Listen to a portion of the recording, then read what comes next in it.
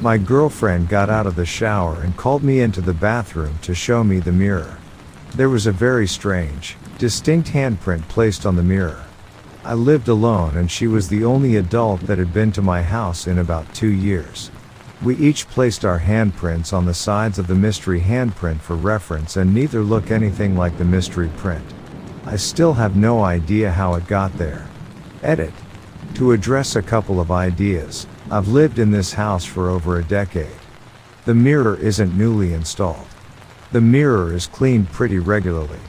I've taken many showers and fogged up the mirror and have never seen it. Edit 2.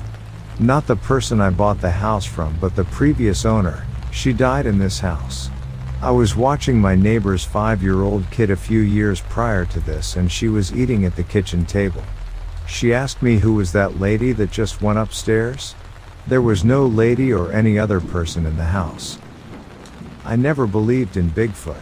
Not in a million years. I mean, I'm a rational man. A practical man. I deal in facts and figures, not wild speculation or folklore. So when my wife and I decided to take a weekend trip to Opal Butte, a county park campground near Heppner, I didn't give the legend of the Sasquatch a second thought. We were there to collect rocks, my wife and I. It was a hobby we both enjoyed, a way to get out into nature and find hidden treasures. We had our car and a trailer, and we had stopped at the campground to set up for the night. That's when it happened. I was outside, checking the hitch on the trailer, when I saw movement out of the corner of my eye. I turned to look, and there it was. A creature, unlike anything I had ever seen before.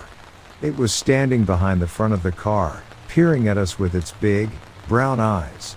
Its head was pointed, like a comb, and it was covered in shaggy, matted fur. At first, I thought it was some sort of prank, a person in a suit or a mask. But the more I looked, the more I realized that this was no man. This was something else entirely. The creature would stick its head up and look at us, then hide again behind the car. It was almost like it was playing a game, teasing us, daring us to come closer. And then it would disappear, up a bank or behind a tree, as if it had never been there at all. I tried to take a picture with my phone, but it was too dark, and the creature moved too quickly. My wife saw it too, but she wouldn't let me get my rifle. She said it was probably just a bear, or a large dog, and we didn't want to hurt an innocent animal. But I knew better. I knew that this was something else entirely. Something that shouldn't exist. I wanted to investigate, to find out what it was and where it came from. But my wife was scared, and she begged me to stay inside the trailer. We spent a restless night, my wife and I, listening to the sounds of the forest and wondering what was out there, watching us. In the morning, we packed up and left, without ever seeing the creature again. But I couldn't get it out of my head. The way it moved, the way it looked at us. It was like nothing I had ever seen before, and it defied all logic and reason. I started to research, to read about Bigfoot and other cryptids. And the more I learned, the more convinced I became that what we had seen was real. I know it sounds crazy. I know that people will laugh and scoff at me. But I don't care. I saw something that I can't explain, something that challenges everything I thought I knew about the world. And it's out there, somewhere, waiting for the next person to stumble upon it. Maybe it's a monster, maybe it's a figment of our imagination. But I know one thing for sure. I'll never forget that night at Opal Butte, and the creature that changed my life forever. One morning I woke up and noticed my camera was on top of the sofa opposite my bed. I knew I didn't put it there because it was a very expensive camera and it could very easily fall from this place. I had placed it in my cabinet. I went over, picked it up, and turned it on and clicked the button to view photos. There were hundreds of photos of me sleeping, all seemingly taken from the back of the sofa. I was literally so freaked out, I couldn't stop crying. I lived alone. It was just photo after photo of me sleeping. The photos were taken in quick snap, where the camera takes approximately 1 photo per second. I later realized the camera didn't even have a quick snap setting, so technically it was impossible for the camera to take the photos at all. The timestamps suggest all photos were taken between 2 and 3 a.m. I've never figured out WTF happened, how the camera got to the sofa, or how it is even possible for a camera with no quick snap to quick snap, but I still have a USB with the photos on it and it still freaks me the F out. Edit, to answer a few questions. I am safe. This happened several years ago. I now live with my partner and we have several dogs and a very good home security system. There was no sign of forced entry to my home. I own the home, and I had the locks changed when I moved there because I felt uneasy about living alone. Good hunch. I did go to the police. They did not give a shit. They said it's probably a friend playing a prank. My mom had a key to the house. Weirdly, this thread has actually jogged my memory about something potentially related I had completely forgotten about that was sitting deep down in my memory bank. Approximately 12 months before the camera incident, I received a letter in my P.O. box that was typed, not handwritten, and addressed directly to me saying if I did not agree to meet with the sender, they would kill me while I sleep. To be honest, I dead set thought it was a stupid joke because I couldn't think of anybody that would want me to meet with them, and I binned the letter and never told anybody. I got 3 or 4 of those threatening letters demanding that I respond, but no actual way of responding or no hint about who it was from. The sender wrote like I should know who it is, but I did not. One letter did provide a time and place to meet, but of course I did not attend. That was the final letter. I did move house and change my postal address shortly after the camera incident though. I am alive right now, so obviously they are all talk, no action. It was April 16, 2012. I live near Spokane, Washington. I was returning home at about 4 a.m. when just off to the left of my driveway something stood up in the field and looked at me. When it saw me stop, get out, and look in its direction, it then ran or squirmed across the street into the trees. At first, I thought a deer, but it was upright and running in a weird way, like an octopus. I think I saw it dragging one tentacle. It then went from tree to tree like it was circling me, so I walked very quickly to the house, making sure not to take my eyes off of it. When it was going from tree to tree, it would stop at that tree and peek at me from one side or the other, then move to the next tree and do the same thing at each tree. So when I went in the house, I grabbed a flashlight to see if it was a person. Mind you, I live in the country, so I don't really think someone was sleeping in my field and dragged their sleeping bag across the street. Another thing that helps me know it was not human was when I shined my flashlight on it, its eye shined green, not red like a human would. After I saw the eye color, I went back into the house waiting for it to try to get in or peek in my window, so I laid on my couch looking, waiting, and listening. Nothing happened, so I just tried to go to sleep and get over it. By this time I was in denial and thought okay, it was a deer. The next morning I thought about what I saw and walked out to the field where I saw it. There was nothing, but I remembered what it looked like. It was upright and a light shade of blue, which could have been from the moonlight. It was really skinny and tall with a teardrop-shaped head that kind of just formed into the body, no shoulders, and long arms that looked like tentacles. But that's all I remember, and now I can say it was flat out the scariest moment I have ever been through. I have seen ghosts and UFOs, but nothing like that. It still scares me just thinking about it to this day. Just a week or two before my event, there were reports of strange lights over one of my city's neighborhoods that were on the news the next day or the day after. I didn't think twice about this because I was in denial about what I saw until like 2 weeks after it all happened. I started realizing that it could be possible that I actually saw an alien, putting the two events together.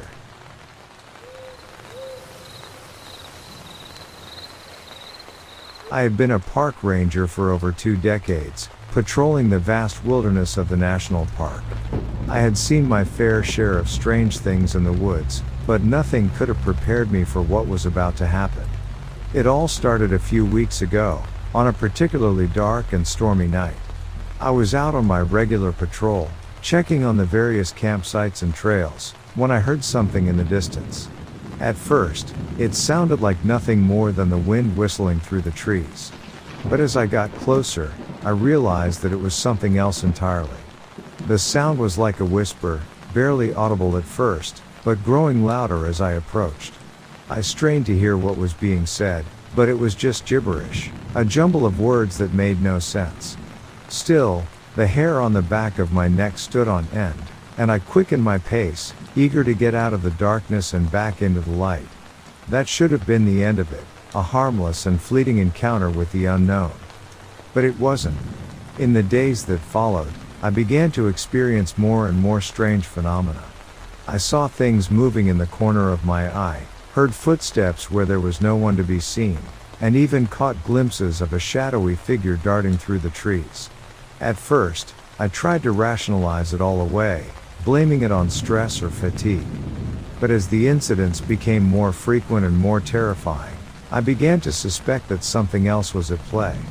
Something beyond my understanding or control. Then, one night, it happened. I was out on patrol, walking through a particularly dense and overgrown section of the park, when I felt a sudden, intense pain in my side. I doubled over, gasping for breath, and realized that something had attacked me. But what? I looked around wildly, but there was nothing there, nothing but the trees and the darkness. I stumbled forward, trying to get away, but my legs gave out and I fell to the ground. Everything went black. When I woke up, I was alone in the woods, with no memory of what had happened. My side was throbbing with pain, but there was no sign of any wound or injury. For a moment, I wondered if it had all been some sort of nightmare, a hallucination brought on by stress and exhaustion. But then I saw the footprints, deep and jagged in the dirt. They were like no animal tracks I had ever seen before, too big and too strange to belong to any creature of this world. And that's when I knew, beyond a shadow of a doubt, that I was being hunted by something beyond my understanding. I tried to leave the park, to get as far away from that place as possible, but it was no use. The creature was always there, lurking in the shadows, waiting for its chance to strike. I knew that my time was running out, that I was living on borrowed time. And then, one day, it happened. The creature attacked me again, this time with a ferocity and intensity that I had never seen before. I fought back with all my strength, but it was no use. In the end, I was overwhelmed, and I fell to the ground, my body battered and broken.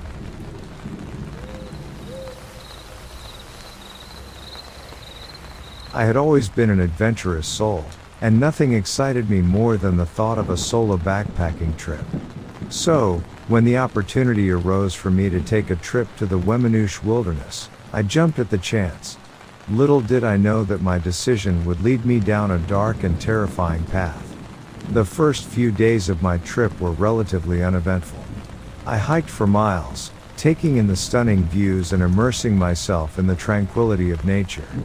But as the days went by, I began to feel like something wasn't quite right. It was as if someone was watching me, following me, but every time I turned around, there was no one there. Despite my growing unease, I continued on my journey, setting up camp each night and settling in for a well-deserved rest. But when I returned home and began going through my camera to find pictures to print, my world was turned upside down. As I scrolled through my photos, my heart stopped when I came across several pictures of myself sleeping inside my tent. The images were clear, and there was no denying that someone or something had taken them. My stomach churned as I realized that I was not alone in the wilderness, and the thought of what could have happened to me in my sleep sent shivers down my spine.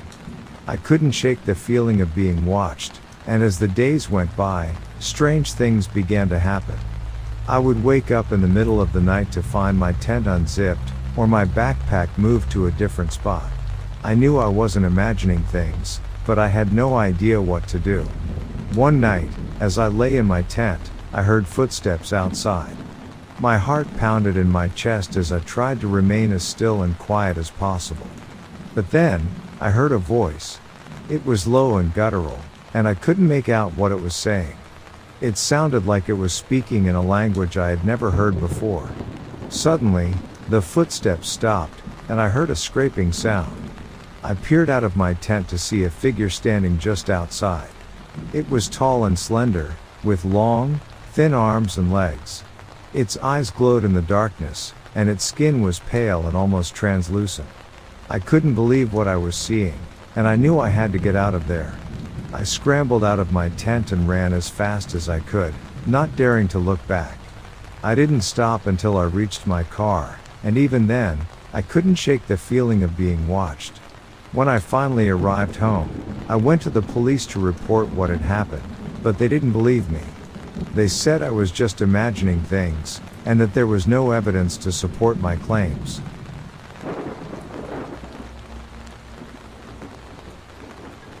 I was out chainsawing firewood while my wife sat in the cab of our truck, burping our baby and gazing down the road towards two other men who were cutting wood.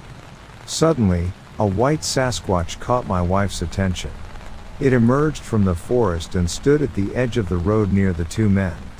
After a moment, the creature turned around and limped back into the woods. My wife called out to me, but by the time I looked up, the Sasquatch was gone. The two men who had been cutting wood tossed their chainsaw on their truck and drove off, warning us to stay away.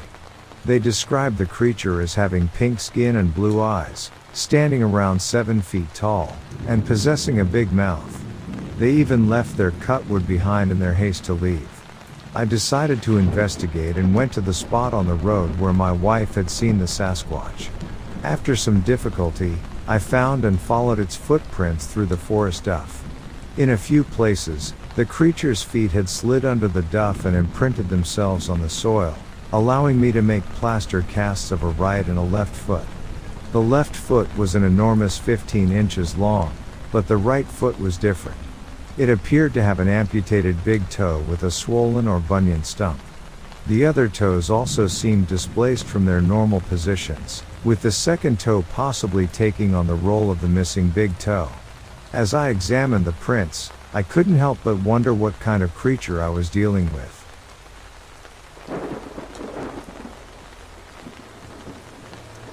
Time, 5 p.m.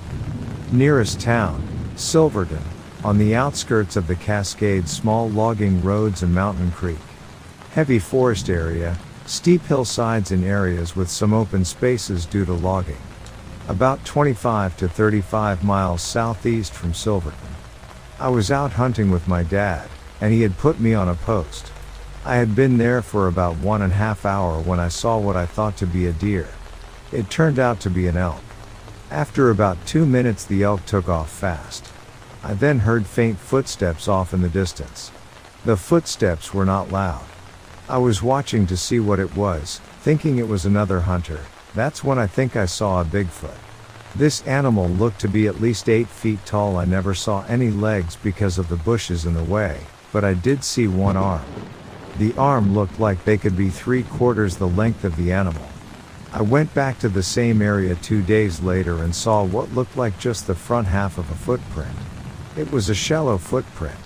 I went back that afternoon to take a mold of it, so people wouldn't think I was nuts, but the print was gone. I still don't know what I saw, but I know it was nothing I had seen before or since. The description of the creature, it was dark brown, maybe lighter. About 8 feet tall, long arm, I would guess about 3/4 the length of the animal. It was a fast-moving animal. I notified a friend and a so-called Bigfoot investigator named Enos about a year ago. He said he was a teacher at a Mount Angel, small town next to Silverton, school. He claims that he has heard Bigfoot in the same area.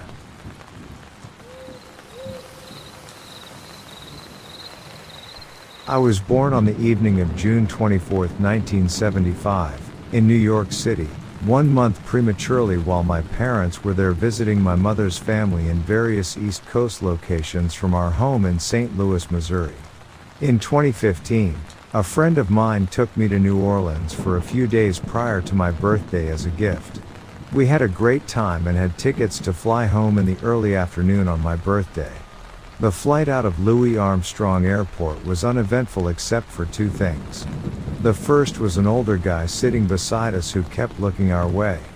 He had what I can only describe as a gentle smile on his face. I didn't feel creeped out so much, but it was just weird to have him spend so much time looking our way in silence. The next thing was when we started to descend for landing. The plane started to shake and jolt terribly. My buddy and I looked at each other with that OF expression.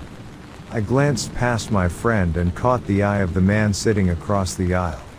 He was looking straight at me, with that grin still on his face. He leaned out from his seat toward ours and said very calmly, in a firm tone, "This one will land just fine." Then turned his head and looked forward. That gentle smile never left his face. From there the ride got really rough, but the plane landed just fine. The pilot came on the intercom and quickly explained that it was some pretty bad wind shear, gave us a weather update, and thanked us for flying. Everyone on the plane was so stressed I swear I could smell the fear. As we got our carry-ons out of the overheads, I made a point to not even glance at that dude, but I could feel him looking at me. We got off and hustled our butts out of there. Nobody was saying a word. We were all still freaking out. Here is where it gets creepy. Last year I was reading about air disasters. That experience stuck with me and I developed a bit of an obsession. One day I came across the story of Eastern Airlines Flight 66. The flight left New Orleans in the early afternoon on June 24, 1975, en route to JFK in New York City. The plane crashed on the descent due to severe wind shear, killing 113 people, just hours before I was born, 40 years to the day from my flight with the man and his gentle grin.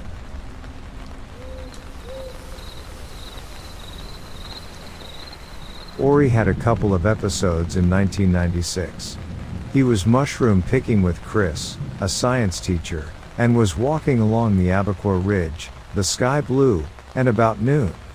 He was tapping trees periodically, 2 or 3 taps as he went. Then he noticed 150 yards off another mushroom hunter, which as it came closer, turned into a tall lean 6.5 or 7-foot Bigfoot coming his way. It kept coming until 75 to 100 feet away. It was a deep dark red from head to toe, walking in a crouched position, and swinging its arms in an exaggerated fashion. He yelled at it and it turned and went back over the ridge. The teacher didn't see it. Any questions, etc., Ori would prefer you send through me, as he doesn't want to be bothered. Also, some of his areas of study he just wants me to refer to as Abacour or Malala area, as he's still actively investigating them.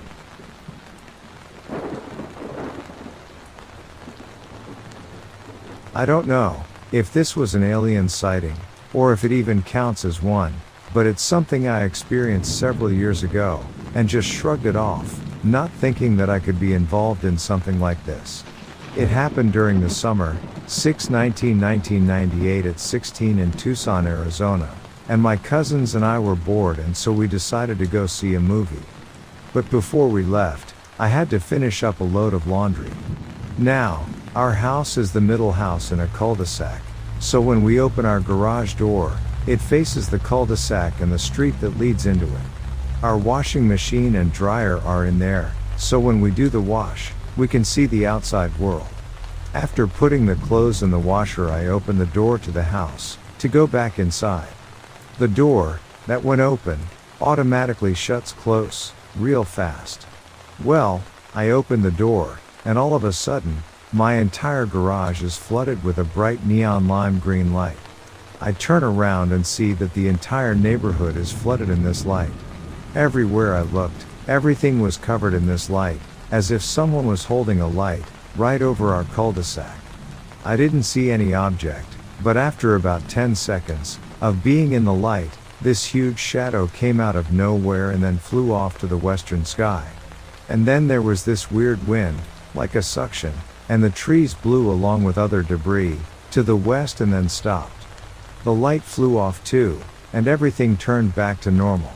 I turned around and started to walk back into the house. Now, all this time, the door has been opened. And if you recall, I told you that it was one of those sprung doors, that shut as quickly as it opened. Well, right then and there, the door shut, right over my left foot, ripping up the nail on my big toe. The drive said, the nail would never grow back, because the nerves had been lifted out, but it did, and to this day, my toe has a nail. Something, my doctor said, was a miracle. I don't know what it was that happened that day, but I always thought that it had something to do with an alien. So, I was wondering if you can shed some sort of information on this, and tell me if you have another experience such as this, recorded.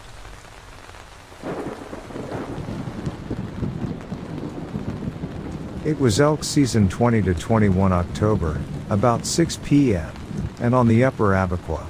Ori and two others were driving slowly along the north-south road, Ori in the passenger seat, when he saw a 12 to 15-foot creature walking, swinging its arms, crouched, walking in the same direction they were driving.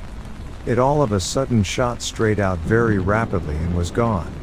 It was black, very broad, and very stout, like a big tree. Asked how he knew the size, and Ori said he was a carpenter and a good judge of height. Later Ori took some very good tape recordings of the creatures. A barking, drawn-out howl, similar to many other tapes I've heard, only a much better quality and no barking dogs.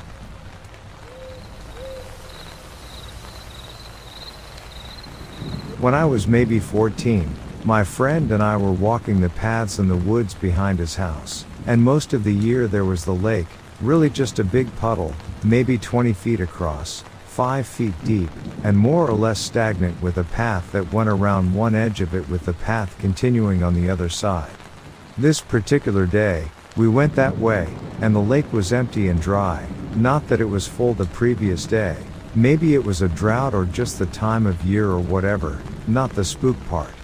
There was a yellow tent, all ripped up and only partially standing, with broken camping gear near it, Coleman lantern, camp stove, that sort of thing. Again, this was maybe 1,500 feet back in the woods in a medium-sized town in Massachusetts. The spooky part was that, in front of the tent, there were symbols carved very, very precisely in the dirt. You've seen a dried place that's usually underwater, you know, the sort of hard, smooth dirt that the mud dried into. The symbols weren't drawn, like with a stick. They were maybe an inch deep, and had sharp, clean edges like a trenching machine might dig, but an inch wide and an inch deep. A couple years later, I found myself a copy of the Lesser, Greater Key of Solomon, and I got chills. I didn't recognize any of the symbols in particular, but they were certainly in the same vein.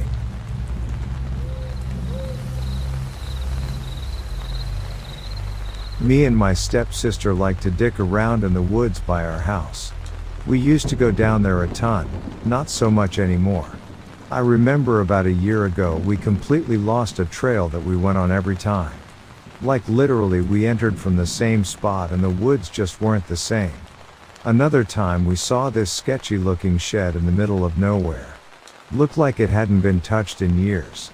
Had rope and a pickaxe in it. We also found this wooden gate after wandering somewhere we hadn't before, and upon looking for it again, could find it anywhere. There's always creepy shit like dolls in there. I once went by myself and had a horrible feeling I was being watched by fairies. There was a mushroom circle nearby and a tree with a sparkling rope. Not to mention the weird noises we hear a ton, but just choose to ignore. Also went kayaking once and saw some dead animal in a cave. The water surrounding that area was crazy cold. There was also a paddle and pieces of a small ship nearby.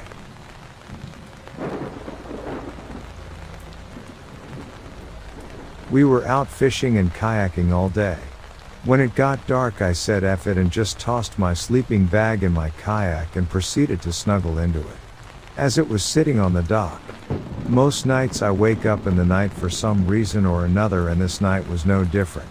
I opened my eyes and looked up into the night sky because this lake is so dark you can see the Milky Way, except it wasn't there. There was a pterodactyly crane Jersey DV chupacabra looking some bitch standing over me like I'm a fat ass sardine stuck in the comfiest can ever snuggled into the goose down of his cousins.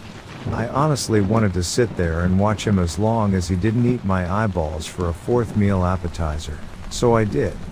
For a solid hour he just sat there looking over the water and I watched him. Also, when I was little I got told a bunch of stories about tree hoppers. F that shit.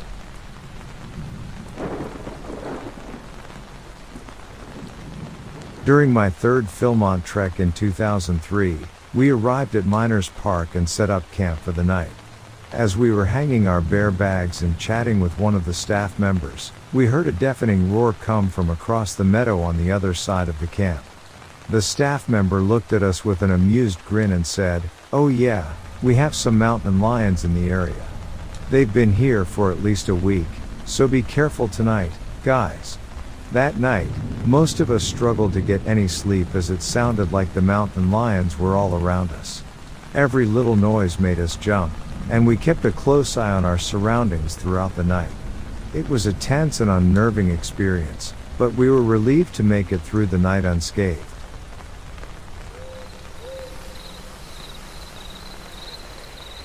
I am a police officer in large city. There are housing projects in my sector that house low-income residents and also some suffering from mental health issues. There's an elderly Haitian woman who calls late at night and swears she can hear ghosts and voodoo spirits in her residence. The first time I showed up with my partner, I told her I would go in and speak with the ghosts and close the bedroom for about 5 minutes, then opened it and she hesitantly entered with me.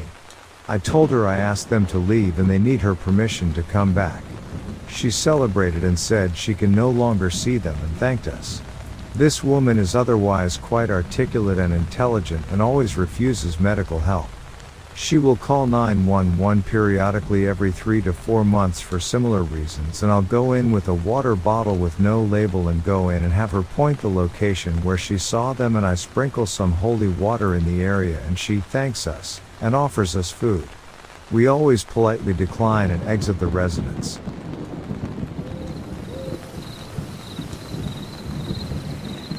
I was a caregiver in a retirement home for 6 months at the beginning of the pandemic. We had one patient, let's call them Robert, that was mute, so when they called us because they needed something, of course we would just hang up and go to their rooms. I had been on vacation for a week and my coworkers and I didn't have the chance to go over what had happened while I was away. We had 24 patients for 2 caregivers, so we would split the unit in half. 12 residents for each caregiver, and we would help the other if needed. So, the first shift after my vacation, I was taking care of Robert's unit. Few minutes after I arrived, I got a call from Robert's room. So, I hang up, finish with my current patient and calmly walk to the room. When I arrived, the door was locked, which was really unusual since Robert usually leaves the door open. I knock, unlock the door and open it. To my surprise, the room was pitch black except the television that was turned on. It took me a few minutes to realize that Roberts wasn't in the room. So, I called my coworker and asked, "Have you seen Roberts?" And that's when they told me, "Oh, yeah. He passed away 2 days ago." Alright, weird, but not the first time that our system glitches like that and we get a phone call in an empty room. I go on with my shift, like nothing happened. I had left the door open. When I was helping another patient walk to the kitchen, when we passed Robert's room, they said, "Hi Robert, I thought you were at the hospital. Welcome back." I was 100% convinced that the room was haunted now. We would get a call from that room a few times a week until Roberts was buried, and after that, nothing else happened in that room. We've also had another patient calling us because there was Mike sitting in his chair every night. Mike was the name of the patient that passed away in that room. They had never met.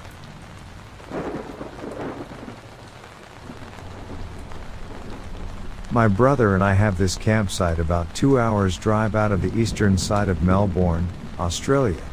A quick run on a Friday night after work to a really secluded spot up a logging trail off the main road. The road is good enough for a standard car to handle, and on many occasions a whole convoy of us would make the trip up for the weekend. This is a really quiet spot, and it would be extremely rare to even have another car come up the road. Other people would use the same spot from time to time, however. You would see the remains of old campfires and occasionally rubbish left behind. But then one time, we found a couple of graves. New ones. 2 plots side by side, maybe 10 meters away from what you would call the main thoroughfare. About 7 foot by 3 feet wide. All the sod had been carefully picked up and then put back in over the top, but there was no mistaking what they looked like.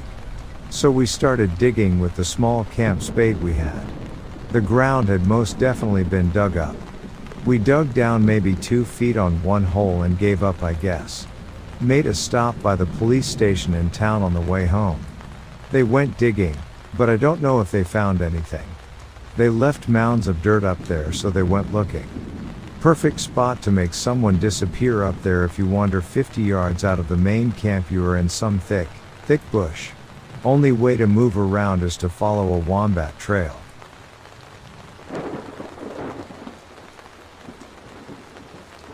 When I was 19, a group of friends and I drove to Vancouver Island for a camping trip with one of our friends' family. The campsite that we went to was on a beautiful crystal clear lake and was on the edge of a forest. And about 50 feet away was a nice little sandy cove. My buddies and I set up some logs so we could sit and talk while we blazed a little bit at about 15 feet away from the tree line. It was late one night and my 4 friends and I were sitting around smoking. Just bullshitting, and we heard a twig snap like in the movies. We all kind of froze, so I grabbed my flashlight from my backpack and shone it on the trees. At first I didn't see anything, but I took 2 steps to my right and I saw these 2 glowing yellow eyes just staring back at me. I told my friends what I was seeing and we all just kind of froze.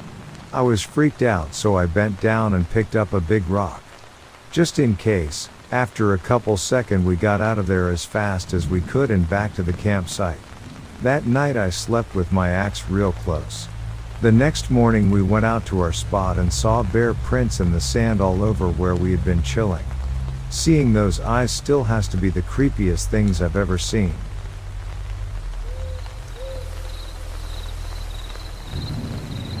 It was just another day at work when I heard the news about my old coworker's passing.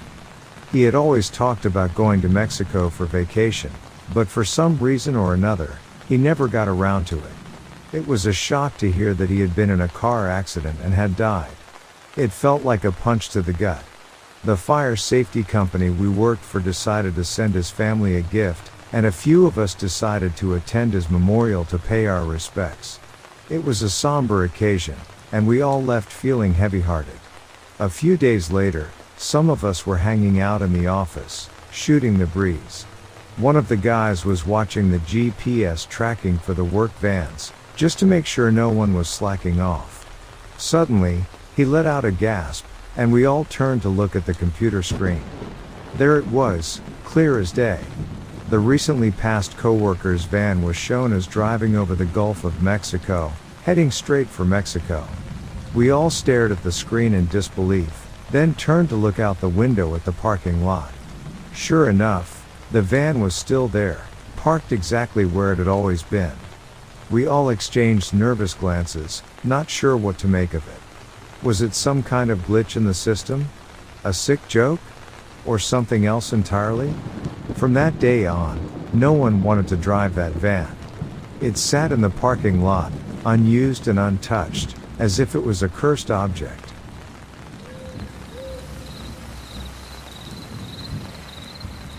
Marine stationed in Japan back in 2010-12. I was military police. One night around 2 to 3 a.m. we hear over the radio, any units seeing the light over the water south? It was a Marine air station based on the southern tip of Japan. We had no flights coming in or going out that night. Everyone knew there shouldn't be a light flying over the waters. So about 3 patrol cars met up at the airfield where there was a way better view. Sure as shit there's a light sitting out over the water blinking slowly off and on. Some guys tried to say it was a star, so we had traffic control cameras from dispatch zoom in on it. Turns out it was slowly moving out of the cameras. So while by AO we couldn't tell it was moving, the cameras picked it up. We sat there kind of amazed for an hour before it went away. As we were getting back into the squad car, I took a last look at the night sky and saw a small light dart behind some clouds in a movement that didn't make sense. I didn't tell the other guys, just thought there's no way they would believe me. Months later I was running on the sea wall and stopped to lay down and catch my breath. Again saw a light, Watched it drive into some clouds and then disappear. That was around the time of the tsunami and Fukushima. Super weird.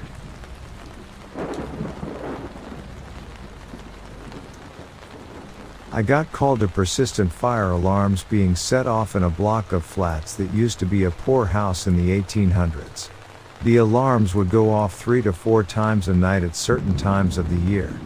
We arrive and residents are all outside saying they could hear a woman crying. No one wanted to go in as they assumed it was her that was setting the alarms off and she might be crazy. We went up. Yep, sure enough, could hear a woman crying. Sounded like the stairwell.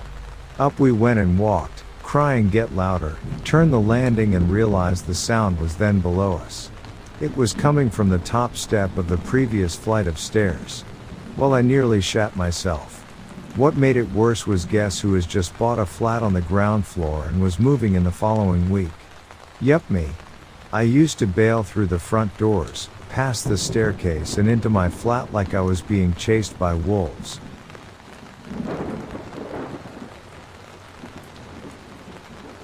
Not a responder, but lived next door to one who is very famous in our hometown for his alien abduction. But there are other stories, too. This all went down in the 80s, rural England, and my memory of the exact details are fuzzy. Been a while since anyone has bothered discussing it. Small hometown and everyone knows and is over it. The alien abduction story is that he was on the way back from a call out, saw some odd lights on the road ahead and had to stop, a one-track road. He went to investigate the lights as any good police officer does. And next thing he knows it's a half hour later and he's back in his car seat, car facing the other way, some odd substance on him, no lights to be seen. The police dispatch also confirmed that his radio frequency just disappeared for that half hour. The substance was tested and didn't match any known profile. I really have no idea what that really means or what tests were. At around the same time, this officer and some others were called out by a farmer whose cows had disappeared. Yes, very stereotypical cows in a tractor beam story. But the farmer reported them missing. Multiple police show up, gate is locked and no cows. They all decide to drive around looking for the cows. The paranormal magnet officer reports that thing where you keep trying to drive somewhere but always end up back where you were when it shouldn't be possible on his route. But they all convene back at the field at the end of shift. The cows are back, though none of the officers found them and nobody called in to find them. And remember, paranormal officer has seemingly been driving past the field on a loop all night. The farmer was also unaware when they called to ask him. Totally sounds like the farmer pulled a prank, except it was raining that night and there was loads of wet mud building at the edge of the field where the gate is, and not footprints or hoof prints. And the cows were dry, too.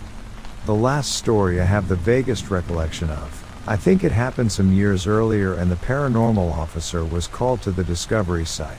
It is mostly about a different guy, a farmhand who was an immigrant who disappeared without a trace and then appeared several days later and miles away, dead, with burns and another unidentifiable substance all over his body, dumped at the top of a pile of coal.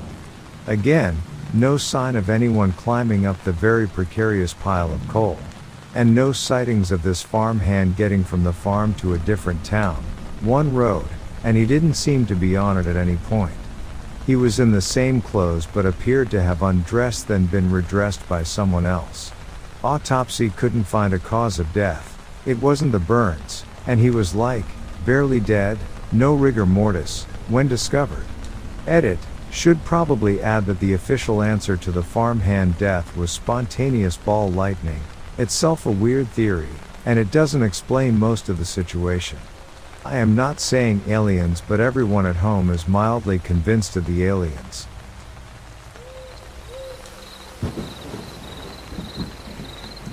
My dad used to work at a military fortress. He wasn't serving or anything, but his company such that it was based there, and as such they had custodial duties to the base. One occasion I remember him going on about was around New Year one year and he was working quite late, so it was dark when he left. To be honest, I think it was only around 7 p.m. but the sun sets at like 3:30 p.m. in that part of the world in winter. On the drive home he realized he'd forgotten his phone, so he turned around to go and get it. He parked up and walked through the glacis, over the drawbridge and through the arch which brought him into the main square from where his office was visible on the top floor of the block on the right. He noticed then that the light was still on in one of the end rooms of the office. I recall it was some kind of storeroom.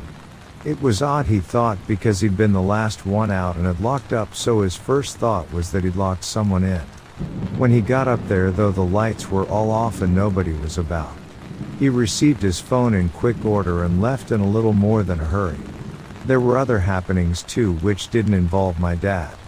On one occasion his boss came in one morning to complaints from the night cleaner accusing him of peeking at him from behind doors and hiding, giggling and flicking lights on and off, which was obviously a surprise because he'd been at home all night. The army occupied other floors in the block, and other blocks on the camp, and often complained about loud parties from the office which never happened, plus soldiers regularly.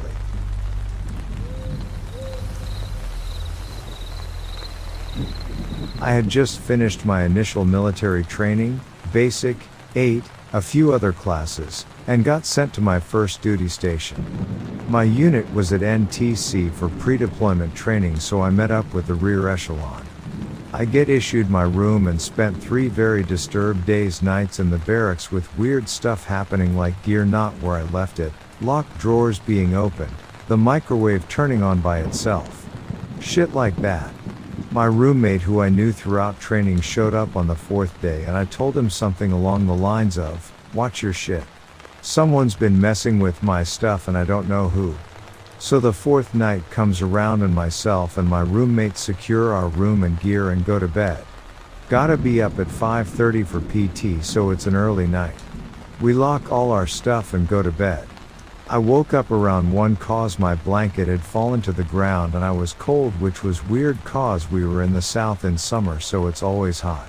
I hop down to get my blanket and I notice my armoire is open, so I open the lock, close it, lock it, and get back to bed. I fell back asleep pretty easy, but I woke up again at about 2:30 and all my stuff and my roommate's stuff is thrown around the room. I wake up my roommate and he's pissed cause someone is messing with us and can't figure out who it is. We clean it up, lock our stuff and go back to bed. I woke up a 3rd time at 3:37 and we're not alone. I can hear my roommate snoring, so I know it's not him. I sat up and saw someone in the little kitchenette area with the fridge open looking in it. I was freezing again. I was about to say something as the soldier turned around.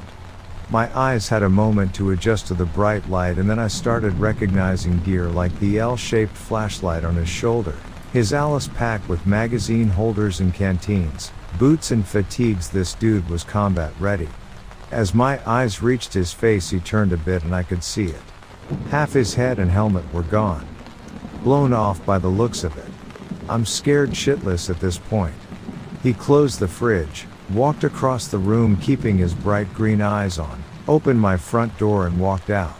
As he exited he turned back around and said to me, "Be safe." I didn't sleep the rest of the night. I didn't wake my roommate up. I just sat up in bed for about 2 hours till I had to get ready for PT. 6:30 rolls around, so everyone is outside the barracks in formation getting ready to start PT, and the acting first sergeant says, "Hey, Notches, you good? Looks like you seen a ghost."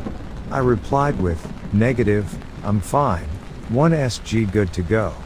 About halfway through PT he comes up to me and asks me what's wrong because I'm visibly shaken up. I told him I was fine, just couldn't sleep last night. A few others asked if I was okay and I just lied and said I was fine. I really wasn't and they could see that, but they let me be. After PT ended, the acting 1 SG pulled me to the side and told me to speak freely, openly, and with all confidentiality and off the record. What is wrong? I told him that if I told him what happened he would think I'm batshit crazy. He assured me it was off record and once again said, "Talk to me. You seriously look like you've seen a ghost."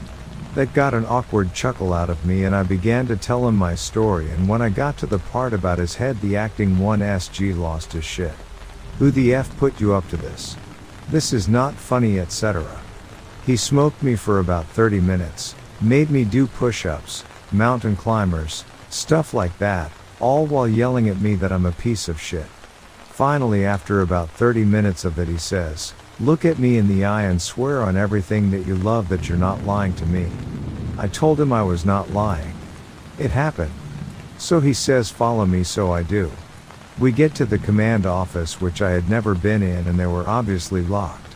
He takes me behind 3 locked doors and 3 rooms I had never stepped foot in, and when he opened the last door I saw it. It gave me chills.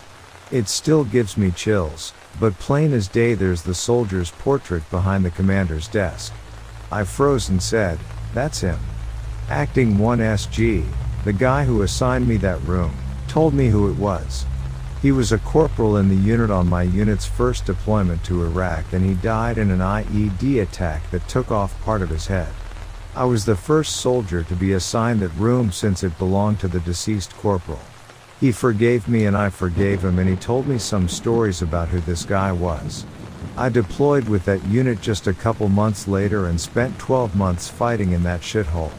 I nearly died I don't know how many times. My vehicle got hit with IEDs and rockets, and it always made me think of that corporal. I survived more things than most people can image, and I always felt like that corporal was keeping an eye out for me.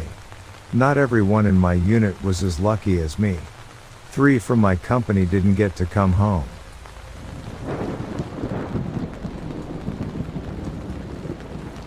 Graveyard shift security at a hotel casino. We got called to the top floor of the hotel because people from the floor below were calling in noise complaints. I was the FNG, so I had a trainer with me when we went up. Dispatch told us over the radio that there was nobody registered on that floor. So cool, just a few idiots being idiots. We got up there and every single door on the entire floor was wide open. Anyone who has been to these hotels knows that you can't just accidentally leave the doors open because they close by themselves. They weren't propped open or anything, just open. We asked dispatch if engineering was doing any work up here or had anything going on during the day. After a few minutes they told us they called engineering and they said no. We just noped out at that point and said there was nobody up there.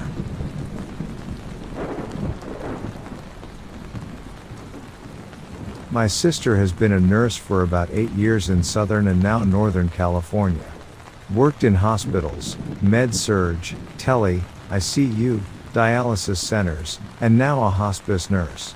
She has a few stories from the hospital, things like children laughing, shadows, patients claiming they saw another dead patient when they had never met.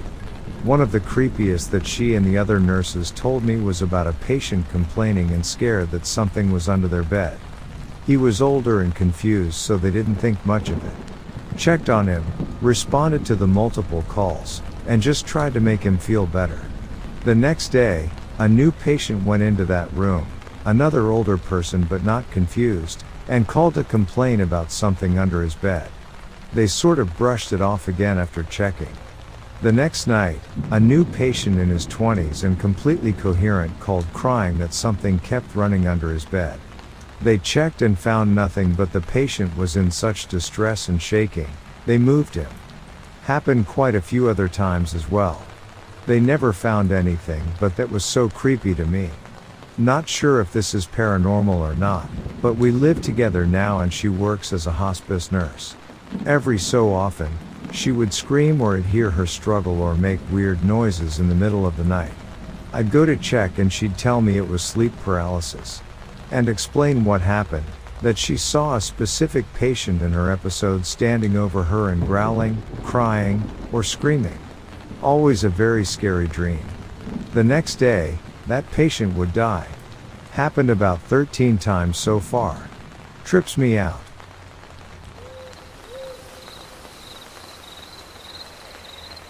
Unarmed security for a residential building here.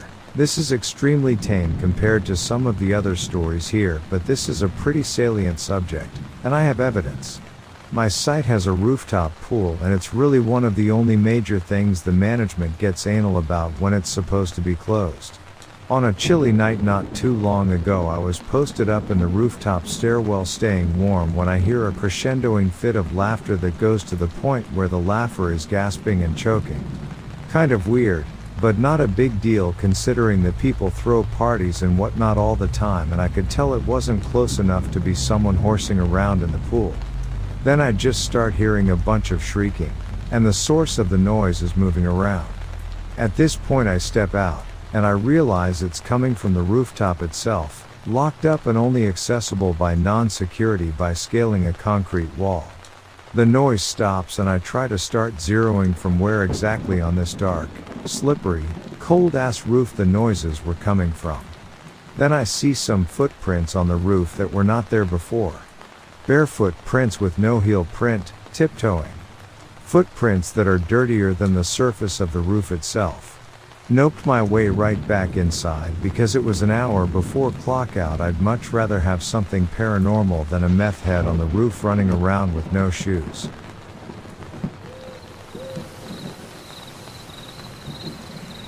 I had just finished up a long day of studying at the university library and was finally back home, ready to catch some rest. As I was getting into my bed, I heard something strange outside my house. At first, I thought it was just a group of teenagers partying down the street, but the sounds were too bizarre for that. I peered through my window and saw nothing but darkness. But the sounds continued, and they seemed to be getting closer. I grabbed a flashlight and stepped outside to investigate. As I walked down the driveway, I could hear the singing, gibberish talking, and laughter more clearly. It was coming from the nearby forest, and it sounded like it was moving further away from me as I approached.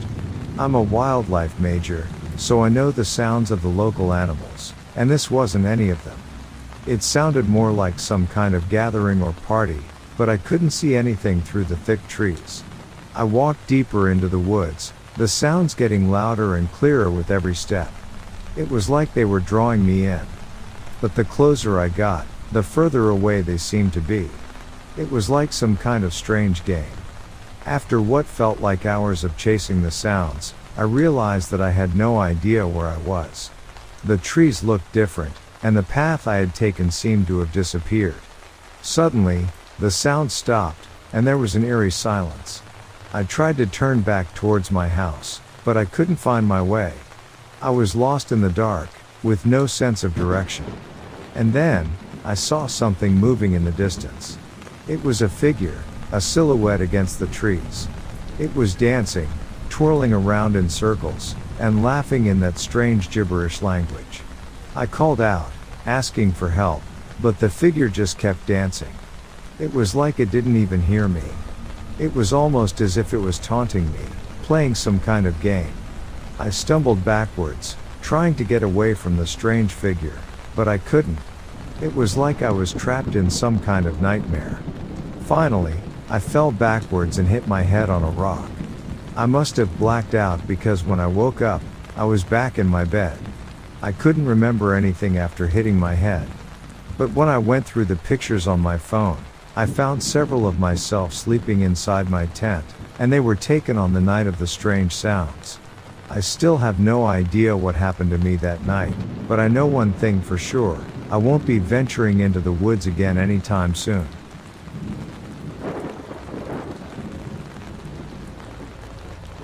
Just before 6 a.m. on a general health care of the elderly ward, 2 staff nurses, 1 auxiliary and me, a student. 4 bays but one was closed and just had the usual ward junk stored in it, obs machines, drip stands, transfer equipment, spare bed tables, etc. 2 nurses are in the bay setting up the morning IVs and I'm in the other bay doing 6 a.m. Ms. auxiliary goes off to get an obs machine. He comes into the bay with the weirdest look on his face.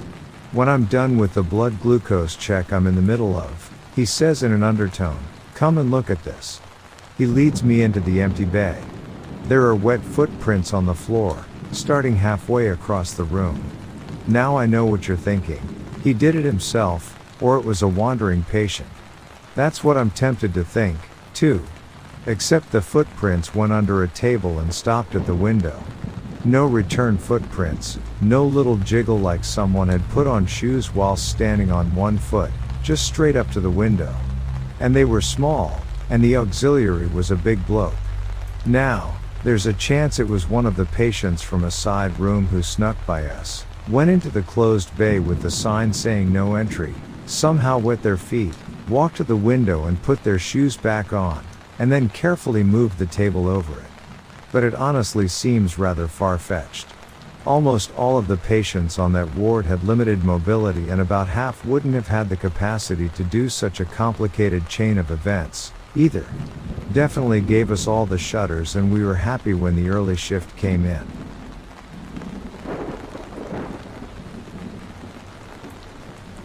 EMT here. One of my partners told me a story about an old fire station that used to be in use. He and his partner at the time were sleeping in the bunks, and it's pitch black for them. This fire station kinda looked like the one in Ghostbusters, so I'd say that the building dated back to the 60s. Anyways, there's no one else in the station except for them. Their mini fridge in the room cracked and someone screamed "Bishop. I'm not in the mood," and then the fridge slowly closed. Another one of my partners said that they had a situation that it was at a similar time around the top. All of the firefighters were sound asleep. Sometimes in our bays, garage/main doors to station, we keep the back doors to our ambulances closed. At that time my partner stated that they heard a loud thump, "Want to go inspect what happened," and they found the back doors open to the truck and their equipment, jump bag, on the floor.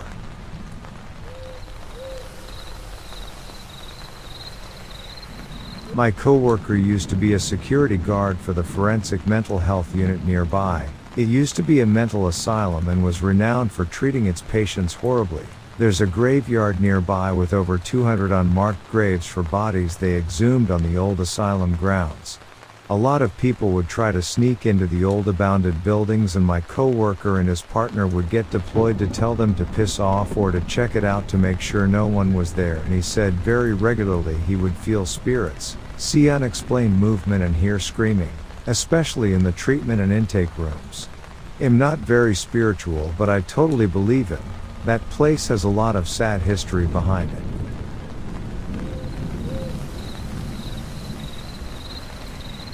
I live on the back of an old mental asylum, and there is a covered over burial site not far from my house. I came across the burial plot plans with all the names of everyone buried there once and why they had been committed. It's amazing the reasons. Some were just pregnant out of wedlock, or menopausal, or even defiant of their husbands. These people spent over 40 years condemned to an insane asylum and died there never actually having any mental illness. Very sad.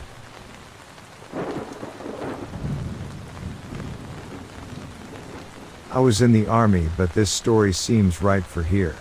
We were on a night patrol close to this weird place up in the hills. Didn't make us feel good inside, but couldn't tell why. During this patrol, one of our squads started reporting movement. When we all got to their position, they all looked like sheets. The CO of the squad was holding one end of the radio without it being connected, and to this day everyone in that squad swears that they heard a girl's voice through that radio. About 3 miles down the hill was a village that we'd visited before, and we had children watch us move to that position before, but we couldn't find anyone during that night that wasn't one of us.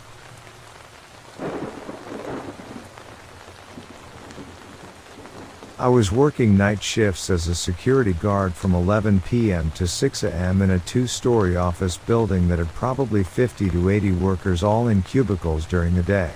It was only myself there during the night. I was stationed at the front door where their switchboard desk is, and I do a patrol of the entire building every 2-3 hours. I always heard weird thuds and people walking. I even checked to see if I was right. Usually I'd hear something around 3:15 a.m. I ended up getting used to it since nothing was ever there. The weirdest thing that happened was on my third patrol roughly around 3:30 a.m. As I walked on the second story, I noticed some of the ceiling tiles were gone and 2 of the roof hatches were completely open. I didn't notice any of this on my earlier patrols. When I told morning staff, they had no idea why. Later I talked to the other guard who used to work there for years, older gentleman and religious. Hess also noticed many weird things, but he didn't want to talk about it. Other things have happened, such as computer screens coming on, coffee machines turning on randomly, radios randomly turning on.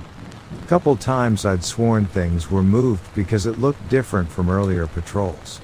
It was an easy gig, but I'm sure the place was haunted by something. Edit, to clarify about the roof entrances more. The building did have side ladders that are locked. Maybe if someone was crazy enough to scale them, he could get access. The roof entrances were only in the housekeeping rooms and could only be opened from the inside. The door was a double-sided badge to unlock. Each door had a camera on it also, and I checked said cameras without seeing anything.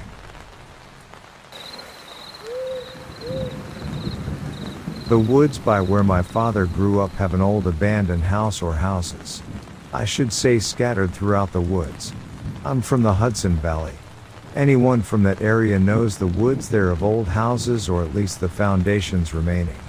Anyway, when my father was younger, he and everyone else basically would climb up this mountain to an abandoned house. He said it had an old black and white nudes, but a lot of kids would go up to smoke and hang out, so a lot of the things were just smashed. Part of the trip up the mountain basically involved climbing up a cliff, blanking on proper term, just a flat rock surface that you had to scale. This was also his usual way down. So one night, he went up alone and was working his way down. Night was settling in, and as he was lowering himself down the drop-off, he felt had an odd presence and glanced upwards towards where he was just standing. Basically, what he saw was a quick glance, because whatever it was just made him climb down the mountain and run home. He described it as basically very tall, lumbering above him and covered in hair. It wasn't a bear, at least from the glance he got. Normally you'd take things to your parents until you have some doubt, but after a recent trip to his mother's and her sharing some of his stories that he told, it just made it more believable. There's also that hole. You'll see what you want to see, so who knows? I'm terrified of heavily wooded areas, to be honest.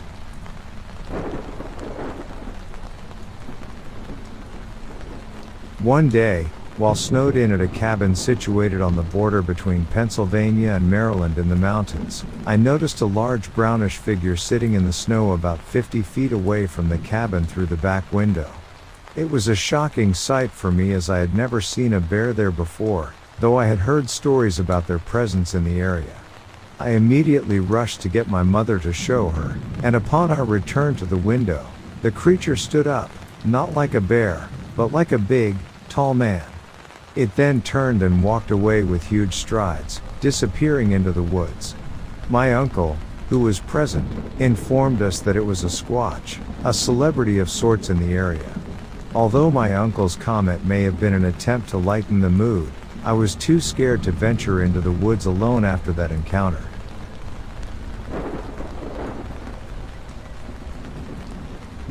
I couldn't wait to go on this camping trip with my closest friends.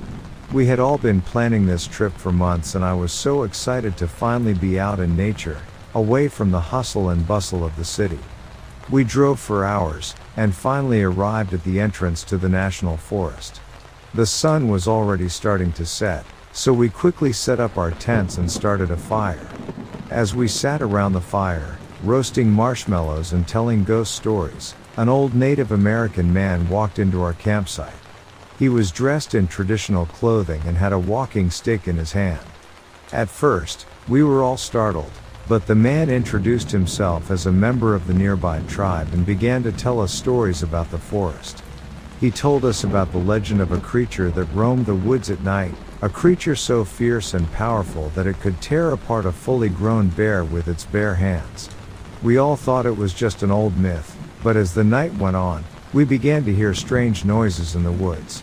At first, it was just rustling in the bushes, but soon the sounds grew louder and more ominous.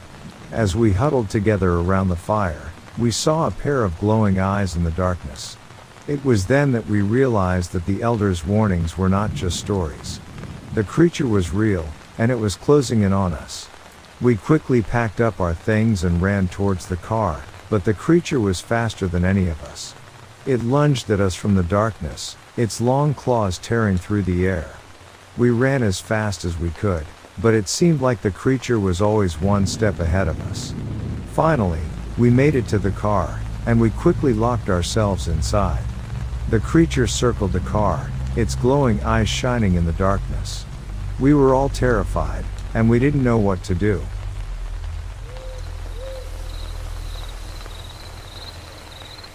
I was on a 4-day canoeing trip with friends in a remote part of the southeast United States back when I was a young teen. We were up late Delta bonfire and goofed off as young boys do. I'm sure we were making a lot of noise. Eventually, the fire died down to just coals and we just sat around it talking. When we heard a distant high-pitched scream, it freaked us out for a little bit, but eventually, we forgot about it and went back to talking. A while later, one of my friends pointed to the opposite bank of the river and says, "Guys, what is that?" We looked, and standing there in the trees was a huge silhouette of some figure watching us. It was faint, but it was illuminated by the full moon, and it was huge. We just kind of stared at it in shock for a moment before backing away. We went to get our friend's dad and some flashlights. He was intent on showing us that nothing was there. We got back to the spot, and it was still there, so we shined our flashlights on it, but it wasn't enough to get a better look. But the things I shone red with the reflection of our flashlights. We watched it watching us for a bit, and it walked up along an embankment and then walked back and disappeared into the woods. That was more than a decade ago, and we rarely talked about it. We were all pretty freaked out.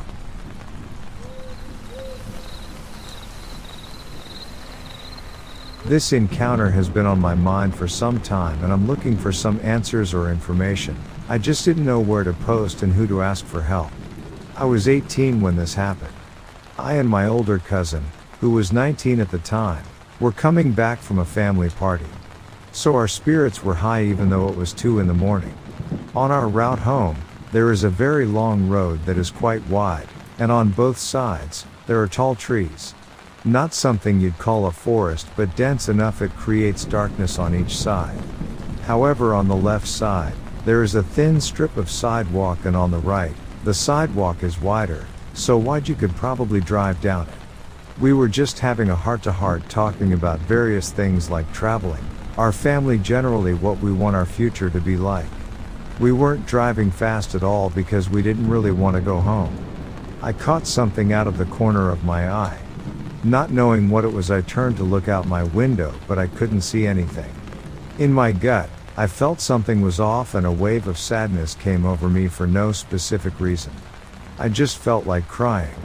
I was about to ask my cousin if he was all right, but when I looked up I saw a figure run from the left side of the sidewalk to the right. It scared me so much because I'd never seen anything like this before. It looked almost like a human, but I knew it couldn't be as it was extremely tall and so skinny, and its arms were long and looked to be thin. My cousin slammed on the brakes and I knew that what I just saw he saw too. Wanting to know what it was, I looked to the right side and I was utterly confused. A man on the right sidewalk was sitting there next to his bike. He looked at us and smiled. He was wearing cycling gear and his bike was on the ground. I was shocked and confused. Why would he be cycling at 2 in the morning? I crawled over the console and leaned over my cousin so my face was right up to the window. I stared at the man as he smiled back at me, but his smile had changed. It was so wide and toothy, he looked kinda normal but so out of place. As I examined him more, I noticed he only had one ear, and where it should be was totally flat, but everything else was just what you'd expect a human to look like. The man stood up and my cousin pulled me away from the window and back into my seat. He drove off so fast I didn't even have time to look through the mirrors to look back at the man. I tried to talk to my cousin about it that night and various other times, but he just snaps at me telling me to drop that topic and never to bring it up around him again. I know what I saw, but at the same time I have no clue what it is.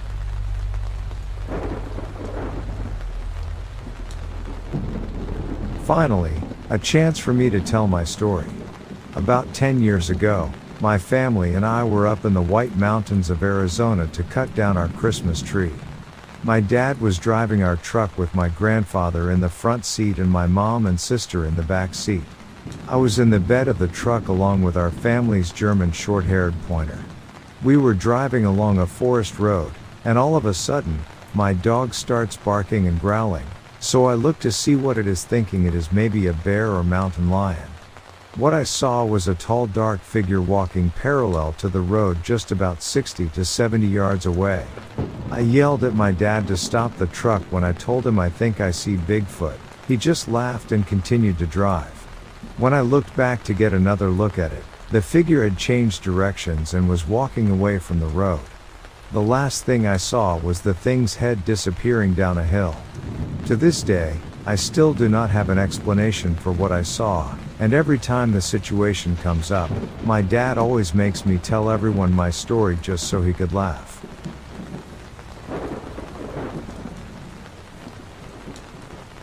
While I was in the Marine Corps stationed in Okinawa, Japan in 1995, I was at a shooting range near Camp Schwab guarding ammunition, sometime in August. I had just done a radio check at about 9 p.m. with range control to let them know everything was okay. I pulled my poncho up over my whole body because of the bugs attacking me.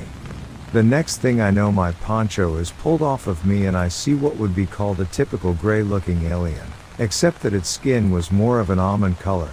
It was a very bright night with a full moon, standing over me with what looked like 4 others behind it. What shocked me, even more, was that it talked to me, but it sounded like one of those adult characters on the Peanuts cartoons, like wah wah wah. I remember just becoming unhinged, jumping up, and starting screaming when it talked to me, and then it just disappeared along with the others.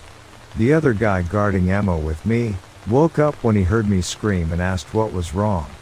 I told him what had just happened and he looked at me like I was crazy. I then noticed that it was 10:45 p.m. and I was like, what the heck?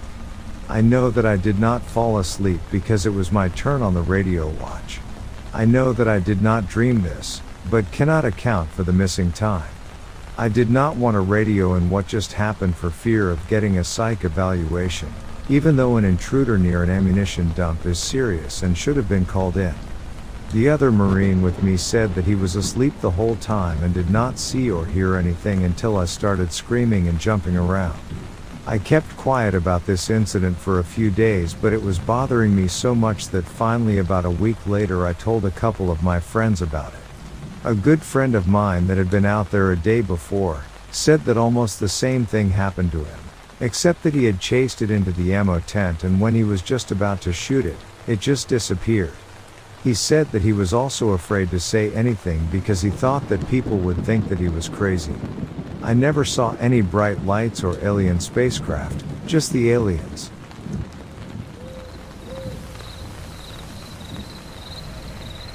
Didn't see anything but heard. I lived in rural Massachusetts. To anyone who's familiar, that means miles of woodland with spaced out suburban areas in between. I was walking down my grandfather's logging trail getting ready for his funeral. I'm also an avid mushroom collector, so I'm always walking slowly and staring at the ground. Friends hate me basically, so I get to this cool little white Captain Mushroom and stop to take a close-up picture of it, and that's when I heard it. The best way I can describe it is as if somebody with a lot of flesh on his knuckles were punching a tree. Now I know what a deer sounds like when they stomp to protect their children and are smashing their antlers on trees. I've heard bear, fisher, cat, moose, pretty much any animal in the western Massachusetts that exists, so naturally I looked up and freaked the hell out. It was so rhythmic, thud thud thud, it went on for many at the same pace. So being the curious person that I am, I let out a whistle that couldn't be mistaken for a bird. Right after my whistle I hear a low, quick whistle back. My first thought is, oh, it must be some logger scooping the land past the no trespassing gate. Ignorant, I know. So I yell out hello pretty much as loudly as I could, then whatever it was ran away faster than I've ever heard a human being run. And using my experience with deer, dogs, moose and bear, I just assessed that I could have possibly rationalized it being a 4-legged creature. I know that what they sound like running, and this was much closer to a two-legged creature. I'm 100% positive on that. What doesn't make sense, however, is that the two-legged creature, that when it ran away from me faster than any two-legged creature I have ever heard before, also sounded like it was at a minimum 250 pounds. The steps were loud and very frantic. A lot of people believe Bigfoot has a spiritual connection to the forest it remains in, and thus the creatures in it as well. I do not find it a coincidence that this happened the day of my grandfather's funeral. I ran all the way home and I have never looked back.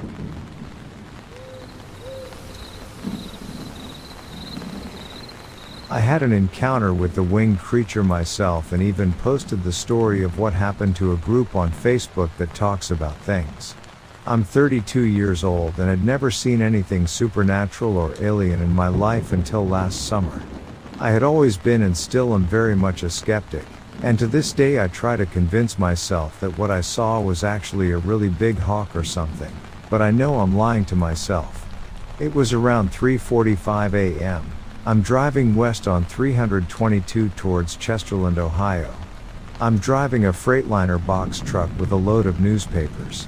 In the summertime of 2016 at night, there was always a layer of fog hanging down around the ground, and the moon was bright and the stars were out.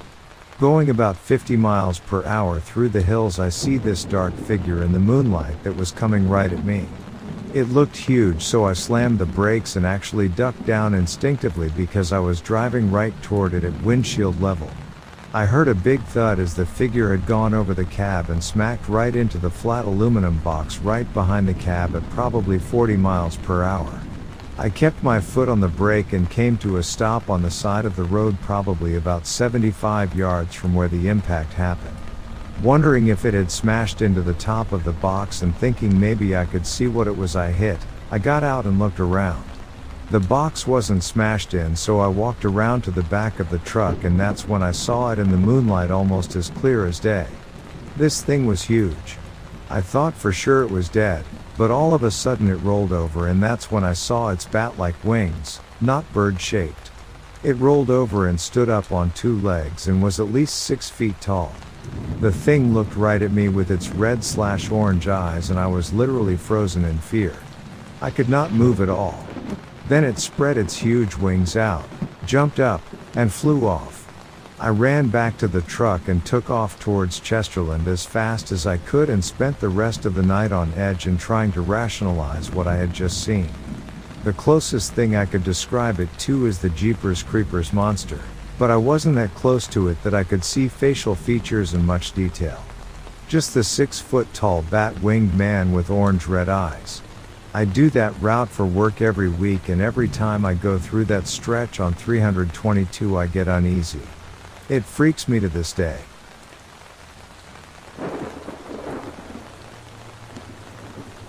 I've been working as a park ranger for over a decade now, and I thought I'd seen everything there was to see in the forest. But in recent weeks, I've been hearing rumors of strange occurrences in the woods. People were reporting sightings of a mysterious Native American woman who appeared and disappeared at will. At first, I didn't think much of it. It was probably just a hoax or a figment of people's imaginations. But then, I started to see her myself. She would appear out of nowhere, standing in the middle of the trail or watching me from behind a tree. And then, just as quickly as she had appeared, she would vanish into thin air. I knew I had to investigate this strange occurrence, so I began to dig into the history of the forest. It didn't take me long to find out that the woman was a spirit who had been haunting the forest for centuries. Legend had it that she was a Native American woman who had been killed by early settlers who were trying to claim the land as their own. As I delved deeper into the history of the forest, I realized that there were other spirits as well. Spirits of animals and trees, all of whom had been living in the forest long before humans had ever set foot on its soil. I began to understand that the forest was a sacred place, a place where spirits and nature lived in harmony. But even as I gained this understanding, the sightings of the Native American woman continued. She would appear to me at odd times, always watching me with her penetrating gaze. It was as though she was trying to tell me something, trying to communicate with me in a way that I couldn't understand. And then, one day, she disappeared. I searched the entire forest, but she was nowhere to be found. It was as though she had never existed in the first place.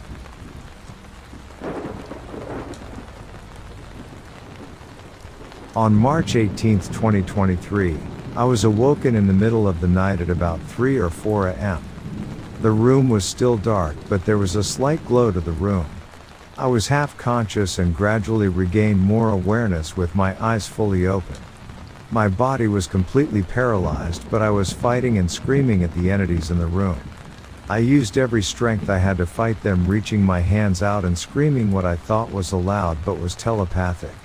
My body lost all functioning and I couldn't even open my mouth to scream, but I did mentally as loud as I possibly could. I knew they heard every word I screamed at them. I fought them with all the energy I could. I told them they have no authority to touch me or take anything from me. That I had my free will and they were not permitted to do anything to me. I felt them put more energetic force on me and I began to get more and more tired, unable to stop them, and felt I couldn't fight them any longer and just give up. I heard in my mind to just give up, that I could not fight them. I felt like they were taking my baby from me. I had not had my period in 2.5 months and I felt I was pregnant but was not completely sure because of my age, 45. I felt it could be premenopausal symptoms as well. I eventually tired and felt myself sinking deeper into unconsciousness.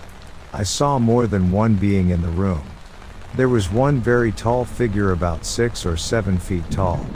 It was wearing a robe-like gown and it had 2 distinct protrusions on its large skull and forehead. It seems to have authority over the matter. There were more beings in the room, smaller than the larger one. Not sure how many, but I feel there were at least 2 more. I remember I really hated the taller one, as it seemed to have no care for what it was doing to me and what could have possibly been a small embryo of mine. I don't know if they impregnated me or if I was pregnant with my partner and they took the small fetus from us. I don't know if I was even pregnant for sure. It was just a feeling and I was screaming out to them in the middle of the night. I very quickly fell deep asleep. The next day I felt it was a horrible nightmare, that my eyes were fully open to see what I saw. But I knew very well this was a familiar feeling to me, as in 1994 I had another similar experience with 2 small greys in the middle of the night when they temporarily paralyzed me and shoved something up my nose. At that time I thought it might have been a terrifying nightmare, but over the years I was shown footage of abduction accounts and realized they were very similar to my own experience, and began to realize that those experiences were as real as they felt. A couple days after this incident took place, I had the intuition to check my body to see if there was any visible evidence from my experience. So just before I had a shower I had a look around my body, and then I noticed an indentation on my mid-back right side just along my spine. It felt like a hole in my back with a layer of skin on top. It was something very unusual and an unlikely thing to find on your back. I feel some discomfort from it and it feels like a wound, as though it is in the process of healing. It's like a piece of tissue beside my spine has been taken. I feel a metallic feel around it and it's slightly sensitive when I move or twist my back. I felt a lot of anger from this experience because I did not agree or give my permission to do whatever it is they are doing. I had to learn to just let it go and not allow fear or anger to overtake me. I do feel some fear of going to bed now and have noticed I'm going to bed a lot later, staying up until 2 a.m. My partner is away a lot, so I am sleeping alone most nights. I wonder if he had been there sleeping beside me, if these beings would have come? I'm trying to have positive thoughts that maybe whatever these beings are doing to experiment with our DNA or embryos is for some greater good. I really hope so anyways. This last experience was not at all good, and I wonder if they truly were ETs or government posing as ETs? I'd love to go under hypnosis to know the truth. And for a doctor or specialist who is familiar with these type of extractions from the body to have a look at the indentation on my back. Thanks for listening. I hope one day we will get more answers to what all these experiences mean.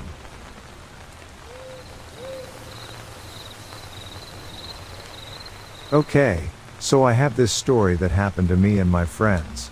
To set the scene, we were on a Boy Scout camping shooting trip. There were 20 to 30 of us.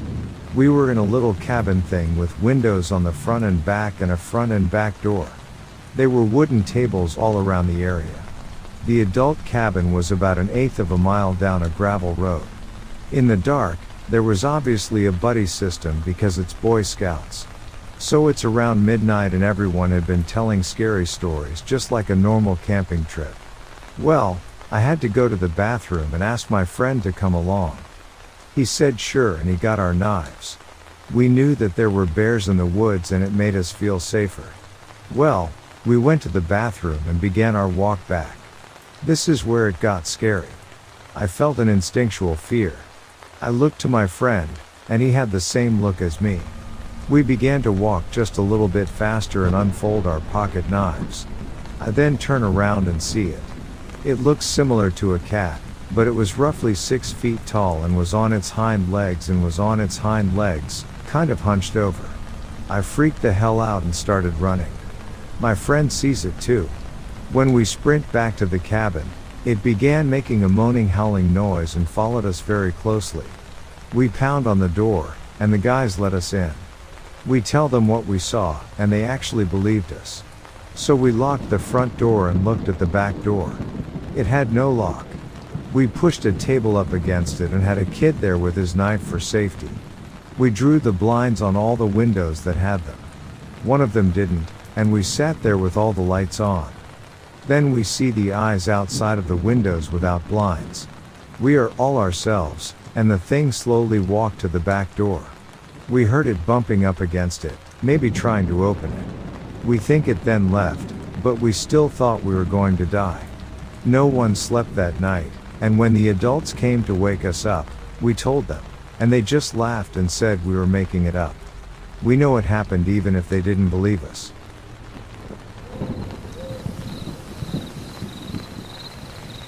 I had recently divorced and decided to clear my head with the canoe camping trip. I planned to camp out for a few days and be picked up by my brother 12 miles downriver. This normally would have been an easy leisurely trip, but my canoe should have been retired years ago. I drove out to my launch point, locked up my truck, unloaded the canoe, and took off, knowing I would hit some small rapids a couple miles downriver. When I did reach the rapids, my canoe started taking on water. Between trying to bail water and navigate the rapids, my canoe overturned and I was carried downstream. All I know is that shortly after overturning I blacked out. I don't know how long I was unconscious, but when I came to, I felt something pulling on the shoulders of my life jacket. My vision was still blurry as I looked up into the face of a very hairy person. When I reached up to touch my head, it came back bloody and my ankle felt a stabbing pain with every jostle. The hairy person pulled me to shore and left me alone under a tree. I was scared not of this hairy person because it seemed clear that it meant me no harm, but because I was right in the middle of grizzly and cougar country, badly injured with no way to protect myself. I started calling weakly for help, shivering and moaning in pain.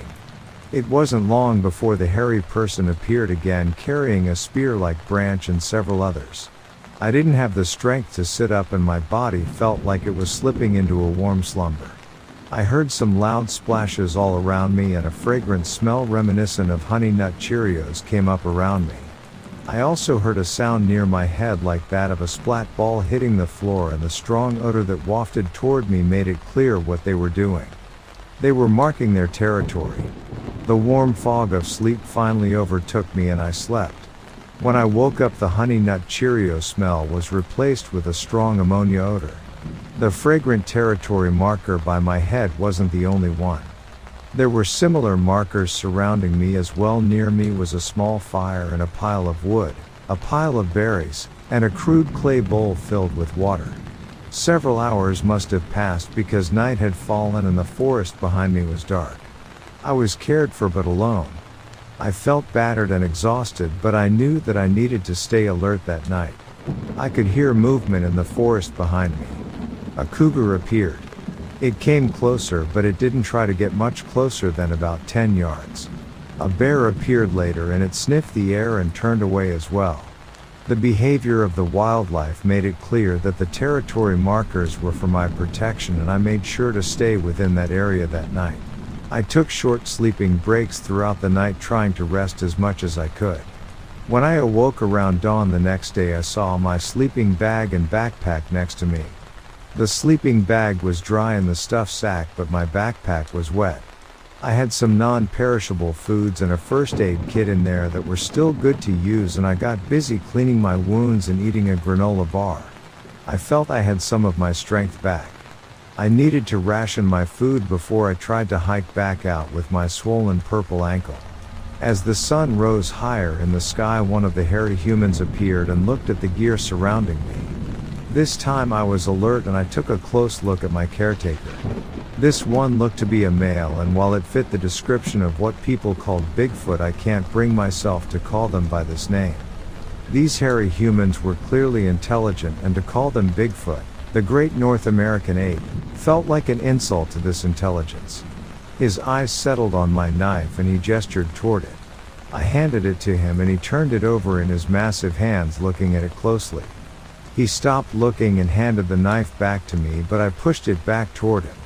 I wanted him to have it, and considering the spear the other one had, I figured it would be useful to him.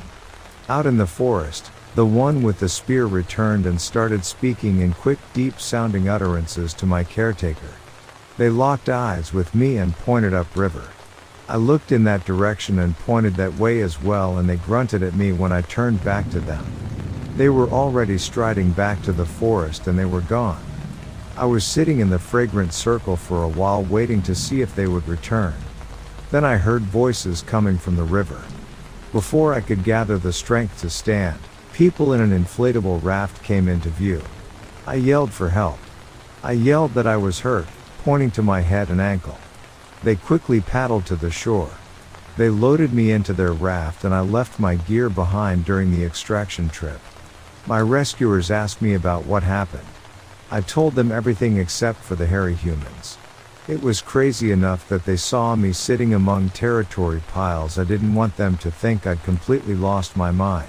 I know my experience was unique compared to what other people have experienced with these hairy humans. Maybe the group I encountered was a more advanced group of so-called Bigfoots.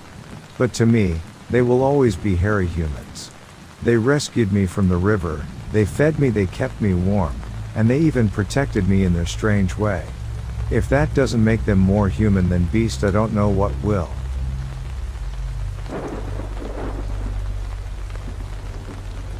I am a long-haul driver and was traveling east on Interstate 8, just east of Fortuna, Arizona.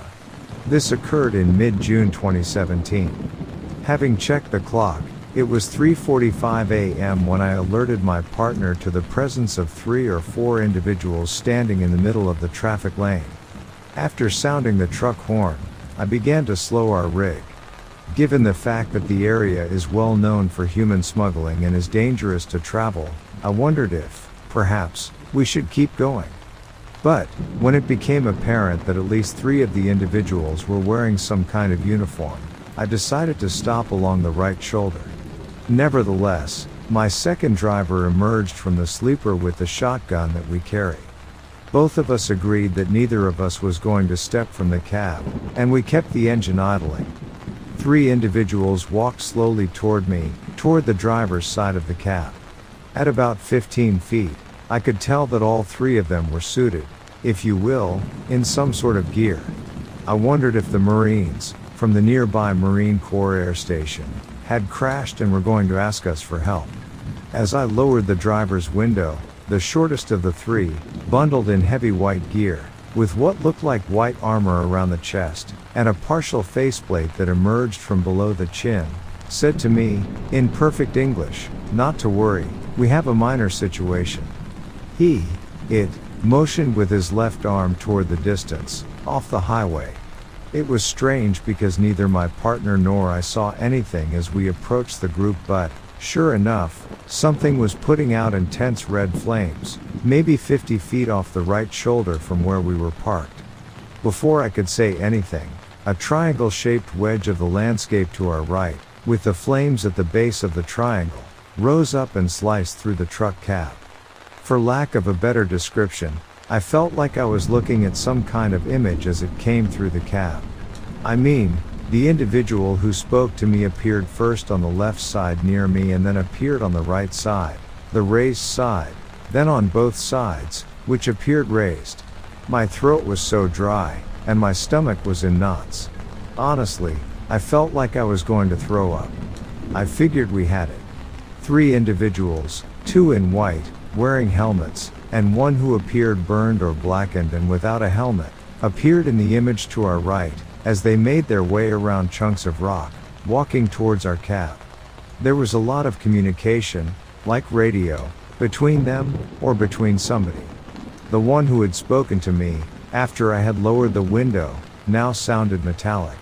So I turned once again towards the voice, to my left again, toward the open window, and he, or it, wasn't there.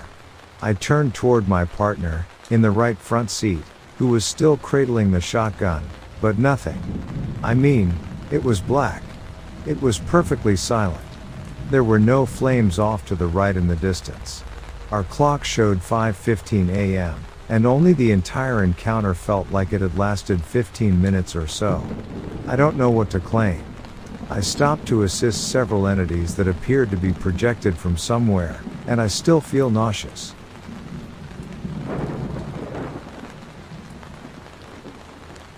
My husband, kid, and I live out in the middle of nowhere on a plot of land that's about 100 acres. I'd say probably 95 of those acres are wilderness with ATV and hiking trails that we, and several of the previous owners, created by exploring.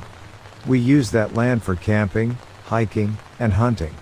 We like to find a spot, clear it a bit, and camp overnight. There's so much space we've never stayed in the same place twice. We've seen some kill sites, both old and fresh. Lots of animal tracks, places where deer bed down, etc. I've even spent a lot of time hiking solo while the kid is in school and husband's at work. Whether alone or with the family, we always carry a firearm for protection. A few weeks ago, we decided to load up our camping gear and start a new trail. We marked the trails we make with spray paint on trees.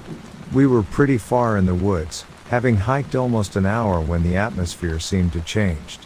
I don't know who noticed it first, but my husband, who was leading the 3 of us, turned around and gave me a concerned look. The birds had stopped chirping, the insects were quiet. There were no sounds around us. When in the woods, complete quietness is rarely a good thing. We continued onward, hyper aware of our surrounds while our kid continued merrily talking.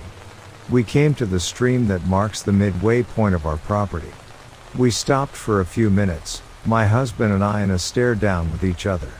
We both felt something was off but didn't want to scare our daughter.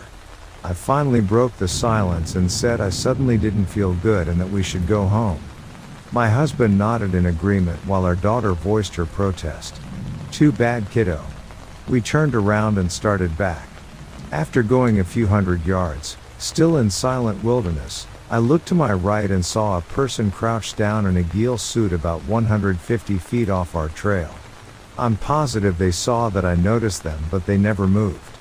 I cleared my throat to get my husband's attention, and when he looked back, I put my hand on the gun in the holster on my hip, which caused him to readjust his rifle in preparation of anything. I sped up my family and we hurried back home. I told my husband as soon as we were inside. We decided to call the police and report the trespasser. Filed a report and was told to call again if we saw anyone. A few days later, my husband and I went out alone and set up a bunch of deer cams. We didn't go back out into the woods for maybe a week, then he and I ventured out to retrieve the cam footage. Out of the 9 cams we placed, we caught a person in a ghillie suit in 2 images. We handed copies over to the cops to go with our report. We haven't gone back out since except to check the deer cams. Haven't gotten any other trespassers. It freaks me out even more to think of the few times, while camping, that we heard walking near our tent in the middle of the night. We always assumed it was curious animals, but now I'm not so sure.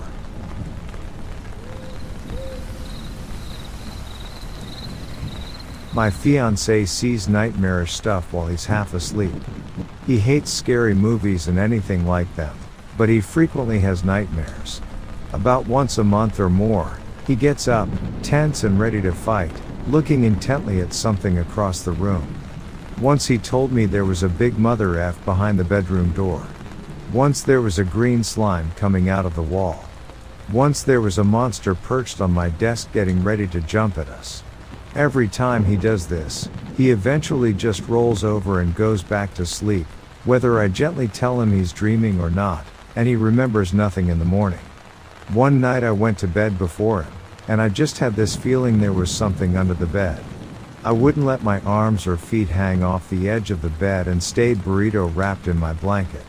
He eventually came to bed and fell asleep.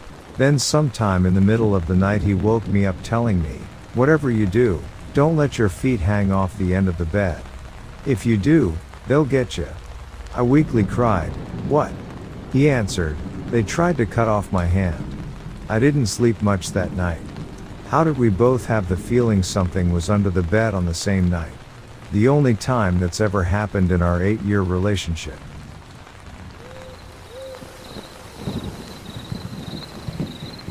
So according to my family, I was a creepy as F little kid. My mom basically refuses to talk about it and claims she prayed it all away, but I mean, who knows? I don't remember any of it myself. Most of my stories are from my older sister, who my mom would always talk about this stuff with. So anyways, I was around 4.5. My mom and dad had been trying for another baby for I guess around 1.5 years and it wasn't happening, so they basically stopped trying. My mom and I were home alone one day and she was in the kitchen washing dishes or something. From another room I walked in, went up to her, and hugged her stomach for a few seconds. I then looked up at her and told her, "You're going to have a baby, and he's going to live to be as old as I am." Then detached from her, and walked away again. She ended up being pregnant with my brother, who was then born with a birth defect that caused him to pass away when he was 4.5 years old. Edit, a few people asked for more, so here's another. So I had an imaginary friend, Jaiwa. Quick side story, I actually used to have two, but according to my sister, Jaiwa got rid of the other one. Anyways, my mom wanted me to do something, eat my veggies, take a bath. Something kids don't like, I don't remember. I got upset and told her Jaiwa was going to get her back tonight. She didn't think much of it, but the next morning her whole right arm was bruised up, I guess with one even resembling someone's hand grabbing her by the arm. She has no memory of what happened, but my sister said my mom felt like she was in pain. And one more. I guess my mom and dad were in a rough patch and were seeing a counselor. The counselor told my mom that when she was really mad at him, to write letters and then throw them away.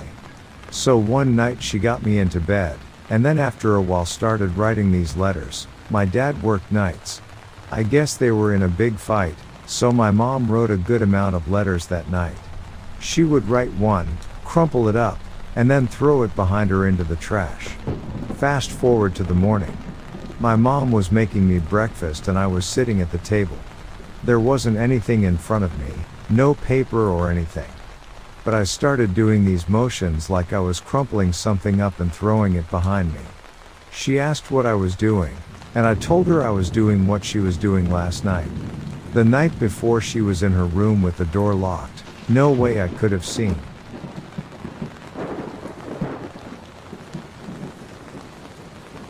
My mother died of cancer when I was 9. Fast forward through 9 years of depression and trying to learn how to deal with it. Avid drug user to try and cope, not healthy I know. Decides to take powdered DMT, closer to ayahuasca than DMT really, a very spiritual drug. Have mild visuals for a couple hours, but nothing crazy. Decide to go for a walk by myself to this lake my mother and I visited all the time as a kid. Start talking to her randomly because I'm feeling lost and confused in my life. All of a sudden, the wind picks up heavily, but only in a circle around me. I could see trees in the distance not moving at all. Lake was still, literally only around me. Wind wasn't cold either. I could actually feel warmth just coating me like a hug. She could hear me and was trying to comfort me. Out of nowhere, a crane appears and flies down by the water. As I look at it, it turns, stares at me for 10 seconds, then vanishes into thin air. To this day, cranes have always resonated with me as my mother's spirit watching over me. People are going to say it was the drugs that made this experience happen. I don't care. At the time and still now I know she was there trying to communicate to me that everything was going to be okay.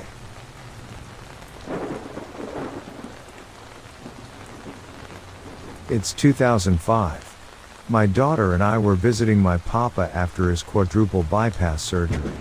I set up camp for the two of us in the living room, which was on the opposite side of the house from his bedroom. My daughter was only 3 months old at the time, so I didn't want to run the risk of waking him during midnight feedings and whatnot. We're probably into the 3rd week of our visit. It's about 2 a.m. and the little one wakes up for a feeding. I change her, feed her, put her back to bed. I'm wide awake now, so I laid back down on the pull-out couch and turned on the TV. I'm about 10 minutes into a Roseanne rerun when I start to hear sounds coming from the dining room. Thinking it was my grandpa, I turned the volume down on the TV and called out to see if he needed anything. I didn't receive a response back, but now I can clearly hear the sound of rattling doorknobs. The dining room has double doors that open to the back deck. I sat up to look just beyond the kitchen into the dining room, and there's no one there, but the doorknobs are still rattling. This is when I start to freak the F out. Someone's trying to break into the house and we're all going to die. So, what do? I curl into a ball on the bed because the sudden panic attack had taken over the ability to use my brain. Within seconds of curling into the fetal position, the doorknobs stop rattling. There's absolute silence. I swear I was laying there for what seemed like an hour, but it was probably only a couple of minutes. That's when I heard the footsteps. The living room and dining room are separated by a small kitchen. These footsteps started at the entrance to the kitchen from the dining room and made their way ever so slow and steady across the linoleum floor towards the living room, where I lay frozen solid, the hair standing up on my arms and back of my neck. They stopped just short of the living room. And that was it. No more noise. No more footsteps. Whatever it was never retreated back in the direction it had come from. There was nothing. I didn't sleep for the rest of the night.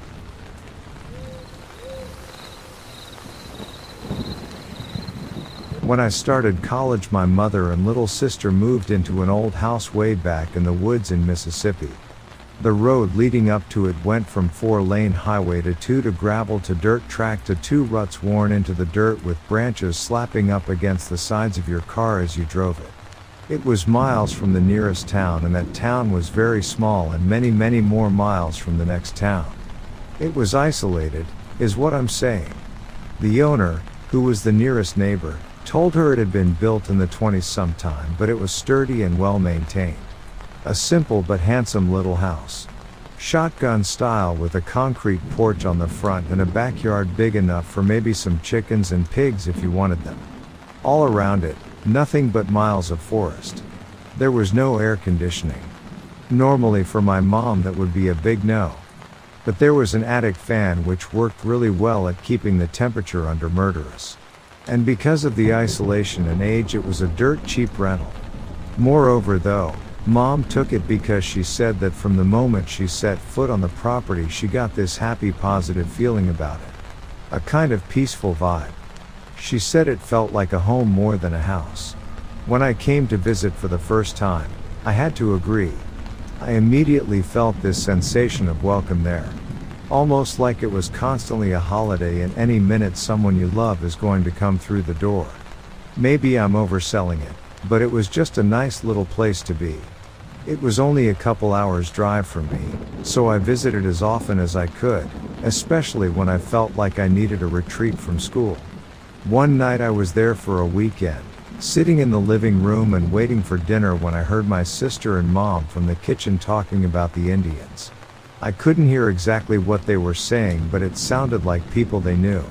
As far as I was aware, the local native tribes were way long gone from the world, and so I was curious who they meant and asked her later at the table.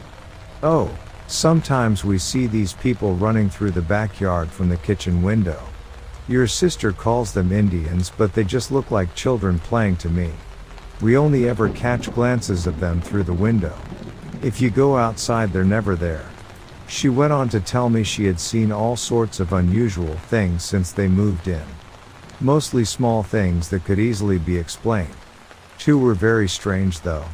The positive feeling she'd felt about the place had bloomed into a full-on nurturing. To the point that when she went to bed at night she felt as if the house was tucking her in. No physical sensation, just a sense of being loved. And she kept seeing lights in the front room. She said at first she thought it was cars pulling up into the front yard and light reflecting off then into the windows. But she never heard a car and would go outside to find no one there. It was almost like someone shining a mirror into the windows. Just moving glints and flashes. Oddly, no one found any of this disturbing. I never saw any of that myself and things went on as usual. Then my first year ended and I came for one last visit before going out of town for my summer job. It was late one night and I was sitting out on the front porch enjoying a cigarette. The stars that far out into nowhere are amazing. I was happy for the way the year had gone and excited for the summer and just enjoying the night. It was hot, but there was a little bit of a breeze. I could hear the hum of the attic fan behind me in the house, and from the woods the whine and chirp from the crickets and cicadas and countless other night critters. Those of you who've heard it know it has some variation, this symphony, but is a constant wall of sound. I had mostly tuned it out, thinking of not much of anything, when I noticed it seemed to be getting louder. Then it was definitely getting louder. Then it was kinda scary loud. And then it just stopped. Full on, full stop. Not a chirp or a creak or a croak. Not only that, but I couldn't hear the fan going inside anymore. Even the light breeze had stopped. Just silence all around. I was afraid I'd suddenly gone deaf, but I could hear my feet scraping on the porch and my own breathing. I thought about making a bigger noise or calling out, but I was startled by the suddenness of it. I also figured that many things going silent all at once might be a precursor to something else.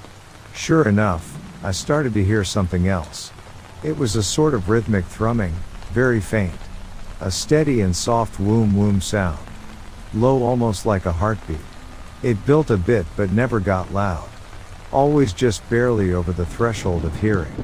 It almost could have been a train, but there were no tracks anywhere near us. The weather was clear. The highway far off. It didn't sound mechanical anyway. But it didn't sound entirely organic either. I walked off the porch into the front yard to try to hear it better, and I could feel it in the ground. This soft pulsing in time with the sound. I was barefoot, but I think even with shoes I'd have noticed it. I could feel it in my ankles and knees, the whole world beating like a big heart. After a while I wasn't even sure if I was really hearing it or just feeling it. There was no major change from that point on, although I imagine it was continuing to build. Then after some time, I have no idea how much, it just stopped. No fade, just silence again. Then, just as suddenly as they had stopped before, the crickets and other noisemakers started up again. I went inside and went to bed. Mom had to move out of the house while I was away for the summer, different story, but she still talks about it. She told me she'd mentioned all this stuff to the owner, who was a very nice older lady, and that she suddenly went all cagey on her and didn't want to talk about it. Last I heard, the owner passed and her heirs sold the land. The house is surely gone now.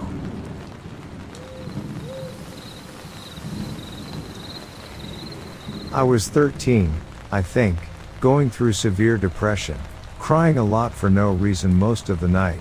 Got up to go to the washroom and wash my face. When I got out of the washroom, there was this thing, hovering by the TV table in the hallway.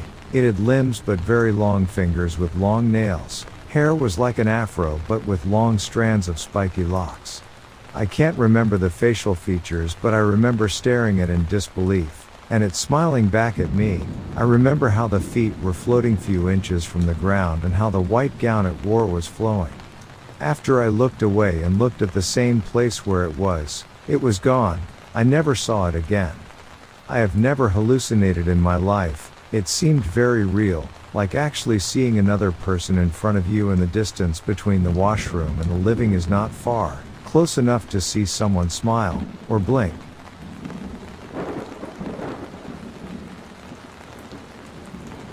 Me and my brother had the same vivid nightmare at the exact same time in the same bed. Scariest dream either of us have ever had. About 15 seconds long. Mother comes upstairs with tray of cinnamon rolls in morning, asks us if we want some. We both are like we're sick of canned cinnamon rolls. She gets pissed, reaches behind her ear, and peels her face off, revealing a slimy green alien-like monster with the really pointy long teeth. We know she's going to kill us. This nightmare is set in the exact surroundings we were in. Waterbed in a loft area. We freak out. My older brother starts running. Jumps from the loft to the living room. She runs after him. Which gives me time to run downstairs. She doesn't jump down from loft. I get to living room. Running for front door. I see my brother make it outside. 2 seconds later I make it through the threshold. Then I immediately wake up. Turn to my brother. We're both sweating and heart racing. We proceed to take turns describing the nightmare we just had. We could not stop talking about it for months. Our mother eventually guilt-tripped us into not mentioning it again. By far, the craziest thing that's ever happened to me and my brother. I think it was some kind of warning sent to us, to not trust our mother. If so, it was a good warning to give. Our mother. Something broke in her long ago, during her divorce or something. She is beyond strange. I still have no idea what turned her into what she is. Always been really poisonous. I was in 4th and my brother was in 7th when this happened. Nothing at all similar happened again. No nightmare has ever matched the perfect realism. It's like it happened yesterday. I'm 48 now. This event altered the way I think about many things.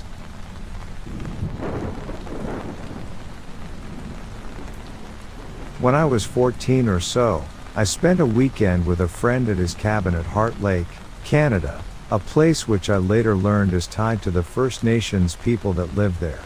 On the second night we decided to stay in a small fishing shack a few hundred feet away from the actual lake house, which was little more than a shed with 2 bunk beds on opposite sides. I slept on the top bunk on one side, he on the bottom bunk on the other. I remember very vividly waking up because of the warmth.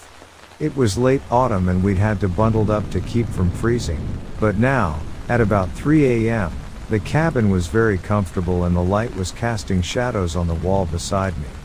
In my tired, half-awake state, I could see the shadows were reflections of animals outside. There were a few squirrels, a couple birds pecking at the ground, and mostly rabbits. About 2 or 3 bunny shadows were always reflected on the wall just a foot from my gaze, shadows casually nibbling at the ground and seeming extremely unconcerned in general. It was serene. To this day I remember how peaceful it was, how unrushed I felt to rouse myself fully awake. I don't remember if I actually heard birds chirping or if I only imagined it because they were so lifelike. As I began to wake up further and further, however, it dawned on me the cabin didn't have a light inside of it. Nor was there a window.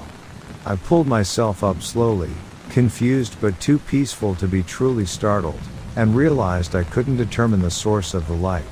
I woke up my friend who was immediately scared by the fact that we could see each other clearly despite no visible source of illumination, and I called him to take a look at the still moving shadows on the wall next to me. He did, screamed, and fled from the cabin immediately and started running back towards the lake house. I stayed behind to watch the figures a little while longer, partially because I was surprised that they hadn't also panicked and fled at his noise, and partially because I felt like when I left, the zen-like feeling of tranquility would go, as well. Eventually I did follow him back up to the lake house, where his religious father gave us a furious lecture about making up stories. I spoke to that same friend in passing a decade later, and he told me he still remembered the night vividly. He cited the experience as the main reason he turned to Wiccanism later in life. We wrote down every detail we could remember and sent them to each other simultaneously over a chat program, and they matched up perfectly, except for the fact that he also stated that he distinctly remembers feeling protected. I sometimes wish there was more to the story, but every single word of the above is 100% true.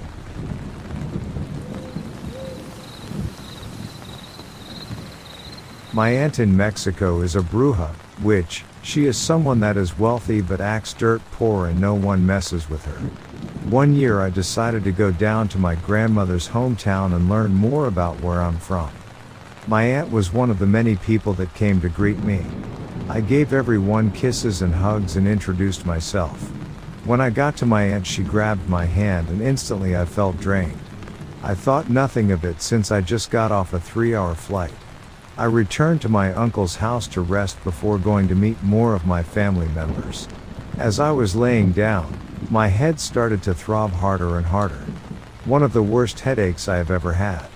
I took some Tylenol, but that didn't seem to help. I still went to visit family even though my head felt like a hammer was hitting it. I never believed in brujeria, I just knew about it. Over the course of my stay I kept getting sicker and sicker. Some days I couldn't walk, others I'd throw up. I just thought it was because I was in a different country and my body isn't used to it. One of my other uncles came to see me and I told him about it. He told me to come over to his house that afternoon and that he can make my sickness go away. I didn't really believe him because my uncle was a medicine man and I thought what he was talking about was fake. Boy, was I wrong. I went to his house and he made me choose an egg. He then performed this ritual on me where you rub the egg around your body to cleanse it. When he cracked open the egg, it was completely black. He said that someone put a hex out on me. He knew instantly who it was. Note, my uncle and my aunt that's a witch do not get along. After that, he walked me back to where I was staying because he didn't want her touching or talking to me. Once I was inside I heard them screaming at each other. That night, Guadalajara had one of the worst flood/thunder/lightning storms. I prayed and prayed all night that God would protect me from my aunt. I had sleep paralysis, but it wasn't a negative scared feeling, more like a caring and holding feeling. The next morning I awoke with no headache, sickness, and ready to take on the day. It was a scary experience and honestly don't wish it on my worst enemy.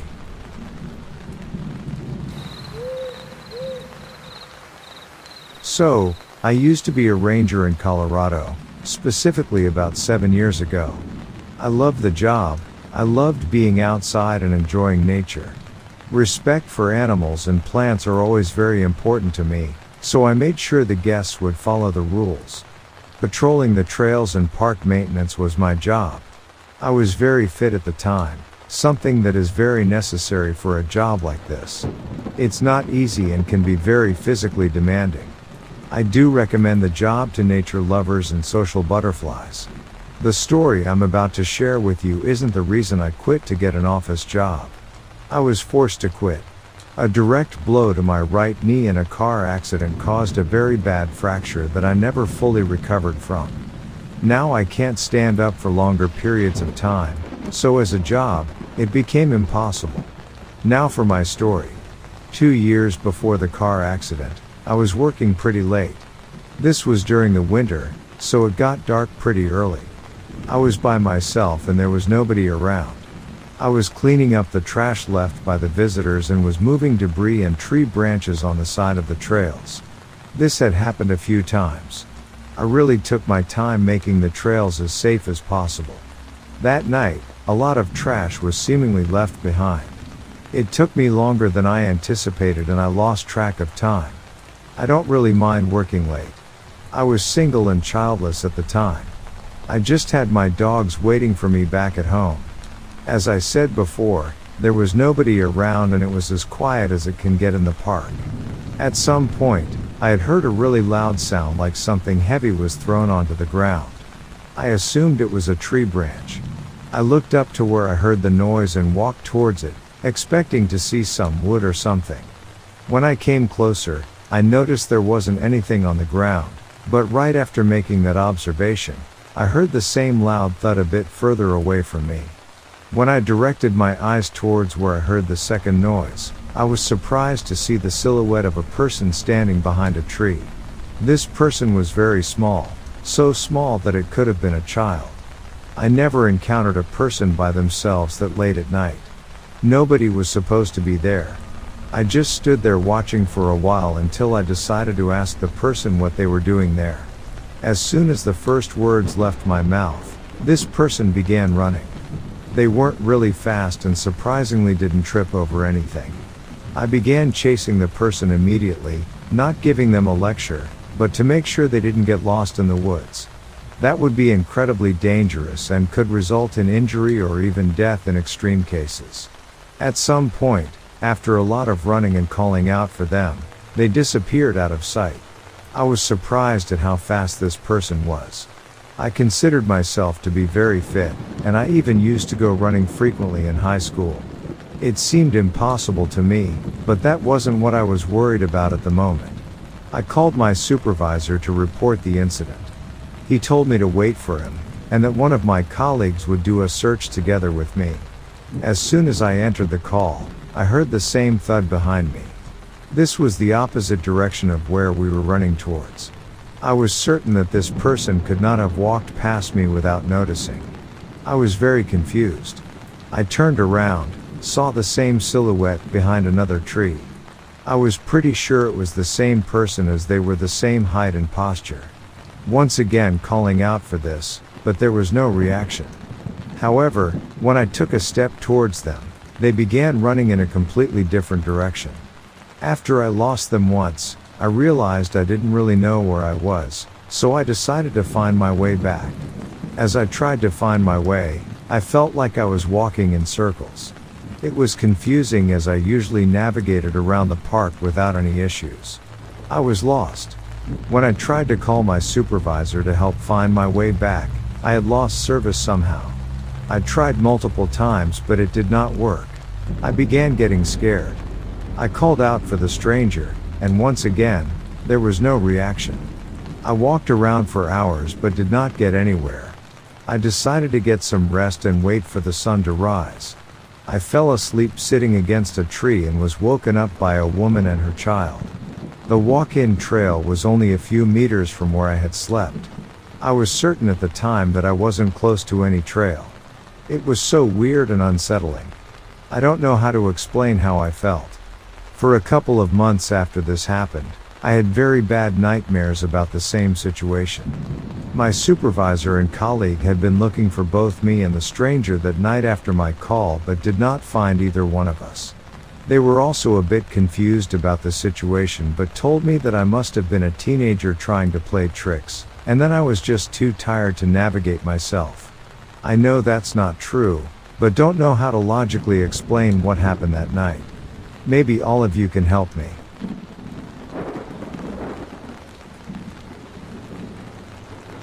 I've never believed in God. It was all too convenient for my liking. The songs and the stories were all wrapped up in putrid desperation that made it hard to believe a word of it. Who would ever come up with such an idea as a divine being that cared equally for 7 billion, not excluding those long dead and waiting to be born, of his children was doing nothing more than shouting to the void or begging for therapy? At least it sounded that way to me. What other explanation was there when children were starving or being locked in cages for daring to cross a man-made line of no crossies? How was I supposed to believe that famine and diseases were trials brought to pass by a benevolent being while people bombed and gassed and starved and enslaved? In the past, when children woke up not knowing if they'd be shot dead for pursuing an education, in the now, the pain and suffering that came with simply being alive, it did not seem like the work of a benevolent leader of any sort. Honestly, it appeared like tyranny, a child abuse even, and I personally never subscribed to it because of that. While not believing in that, also came the belief of not believing in ghosts, not believing in an afterlife of any sort, and being absolutely tickled pink by the idea of inherently nasty, chronically evil beings, demons. If I could not believe in the absolute good that old women assured me existed in a God nobody had ever seen, I wasn't sure why they thought they could convince me of the absolute evil that was supposedly too heinous to comprehend, but also no match for the goodness that was comprehensible. It did not make a lick of sense. And so, as a result, I left the church before my voice finished deepening and invested my time and effort into something that could, I feel, make a difference. I donated my time and my money, an attempt to help the helpless instead of waiting for some fabled generous deity to help them in my stead. And when I was old enough, I joined the police academy in an attempt to actually make a difference. Sure, I smoked, I drank, I indulged in women and men, but when bad things came, I was the first guy people called out to for help. I like to think that if a God does exist, he's simply been playing hooky these past few 100,000 million years.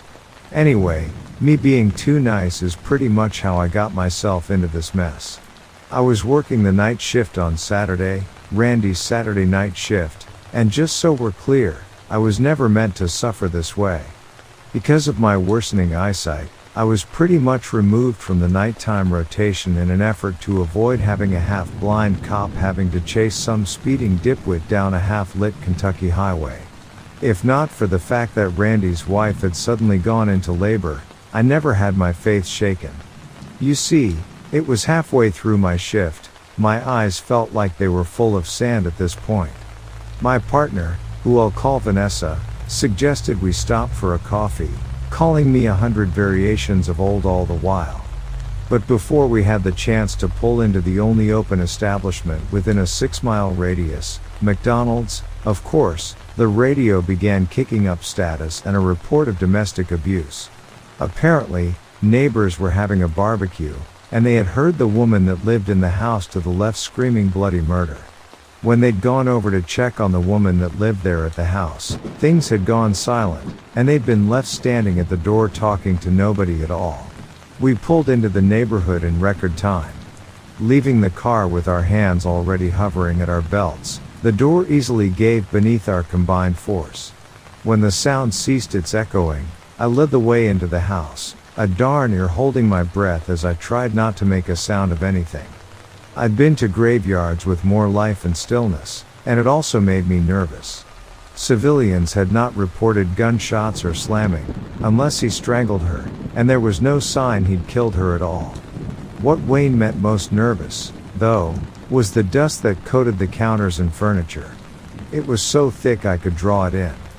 There was no evidence that anybody at all had been there in months, which meant that we'd either been set up, or the neighbors who were delusional. Vanessa and I combed the house from top to bottom, searching very carefully for signs of struggle, and when we found nothing, we headed back to the front. Our shift was nearly over at this point, and we did not have the energy to press for details. A door swinging open to my left gave me a moment's pause. We'd been so sure to close each door behind ourselves, as it was the first thing we learned in police academy. Do always be hyper aware of your surroundings and alert. You never know when things may turn awry. I was quick to chalk it up to something loose in the hinges. Vanessa shuddered and went for the rosary she kept in her front breast pocket. She held it so tightly it was nearly convincing. Almost. Maybe the snorting was unnecessary. Maybe, perhaps, if I hadn't chosen to be such a pig about being an atheist, that thing wouldn't have wasted its time. But I was, so it did. A whisper that ran cold on my back seemed to lock up my ear with 4 words that made my entire body run cold. You're going to hell. I don't know who was faster on the way down the stairs at me or Vanessa, but at some point, I was dragging her after me and into the open air.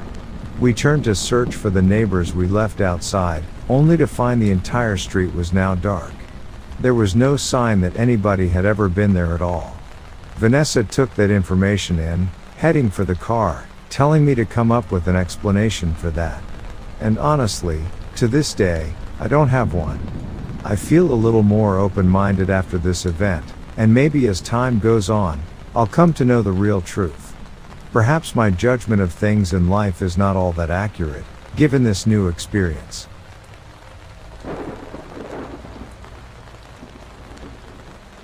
I approached the entrance to the section of the park known for its frequent cryptid activity. Earlier that day, I received a call about strange noises and eerie sightings in the area. As the most experienced ranger in the park, I was called in to investigate. As I made my way deeper into the dense forest, I began to hear the faint sounds of rustling leaves and branches snapping in the distance. I couldn't shake the feeling that I was being watched. I took out my flashlight and shone it around the trees, but I couldn't see anything out of the ordinary. Suddenly, I heard a blood-curdling scream coming from deeper in the forest. I ran towards the sound, my heart pounding in my chest. As I approached, I saw something that made me stop dead in my tracks. In front of me was a creature unlike anything I had ever seen before. It was around 6 feet tall, with long, spindly arms and legs, and a body covered in dark, matted fur. Its face was twisted in a snarl, revealing rows of razor-sharp teeth. I froze, not knowing what to do. The creature let out another ear-piercing scream and began to advance towards me. I fumbled for my radio, but it was dead. I realized I was on my own. I tried to back away slowly, but the creature was too fast. It lunged at me, and I felt its sharp claws tear into my flesh.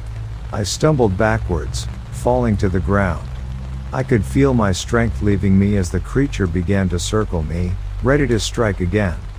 Just when I thought it was all over, I heard the sound of a shotgun blast. The creature let out a deafening roar and ran off into the woods.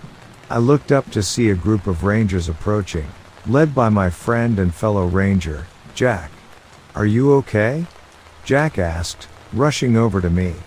I nodded weakly, feeling the pain in my wounds. "What was that thing?" I asked, still in shock. Jack shook his head. "I don't know, but we've been getting reports of strange sightings like this for months now. It's like something's out there, lurking in the shadows." I knew that this wasn't the last I would see of the creature. But for now, I was grateful to be alive, and to have friends I could count on in times of danger. As they helped me to my feet and began to make my way back to safety, I couldn't help but wonder what other secrets the forest held, waiting to be discovered.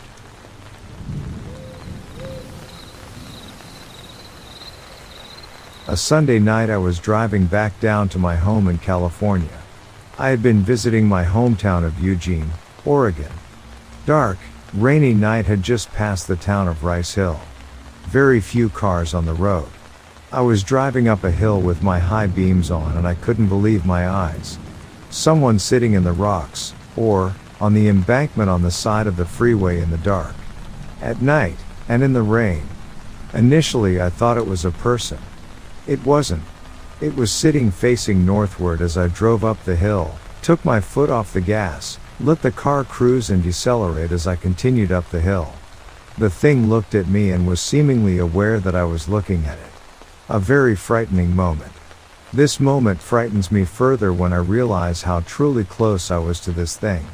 Less than 20 yards, we very definitely made eye contact. The thing was sitting in an almost fetal position with its knees up by its chin, and these long arms by its side. And then as I passed it, the thing stood up and began to walk away, north along I-5. And there was no mistaking, this was not a person stranded along the freeway. The thing was tall, very tall, 7 feet, more. It was very disturbing, to say the least. Have never told my family for fear of ridicule. A sighting along I-5 would be an invite for scorn. Yet, this truly happened.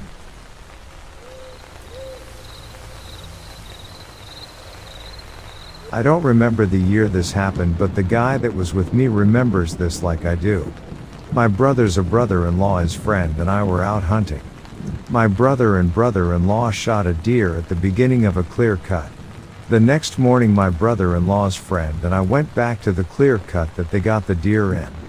We followed the road to just about the end of it, maybe 200 to 300 yards. He stopped to the truck so we could walk around and look for morning fresh sign. On the right of the road was the clear cut, to the left was a stand of timber. Before the timber right next to the road was a muddy area, maybe 4 or 5 feet wide, that followed the path of the road. He walked over to that area to look for tracks.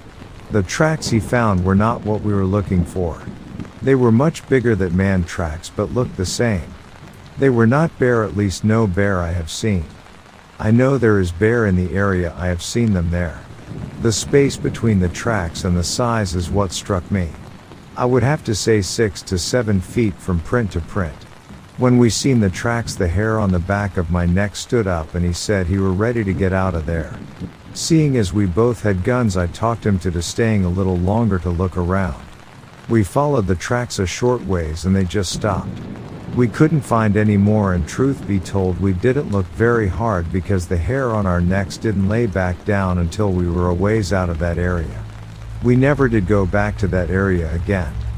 I did not see the guy that was with me for many years, but when I did, I asked him if he remembered that morning, and he said he sure did. We both have told a few people about it over the years, and not many people believe we saw what we saw. Before that morning, I never believed that Bigfoot was real. I do now.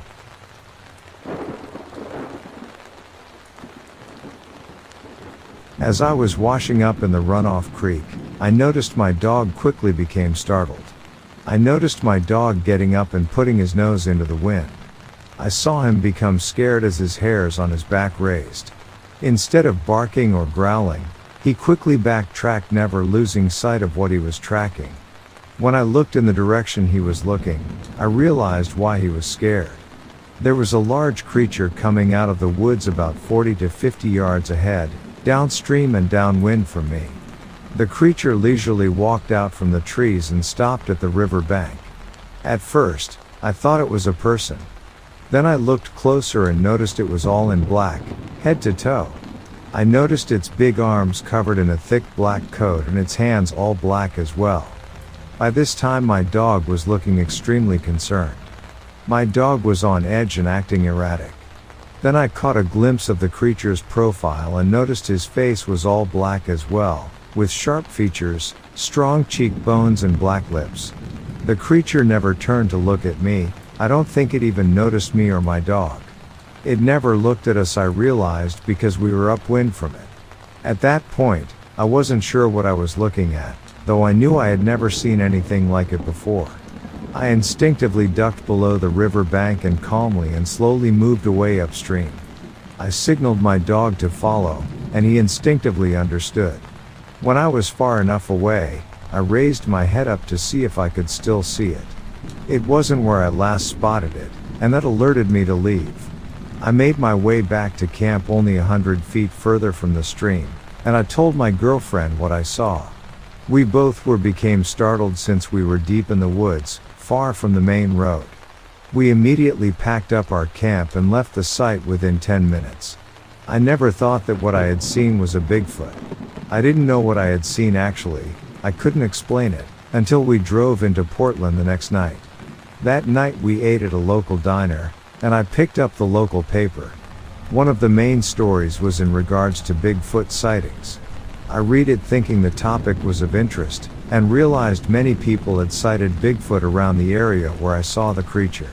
Also, all the sightings were of an all-black creature. This really caught my attention because all my life, I thought Bigfoot was brown. That is when I first realized that what I had seen might have been a Bigfoot sighting.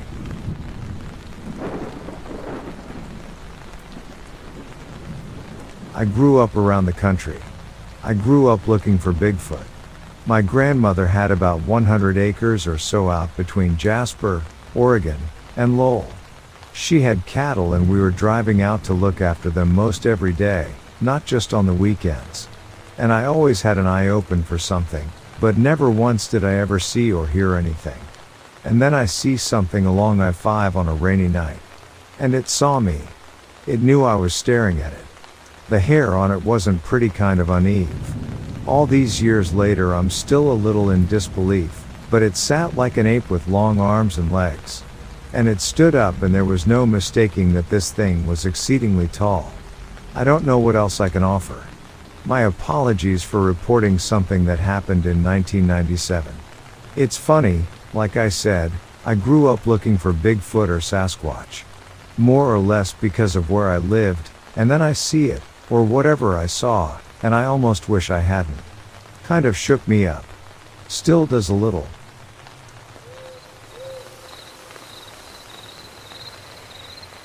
My friends and I were way into frisbee golf for a while.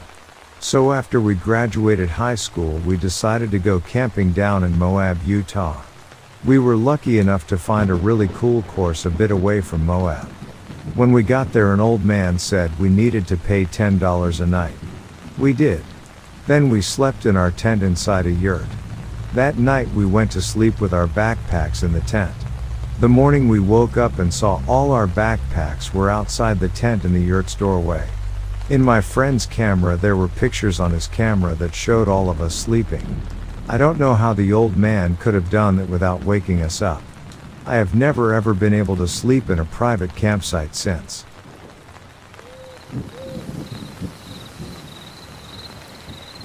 I was following my boyfriend to my college 6 hours away, so we were in separate cars.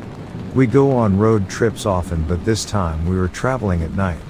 We had just gone through Nacogdoches, on our way to Hawkins, Texas, so it was a 2-lane paved ride with no shoulder, only tall thick trees surrounding the road. It's pretty creepy at night on its own, to be honest. There's no cell phone signal and no one lives there unless you're deep in the woods.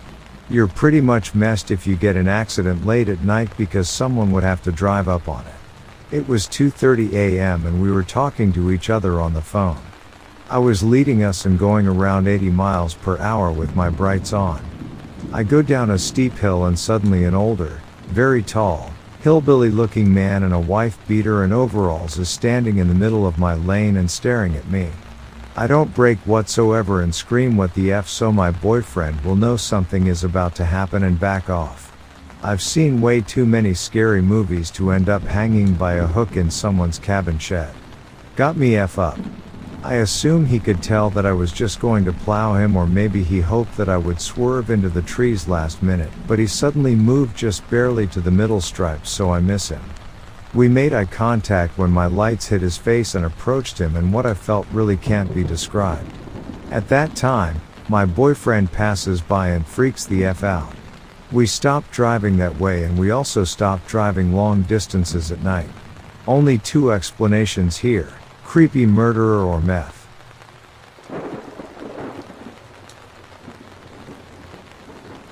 I work on a fishing boat that gets contracted out by a cannery in the Alaskan Peninsula during the summer. The only bits of civilization out here are canneries, and the only way in or out is by boat or airplane, small airplanes. About a week ago we were anchored up by a cannery for 6 days. We were on standby for the whole time and didn't have any orders. Normally we're decently busy and have some sort of work. During this time we all started to get really bored. We had a hard drive of movies that we powered through.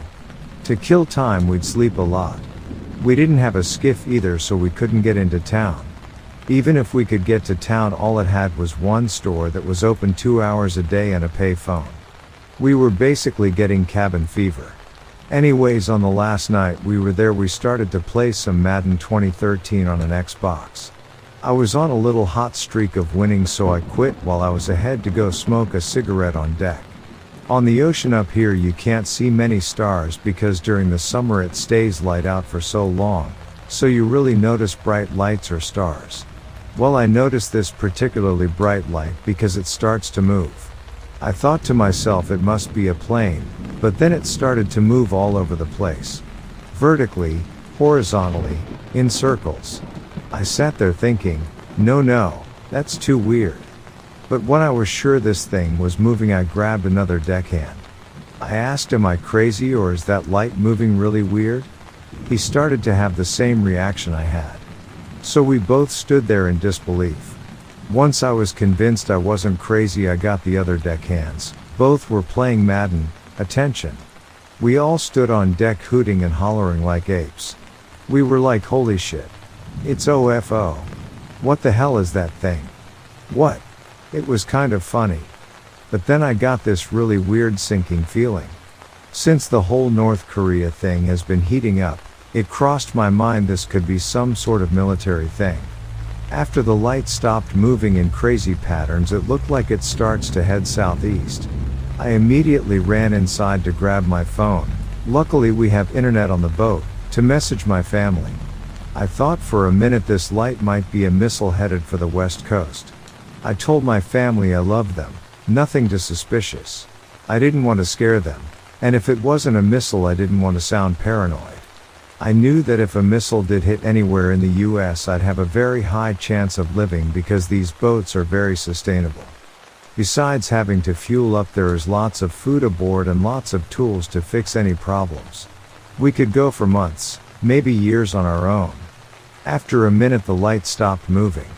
The other deckhands kept saying it was moving but I wasn't seeing it. I realized we all must have been staring at the TV for too long and our eyes were probably just adjusting to the outside. We all laughed it off. I didn't tell anybody I thought it was a missile because the thought sort of shook me up a little.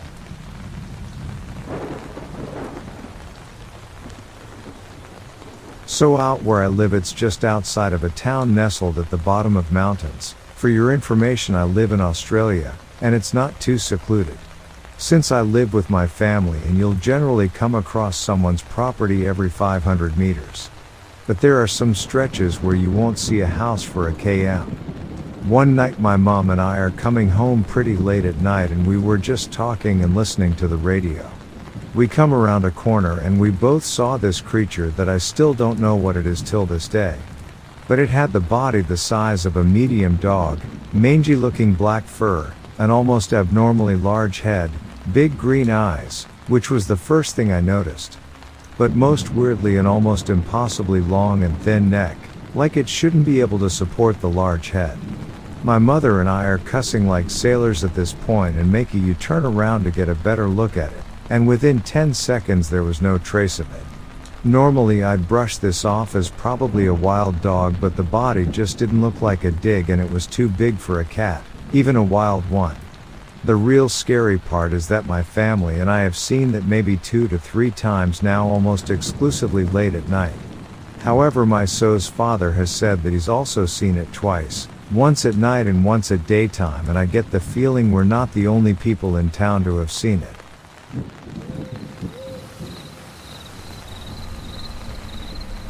Backpacking alone in the woods of Missouri. I was woken in the middle of the night by a blood-curdling scream in the dark. This was miles and miles from any town or houses. I thought it must have been a bird or something, and settled back down to sleep. Before I could drift off again, I heard another scream, only this time closer. Definitely not a bird, not a bug or anything I could think of that would habitat those woods. It repeated again and again, coming ever closer, until it sounded like it was right outside of my tent. I was too terrified to look outside, too terrified to move. All of the sudden it stopped. I spent the rest of the night terrified and alone, completely bewildered by the screams.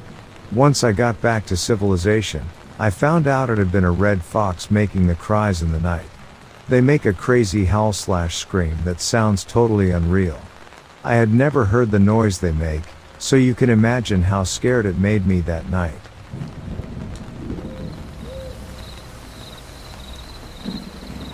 I'd drive from Denver to Sioux Falls, South Dakota back in my college days. One night somewhere just north of Valentine, Nebraska. I seen this craft-type triangle thing 30 feet on each side, with lights on each tip. I slowed down to 20 on the highway and stared at it. It was 50-ish feet from the road but up in the air 200 feet. It made almost no noise except for a low hum. Then it took off. Strangest thing I've ever seen and can't explain.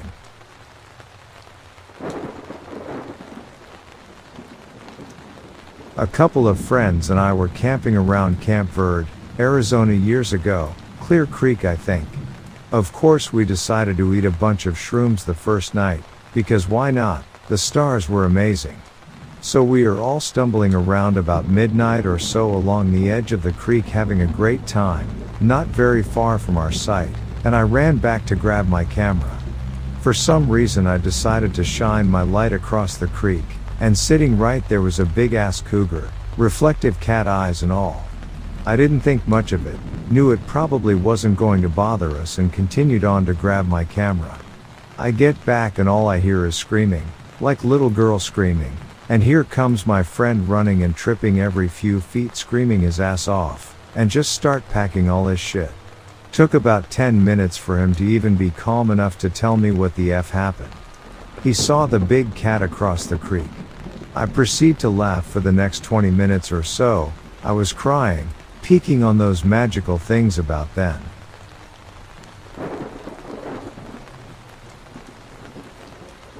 My pop, Mum's dad, owned a 900 or so hectare property in some mountains near to my hometown. Really cool place filled with creeks, streams, and a lot of 4x4 tracks.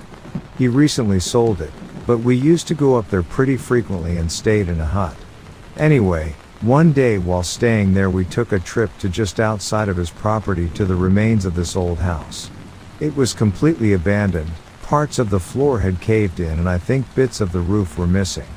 What was weird though was that their cupboards were still full of food. There was a bottle of wine on the table and some beans I think on a bench. He explained that the father of the family was crushed by a tree in some sort of logging accident and they moved out about 40 years ago. It was just so weird that they left all their food there. 2.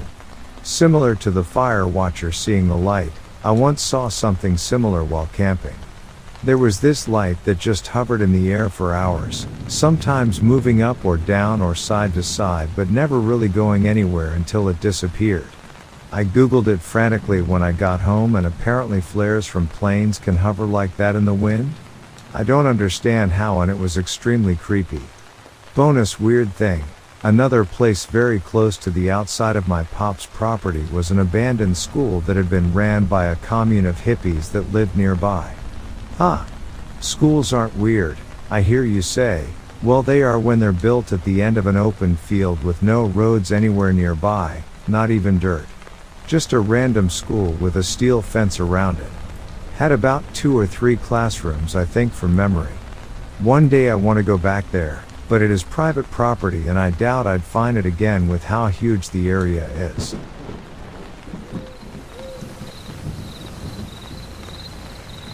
Late 70s, my dad and his buddies went trekking out in northern Siberia in late fall. Being several days from the nearest village, the likeliness of encountering other humans was extremely unlikely.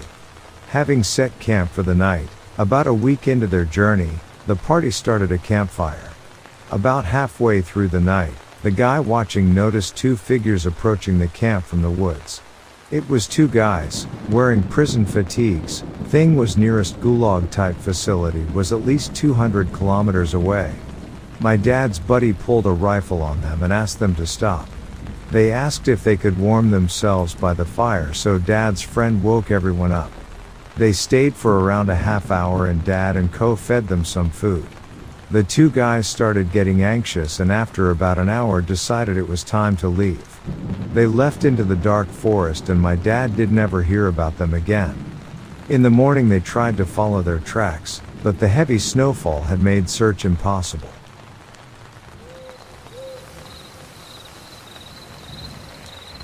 Growing up, I lived in a fairly secluded area, only 4 or 5 other houses on a 5-mile road.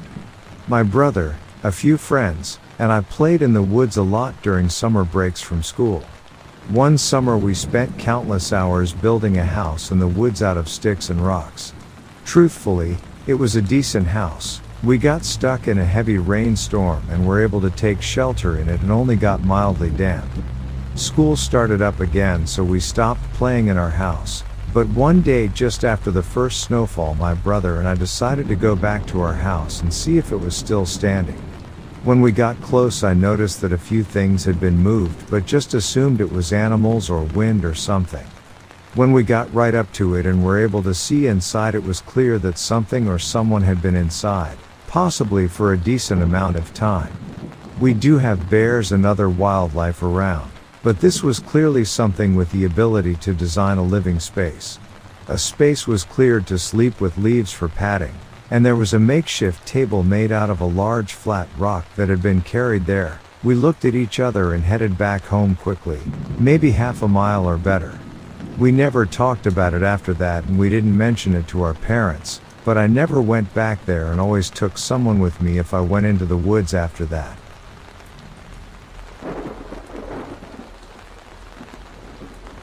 Apparently, when I was younger, like barely able to speak, I was sitting on the floor playing with some toys nonchalantly with my mom when I just said when I was in heaven. I met a woman who said you'd be the perfect mommy for me. I apparently held the belief that I was in heaven before being born, and an angel looked at me and chose the mom I went to. My mom asked me to describe the woman, and I apparently described my mom's great-grandmother perfectly, down to the eye color. I had never met my great-great-grandmother, nor seen a picture of her.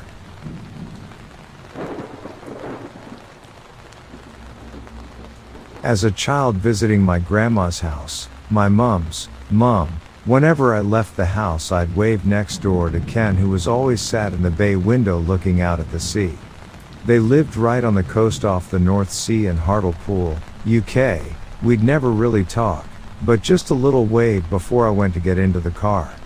One time I'm leaving my grand's house. I'm in front of my mom, who stopped at the door to talk to my grand. So I head down the steps and towards the gate. I turn back and see Ken in the window. Big smile as usual, waving at me. I give him a wave back. He stands up, gives me the thumbs up, and wanders towards the back of the room. My mom comes walking down the steps and asks, "Who are you waving at?" I replied, "Ken." To this day, I can remember my mom's face. She just went white, but didn't say anything to me. It was only a few weeks later when she plucked up the courage to tell me that Ken had died a few days prior to our visit to my grand's. I don't believe in ghosts, but I know I saw him. I can still picture his striped gray sweater with light stripes across it. Him waving and getting up out of his chair. There was no one else in the house. He lived by himself. Brains are weird. Update 1. Sorry for the delay in getting back. But I had an update from my mom regarding me seeing Ken. I reminded her of the incident, and what she can remember of it. I got this reply. "I'm sure you saw him too. I know there's someone in our house. Ashley, Mom's cat, sees them on the stairs the same time every night if we are in the lounge. I always say hello. Definitely doesn't feel like a threatening presence though. So now it turns out there's not just Ken next door, there's someone in my mam's house. Maybe it's my grand. Once pandemic is over I'll have to stay over a few nights to see for myself."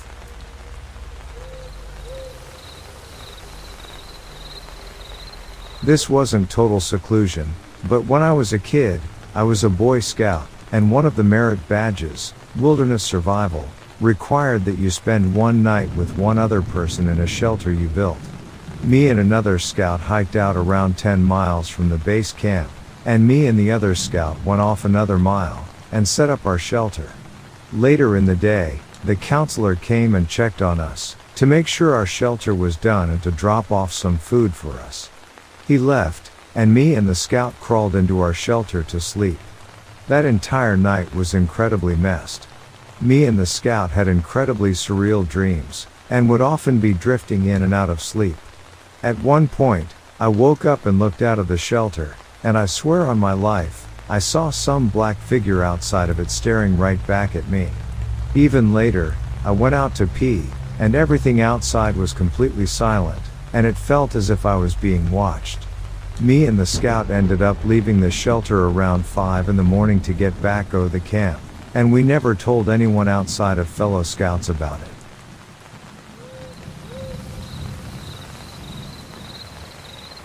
So back like 8 years ago or so, I was around the age of 8. Me and my family were on our way back from a family fishing trip in the springtime. For reference, we live in Canada and the place we drove to was about 2 hours away from any kind of civilization. So we're driving down the road when we see this hooded figure walking along in the field. As we drive by, we notice he was wearing the Grim Reaper hood and he had the sheath, but you couldn't see his face. As we passed, he stopped and stared at us. Needless to say, we got heck out of there in a hurry.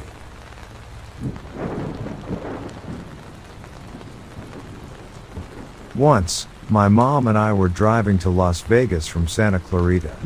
We were just passing Barstow and on the I-15. It was right about high noon and very hot.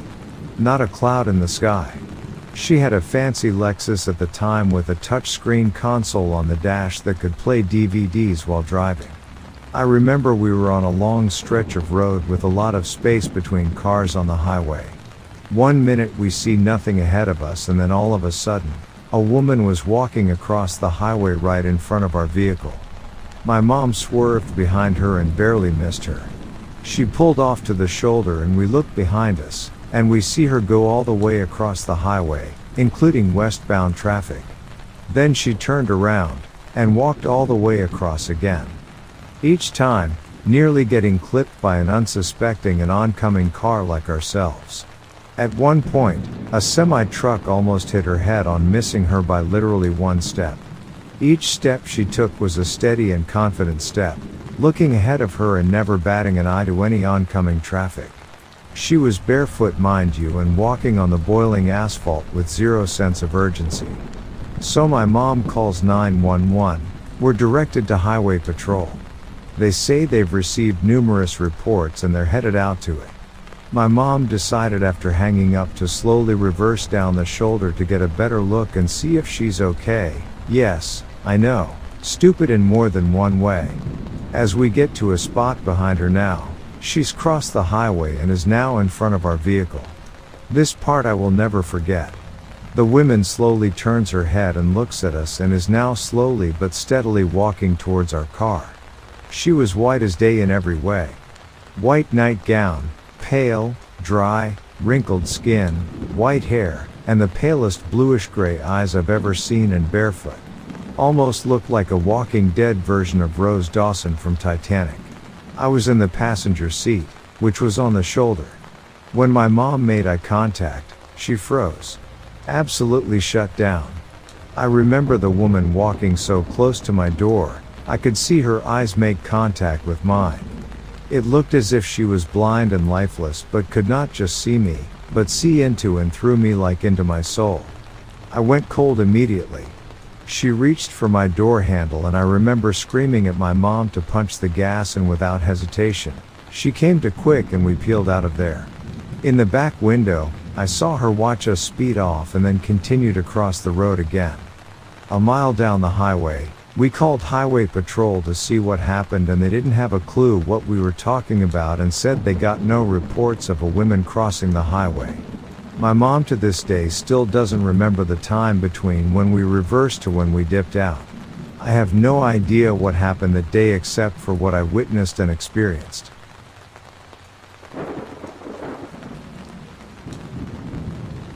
I grew up in a pretty boring town that does not have much stuff you can do as a teenager besides skating, drinking, and trying to get laid. So, to accomplish the last part, I invited my someone and another couple to a place I only know from when I was riding the train. To clarify, it was / a small man-made rural forest sea, about 2 big swimming pools big, with natural water in it. It lies near train tracks, but the train rode only once a day and there weren't any roads, so you can't easily drive up there.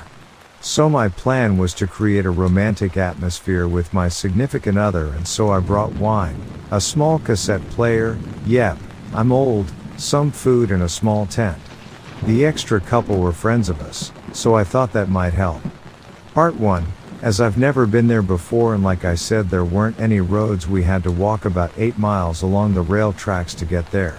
About halfway we noticed that there was not a single house / farm / industry related compound at all, and we did not see cars or other people.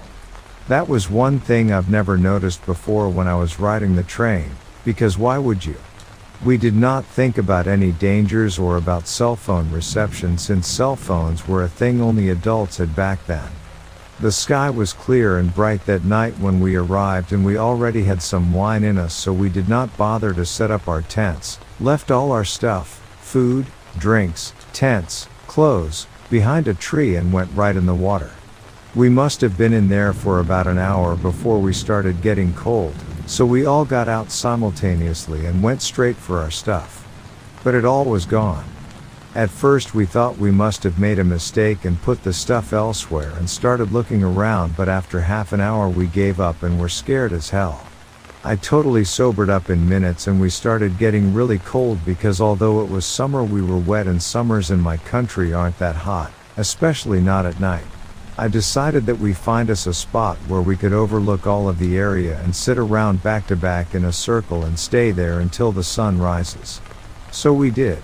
It was really cold, we were all half naked, and it was quiet and windy, and every time something moved, like trees from the wind, or a noise was made, we all got a huge scare out of it. We did not talk for hours, and when the sun was high enough so there were no invisible corners or bushes left, we quickly went back. Barefoot, half naked, dehydrated, tired, and still scared. It took us way longer back than last night because every half mile we had to stop because of exhaustion or because something felt not right. My house was the closest, so we went straight there, drank, ate, showered, and that was it for a while. Part 2. 2 months later to the day, I remember because it was my birthday, I had some friends over for some hanging around and getting drunk. The couple was with us, my significant other not, because she moved away shortly after that. I was fall now, so the days were getting shorter, and when it started to become dark we lit up a small fire in my parents' backyard and just sat there talking and drinking. Suddenly I hear our dog bark, which was odd, because she was always a very quiet fellow, so I went to check it out and catched a glimpse of a person at our front door running away. It was too dark and he or she was too quick, so I could not make out a face or gender.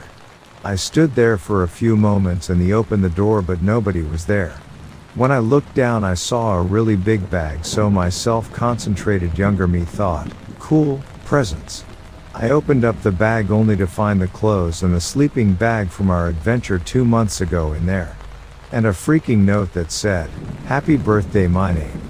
I was scared to death and still am very anxious because I cannot be a prank, because we told nobody we were going to do this trip. There is not a house or anything near that place, and we did not see a single soul for 24 hours. I've never told the couple or my significant other of this because let's be real here, there is no use in scaring them again after what we went through. Over 20 years have passed since then and nothing has ever happened there or to me or my friends.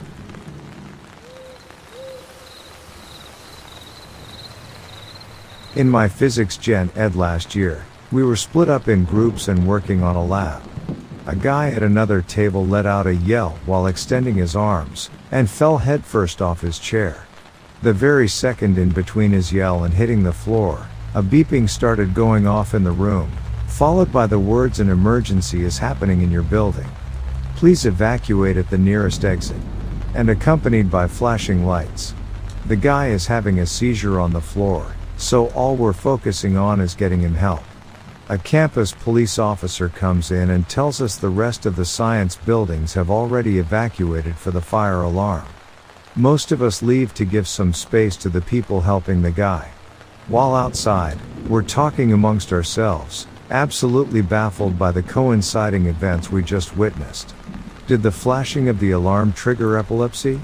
No, because he was already on the floor by the time the lights kicked in. Was there some kind of sensor on him that alerted when his body was experiencing an emergency? No, because it was his first seizure. Just reading it might sound lame, but witnessing it and working out what was happening in real time was just eerie.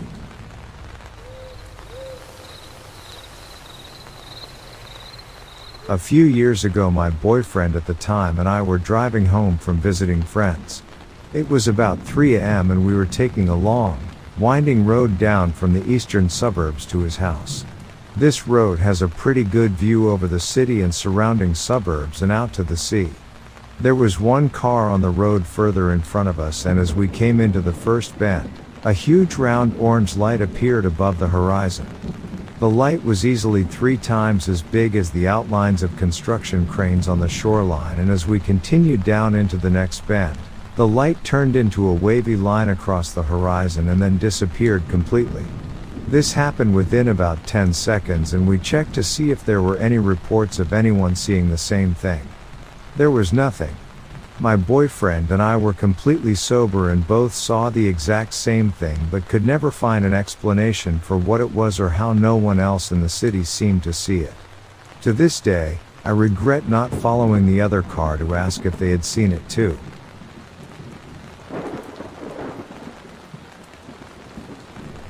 I was an Uber driver in San Francisco.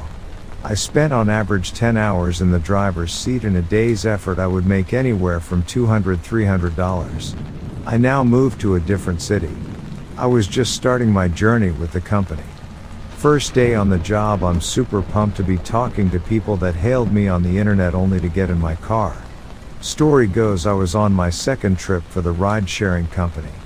Due to circumstances I cannot explain other than my lack of experience, I received a request at a swank hotel, the Ritz-Carlton. After accepting the trip request, I glanced at my phone to see the time. It read 20 minutes past 10 p.m. I waited for what seemed as the longest 5 minutes on God's green earth.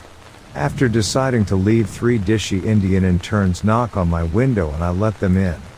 The trip was amazing. Nobody was talking and one guy fell asleep. The trip was a long distance, 19 miles, and it was surging by 2.6, so I was about to get paid major green. Move comes to shove, that wasn't the only green that I was witnessing, and I see a guy in the back seat start to whimper. He had awakened from his sleep and started pulsing all over the back seat of my car without opening the windows. Sickened from the odor, I continued to drop them off at their hotel. Needless to say, I was green to my stomach with the grime and stench I had to clean up. Many rideshare drivers love what they do for their communities in support of establishing an equal price for transportation as well as driving drunk people home safely. Please don't puke in their cars.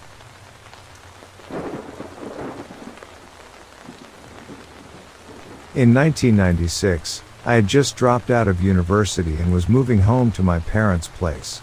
My tail was firmly between my legs. I had almost no money and no job prospects. Basically, I was screwed. I had an old Jeep Comanche with all my belongings in the back and 200 miles to go. I borrowed $20 from a friend for gas and started the trip. I got to a point that was 30 miles from home and was on empty.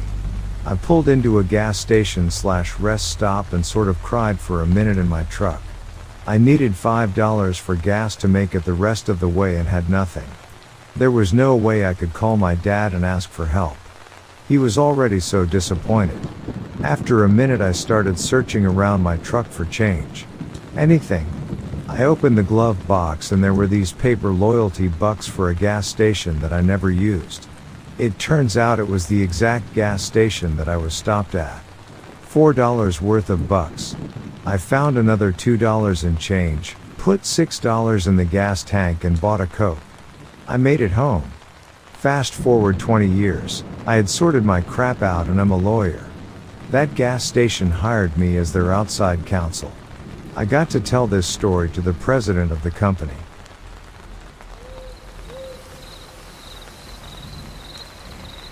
I'm a firefighter and we got a call for an overdose around 3 a.m. to a rough part of our district in the middle of winter.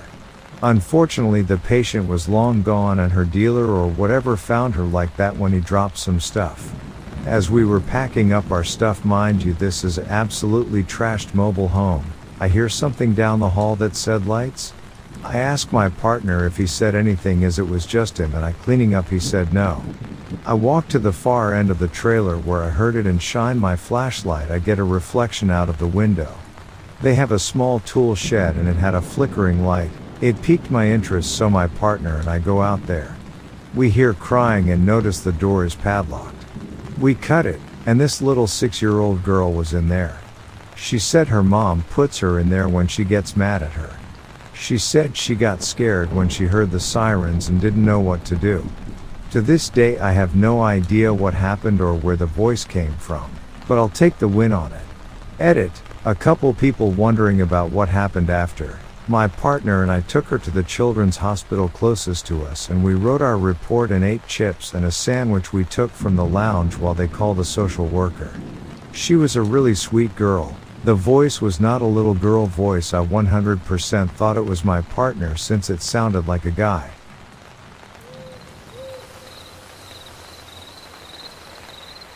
At friend's house. Friend was in garage working on dirt bike. Driveway empty because parents left a while ago. Go inside to grab a soda but decide to look for his cat, who I haven't seen all day. I walk into the office and as I'm calling her name, a deep man's voice goes meow right into my right ear. I jump and run around the main floor looking for who said that. Didn't find anyone.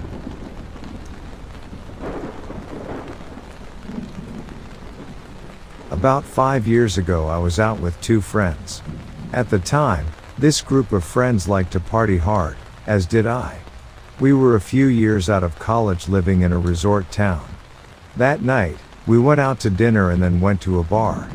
We all did a round of shots when we got to the bar.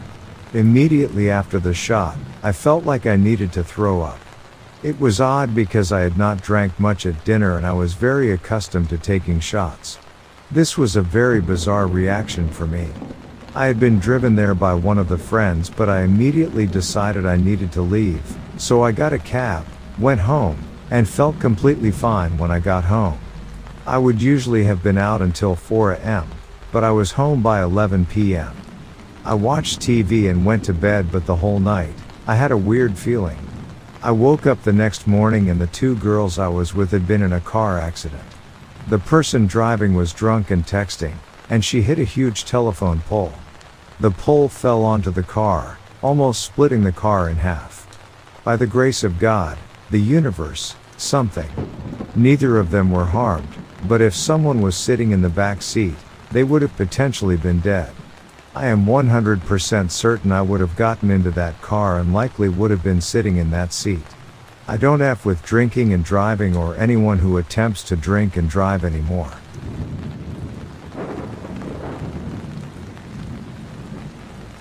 I have a story to tell which could provide one possible explanation to what happened.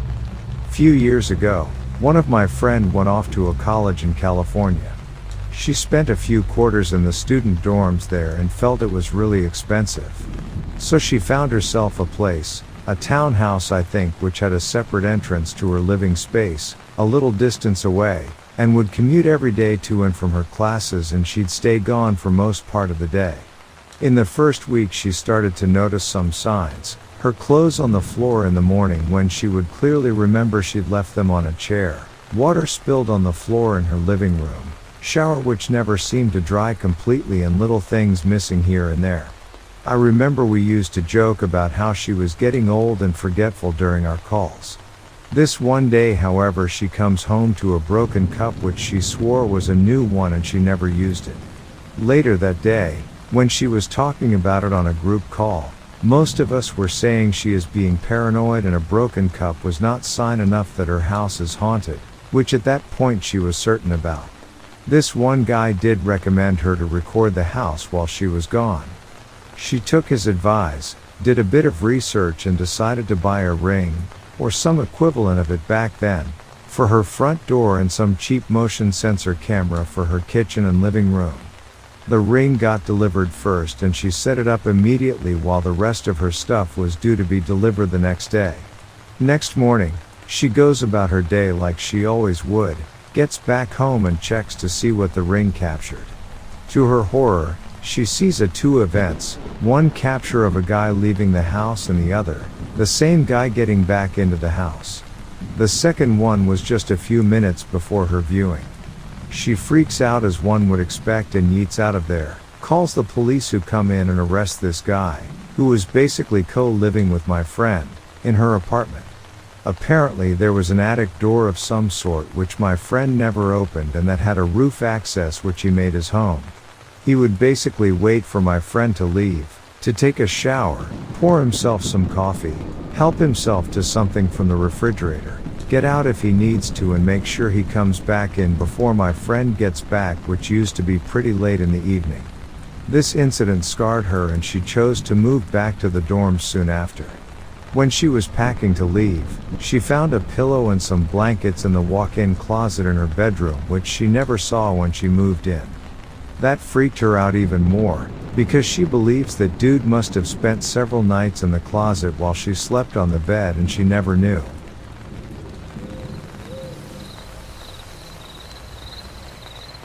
When I was younger, in elementary school, I used to have the same dream every weekend starting on Saturday, when I would go to sleep, and then waking up in the middle of the night, on Sunday, and throwing up. The dream was always a bunch of numbers. Not even anything happening, just a bunch of random jumbled up numbers all over the place. I never understood why that happened, where the same dream would happen on the same night every week and I would throw up every single time. I always think about it and wonder what it was, or if it was just some weird coincidence. Also, I would not have any signs of being sick before or after. Maybe someone else has experienced this? I've got a strange story to share that happened at the U.S. Army base at the Presidio in San Francisco, California. It was about the sighting of a human-like creature walking on all fours with pointed ears and fangs. I remember walking back to my quarters around 2:30 a.m. when I heard some strange sounds coming from the nearby forest. As I looked over, I saw what appeared to be a naked man with glowing eyes hunched over right by the edge of the trees. But it wasn't until this humanoid creature began walking on all fours that I realized something was not right about the situation. This was no man, I realized. I watched as the creature jumped over a 5-foot fence with ease before disappearing into the forest. It was about 6 feet tall, had pointy ears, and long fangs protruding from its mouth. I thought the story would end there, but a few hours later, there were 2 more reports of the same humanoid creature sighted around the same area. My fellow officers told a very similar story of a strange figure crossing the road right in front of their vehicles. This is where it gets interesting. That particular road was open to only Army personnel, so this means something from outside the base had somehow gotten in the forest. Another officer told a strikingly similar story about seeing this werewolf-like figure walking on all fours and jumping over a locked gate to get past it. We can't be sure of what exactly we saw, but there really is no other explanation than something very strange was roaming around the Presidio that night. I don't want to speculate about what this creature was, but I do admit it would be hard for somebody in the area to have an exotic pet without anybody knowing, since it's so vast and remote with many places for animals or people to hide. Whatever was out there is, unfortunately, no longer around, or fortunately, depending on how you look at it. Hopefully, somebody gets a good look at this thing the next time it decides to make an appearance.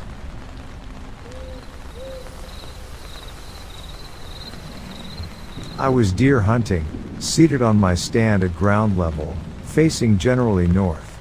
This field is 20 acres tractor mowed. I was near the upper middle near a large rock and cherry tree. This entity was first seen with naked eyes. Thought it might be light and leaves playing tricks on my sight. The oak and beech brush still have their leaves. Sometimes this can happen when you are out all day in 18 Fahrenheit temps. I then observed it with 10 by 50 binoculars. It was still there. I noted that the area was very quiet, no birds or other normal outside sounds. My observation lasted about 6 minutes. I carry a field notebook as we are very active birders. I sketched what I saw and noted colors and size. No snow, little wind, 18 degrees Fahrenheit. The entity appeared very solid and I observed no movable joints. It never moved. The legs looked like stovepipes 6 inches diameter. The arms were the same, terminated in rounded ends, no digits, ends were even with crotch. The body was also round, about 14 inches in diameter. The head looked like a round bottom bucket turned upside down, about as tall as the body was wide, 14 inches. In the area where the eyes would be was a black shiny area 3 inches wide and stretching across the front. Overall height was over 9 feet. It was standing in weeds and goldenrod. I could not see the feet. I never saw it arrive and it departed while I was scanning for deer. If it had stayed there I would have tried to approach it. I had no fear and lots of questions. I would like to know if other folks have observed similar entities, and where.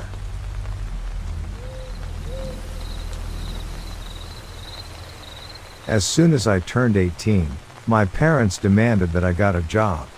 When 3 months passed, I was still unemployed. They went out and did it for me. I got hired at my family's ranger business, supplied places with rangers, and we'd go out and protect the park for however long the rangers' owners could pay. I started in early winter. I was cold all the time. The job I was working at did not start until about 9 at night, or at least my shift didn't. I had to work until 9 in the morning, 12 hours, 5 days a week. The pay was alright. It was my first day at a new park. It was a ski resort, and they had hired rangers to act as security. We weren't really as qualified, but my family didn't have the greatest moral compass, so to speak. I started my shift. I talked with a little guy at the front. He said it was slow, not much happening. I was glad to hear this. Sitting inside and doing nothing for 12 hours, that's what I'd normally be doing anyway. I went inside and met the guy I'd be working with. We'll call him Freddie. He was reading the paper and drinking coffee. First day? He had asked. Well, I never worked at this place before, but I've been working with Tony for quite a while. It's a good business, I trust him. He responded with a little chuckle and went back to sipping his coffee. Nothing happened for a couple of hours. We sat back and relaxed. It talked about our lives and even got into a funny conversation about my uncle. About 3 hours in, we heard a loud banging at the door. Freddie got up to open it. There was nothing there, aside from a trail in the snow leading to the door. There wasn't much we could think about it, maybe a bird or an animal, I don't know, Freddie said, getting back to his seat. I thought it was a bit weird for a bird to slam into the door fast enough to make a bang that loud and still somehow get back up and walk out of sight. I didn't say anything, I just shrugged, whatever. After even more sitting and talking, Freddie got up and said that he was going to use the bathroom. He jokingly asked if I could hold on the fort, then went outside to use the restroom. I leaned back in my chair, quietly singing a Billy Joel song that had been stuck in my head, when Freddie basically kicked the door in, holding his hand. It was cut up and bleeding badly.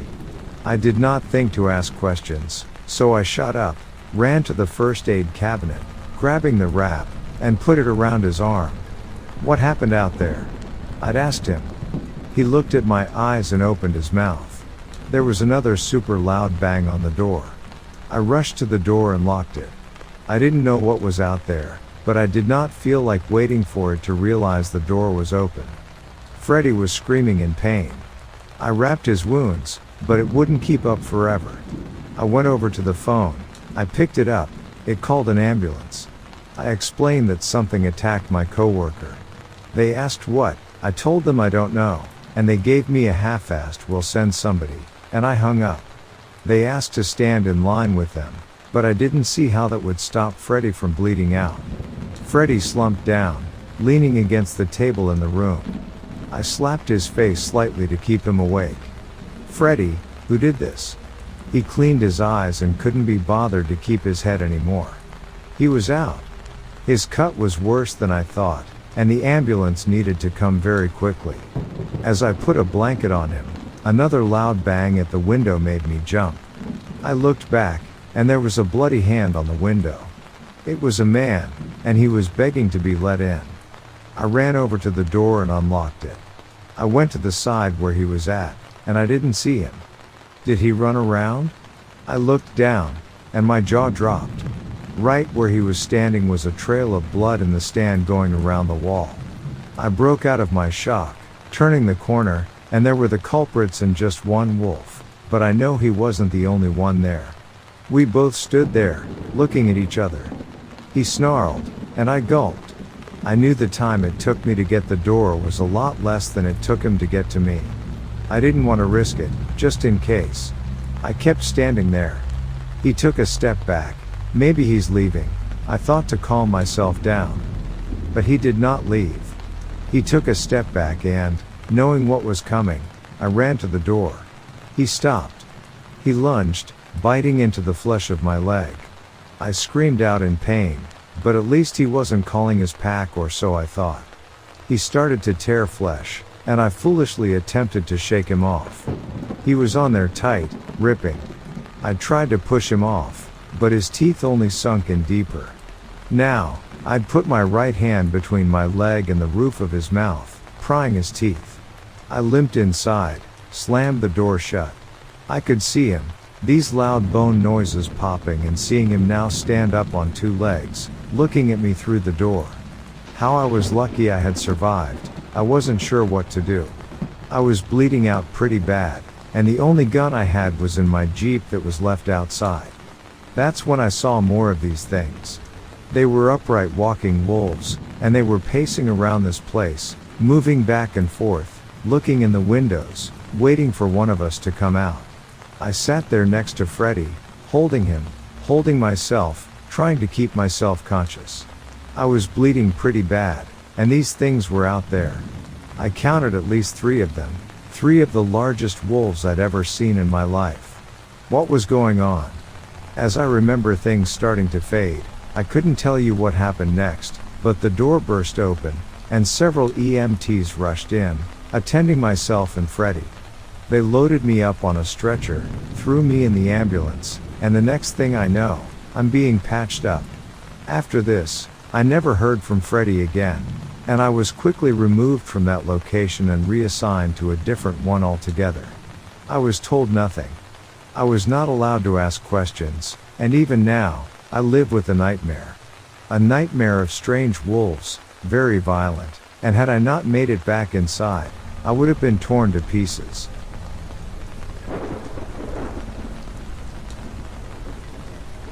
I am White Hawk, a young tribesman living in a lush, untouched forest, where my people thrive in harmony with nature. We have always respected the balance of the land, taking only what we need and giving back to the earth in return. However, a sinister force has disturbed the peace we have known for so long. Recently, our skilled hunters have begun to mysteriously vanish during their expeditions, leaving our tribe in fear and confusion. The disappearances have caused a great deal of unrest among our people, and as our food supply dwindles, we grow desperate for answers. One night, our spiritual leader had a vision that revealed the presence of an unknown predator stalking the woods. With my tribe's survival at stake, I knew I had to take action. I decided to volunteer to confront this predator and save my people. On my journey, I ventured deeper into the forest than any of our people had ever gone before.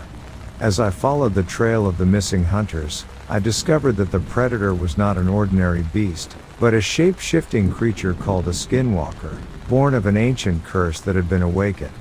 This malevolent being was responsible for the disappearance of our hunters and the chaos that had engulfed our once peaceful community. Determined to defeat the creature and restore balance to the forest, I sought the guidance of a wise elder who lived at the edge of our territory. She shared with me the story of the skinwalker and gave me a mystical artifact imbued with the power to protect me from its dark influence. She also taught me to harness my own spiritual power, which would be essential in my battle against the skinwalker. Armed with this newfound knowledge and the powerful artifact, I set out to confront the creature. The skinwalker was a formidable foe, able to change its form at will and prey upon the fears of its victims. However, with the help of the artifact and my own spiritual strength, I was able to resist its attempts to manipulate me and weaken its hold on the forest. The battle was long and arduous, but in the end, I emerged victorious. I had defeated the skinwalker, lifting the ancient curse and restoring balance to the forest. With the predator vanquished, our hunters were able to safely venture into the woods once more, and our tribe could return to the harmonious life we had known for generations. As I returned to my people, I was hailed as a hero. But I knew that it was not just my own strength that had led to our victory, but the wisdom and power of those who had come before me. We had all played a part in restoring the balance of the forest, and we would continue to honor the sacred bond we shared with the land and the spirits that guided us.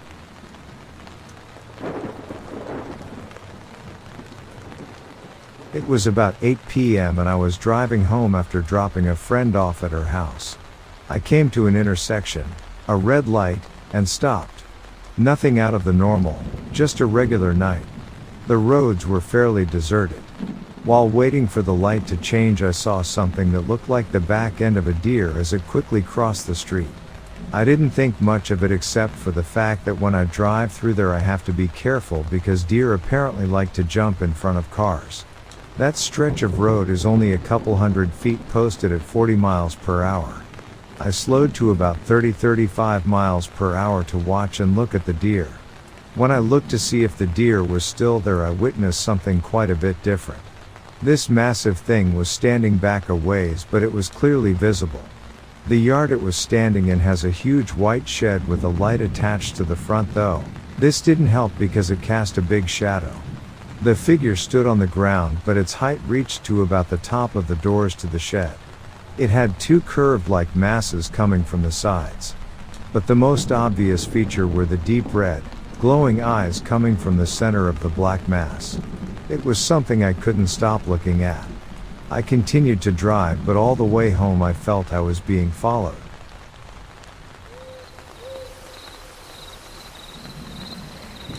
I'd like to share an experience my friend and I have unfortunately been dragged into. At approximately 10:30 p.m. tonight, I received an instant message from my friend about a rather disturbing encounter she had. She had reported she saw the Mothman. I sent her several messages back, asking if she was alright, if she was there, etc. She eventually sent me a text message with a picture that she drew of the creature attached. By this point, I was literally getting sick and trembling due to anxiety and fright. We began talking about it and I noticed a tapping at my window, a very light kind of sound. My dogs both jerked their heads upward and stared at the window for a long time. Being in the state I was in, I refused to look. For a while, the tapping stopped. She and I continued to discuss the matter at hand. Suddenly, the tapping began again, but this time the dogs ignored it and so did I. About 4 or 5 minutes later, I fought the urge to stare at my computer monitor and looked at my window. My blinds were closed, but I could faintly see something red and glowing, like tail lights that had somehow made their way into the neighbor's backyard. I quickly looked away, not wanting to see it anymore. I looked again a couple minutes later, unnerved to see the red glow was still there. Again, I looked away and continued discussing this with my friend. Finally, I turned my head one final time and saw that the glow no longer remained.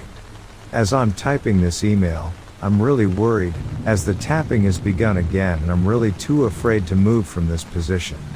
Above this, I've included my friend's side of the story, and, should you post this, we would certainly appreciate if you could put them both into one piece. We discussed calling the police, but she didn't want to make a big deal about it. Her parents brushed it off and I have yet to tell anyone in my house about this. I'm not sure what this was, a frightening delusion or a real situation, but I'm not sure if I'm willing to face the facts and find out. Thanks for your time.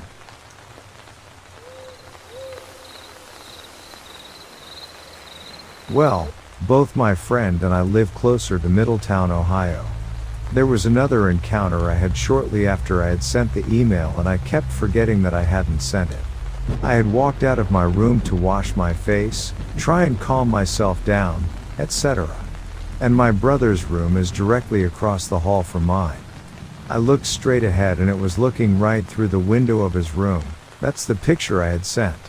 I stared at it for a while, feeling kind of cold and then feeling really scared, and I finally pulled my eyes away and went about my business. When I came out of my bathroom, I didn't look in the direction of his room. My friend reported that what she saw had more oblique-shaped eyes and looked kind of angry. I wasn't too sure about that hypothesis, while mine had large, round eyes and seemed kind of curious or something. Sorry I didn't include that in the original message. Like I said, this happened after I sent the email and I keep assuming I had included it when I hadn't. Other than the weird sightings, there wasn't any strange activity I can recall.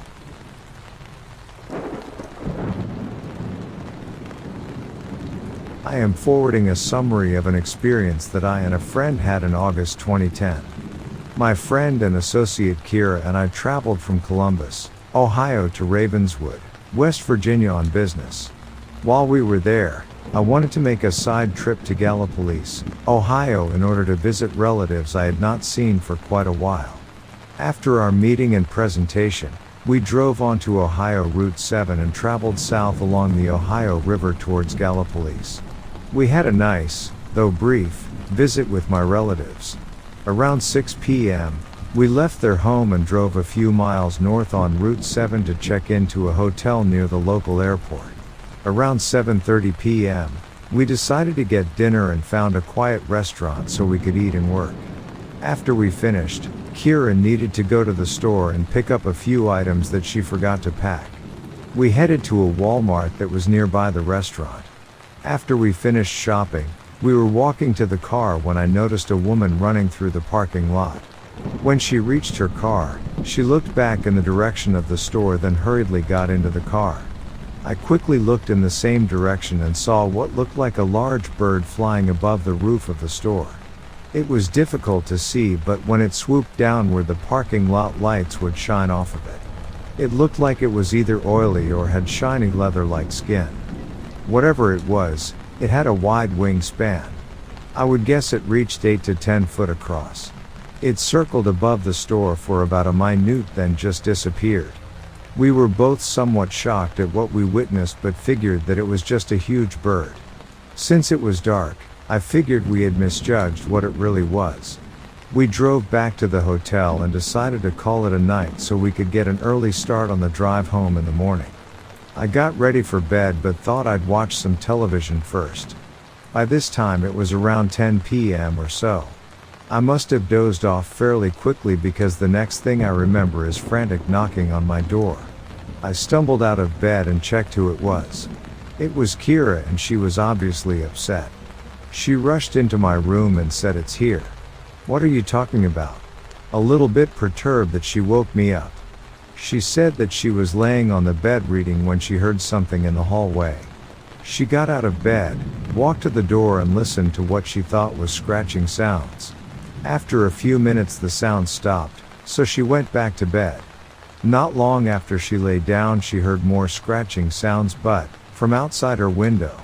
Again she got up and peeked through the curtains. This time, something looked back at her.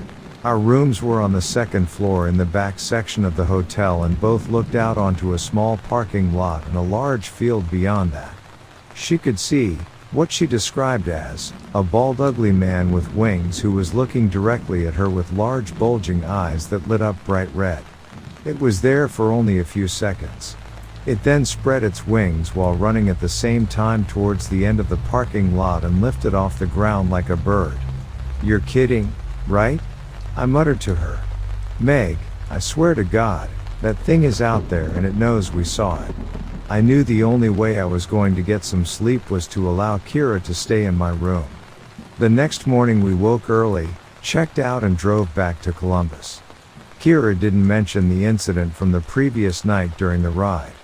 In fact, she has still never said anything else about it. We continue to be good friends and have a very good working relationship. But I got curious. I had never heard about the Mothman or any of the tales associated with it. I grew up in Texas and had only lived in Ohio for a few years. I moved into my mom's house after she had passed away. Her relatives lived throughout Ohio, but I had never been told any of the stories. This is the reason I am writing to you. We were near Point Pleasant, West Virginia when we had this encounter. Do you think that it is possible that this was a Mothman? I read some of your posts recently and I'm starting to believe that Kira actually saw something supernatural. In light of the prophecies of danger that this thing is supposed to warn people about, Kira has had some bad luck and tragedy since that day. Her husband suddenly left her, she had a fire in her house and she severely injured her leg in a fall. Could this be connected? I personally don't believe in predictions, either good or bad. But I will admit that these have been strange times since we witnessed whatever.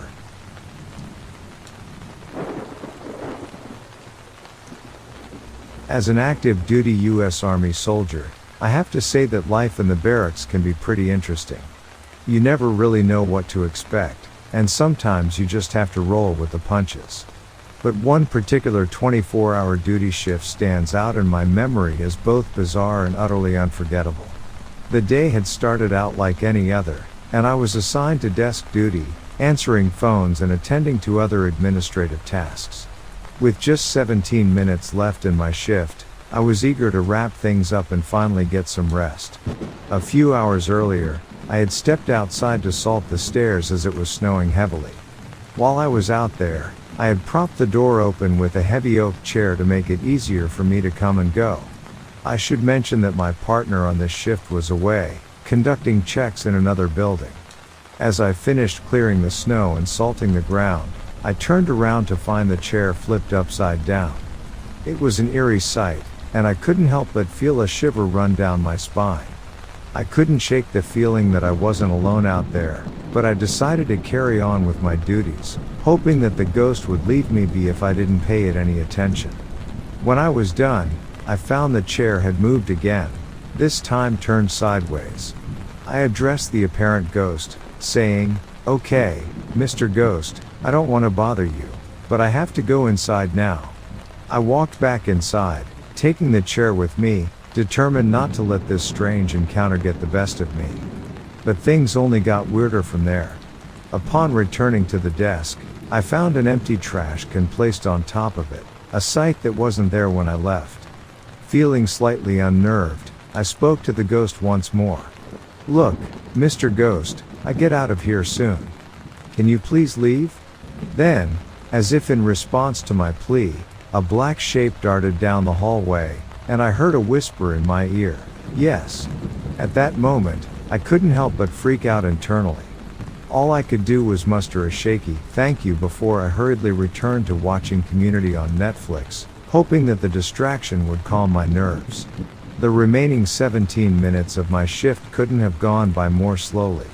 Every creak and shadow seemed to be magnified, making me constantly question whether my ghostly encounter was truly over. But when my relief finally arrived, I practically sprinted out of there, eager to put the entire ordeal behind me.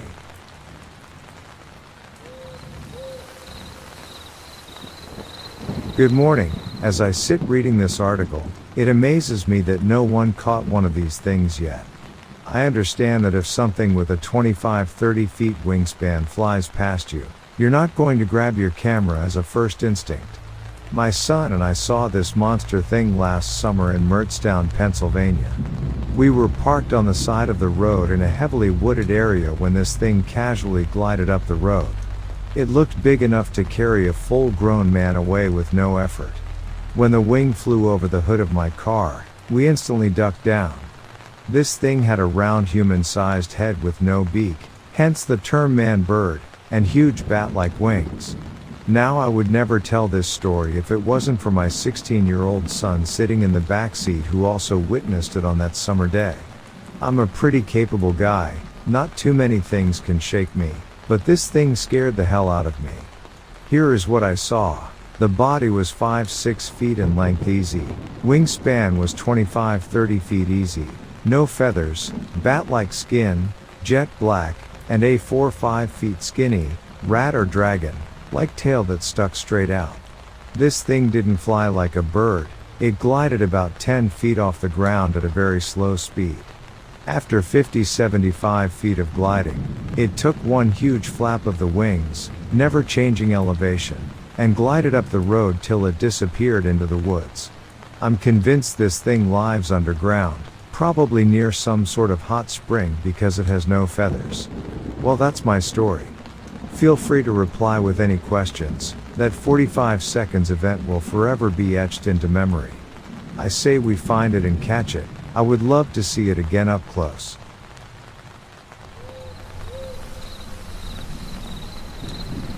Once, my mom and I were driving to Las Vegas from Santa Clarita. We were just passing Barstow and on the I-15. It was right about high noon and very hot. Not a cloud in the sky. She had a fancy Lexus at the time with a touchscreen console on the dash that could play DVDs while driving. I remember we were on a long stretch of road with a lot of space between cars on the highway. One minute we see nothing ahead of us, and then all of a sudden, a woman was walking across the highway right in front of our vehicle. My mom swerved behind her and barely missed her. She pulled off to the shoulder and we looked behind us, and we see her go all the way across the highway, including westbound traffic. Then she turned around and walked all the way across again. Each time, nearly getting clipped by an unsuspecting and oncoming car like ourselves. At one point, a semi-truck almost hit her head on, missing her by literally one step. Each step she took was a steady and confident step, looking ahead of her and never batting an eye to any oncoming traffic. She was barefoot, mind you, and walking on the boiling asphalt with zero sense of urgency. So my mom calls 911. We're directed to Highway Patrol. They say they've received numerous reports and they're headed out to it.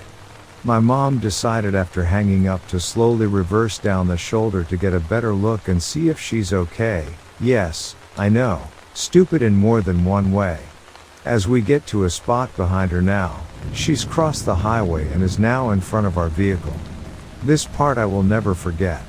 The woman slowly turns her head and looks at us and is now slowly but steadily walking towards our car. She was white as day in every way. White nightgown, pale, dry, wrinkled skin, white hair, and the palest bluish-gray eyes I've ever seen, and barefoot. Almost looked like a Walking Dead version of Rose Dawson from Titanic. I was in the passenger seat, which was on the shoulder. When my mom made eye contact, she froze. Absolutely shut down. I remember the woman walking so close to my door, I could see her eyes make contact with mine. It looked as if she was blind and lifeless, but could not just see me, but see into and through me, like into my soul. I went cold immediately. She reached for my door handle and I remember screaming at my mom to punch the gas, and without hesitation, she came to quick and we peeled out of there. In the back window, I saw her watch us speed off and then continue to cross the road again. A mile down the highway, we called Highway Patrol to see what happened, and they didn't have a clue what we were talking about and said they got no reports of a woman crossing the highway. My mom to this day still doesn't remember the time between when we reversed to when we dipped out. I have no idea what happened that day except for what I witnessed and experienced.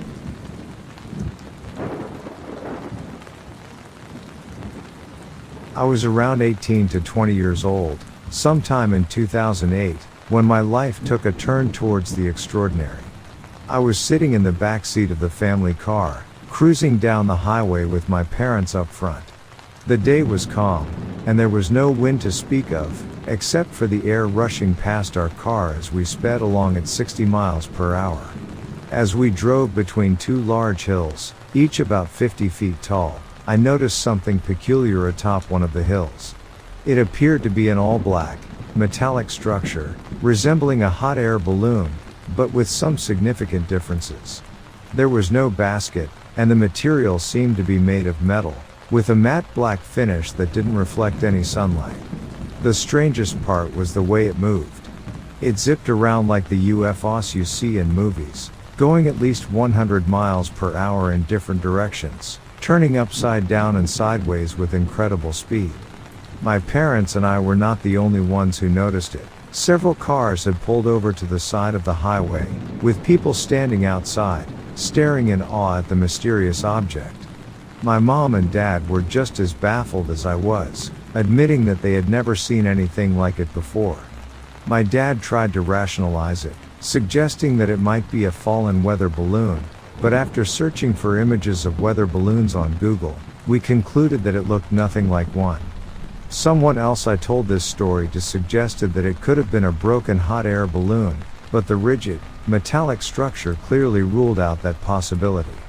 The sighting left a lasting impression on me, and over the years, I've become more and more interested in uncovering the truth behind that mysterious object. I've attended UFO conferences, read countless books and articles, and even joined online forums dedicated to discussing sightings and encounters.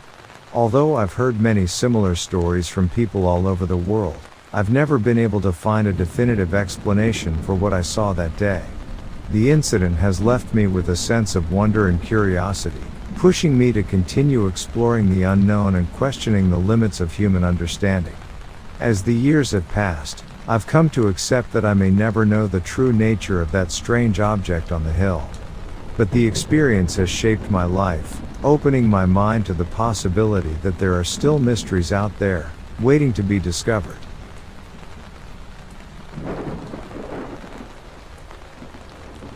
On Monday, May 9, 2011 around 5:45 a.m., I was on my way to work headed northbound into the village of New Miami on 7 Mile Avenue. I left the traffic light at the southernmost edge of town into a dark stretch of road when a large flying creature swooped in over my car and snatched up a small animal in the road ahead of me at the edge of my headlights. As a construction worker, I feel I can judge the size of objects fairly well. This creature had a wingspan of at least 12 feet and was jet black with a human figure. It completely blocked the view out of my windshield and then some and moved at a very high rate of speed. I was traveling between 35-40 miles per hour. It had to have been traveling at around 70-80 miles per hour. Like I stated before, it swooped down, grabbed the animal and was gone over the trees very quickly. I've researched large predator birds and raptors indigenous to Ohio, and there are none that fit the description of what I saw. If you have any other questions about my experience, please feel free to email me back.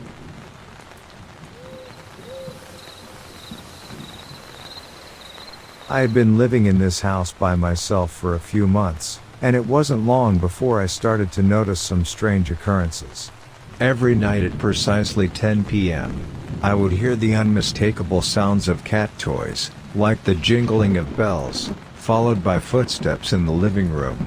It was unnerving, to say the least, and I made it a habit to lock myself in the bedroom each night to avoid any potential encounters with whatever might be lurking in the shadows. As a naturally paranoid person, I was always sure to lock and bolt every door in the house whenever I arrived home. I couldn't shake the feeling that something wasn't quite right, but I had no choice but to carry on with my daily routine. One evening, as I was getting ready for bed, I heard a series of loud, heavy footsteps outside my room, followed by what sounded like a door slamming shut. Fear gripped me as I hesitantly turned on all the lights in the house and ventured out to investigate. My dog was in the living room, lying on the couch and staring at me with an unnerving intensity as I discovered that the front door was wide open. Panic set in, and I couldn't help but feel as if someone, or something, was toying with me. Whenever I shared my experiences with others, no one seemed to believe me. They dismissed my stories as the product of an overactive imagination, but I knew what I had heard and seen. It wasn't until my boyfriend spent the night at my place that someone else finally witnessed the strange phenomena that plagued my home. That night, as we lay in bed, my boyfriend heard the familiar sounds of footsteps and what seemed like dog paws in the living room. He initially brushed it off, assuming it was just my dog wandering around, but when he realized that the dog was fast asleep beside us in bed, his skepticism turned to genuine concern. The incidents continued to haunt me for the duration of my stay in that house, and to this day, I still can't fully explain what was happening. The memories of those eerie nights remain etched in my mind, serving as a chilling reminder that sometimes, the unknown can be far more terrifying than anything we could ever imagine.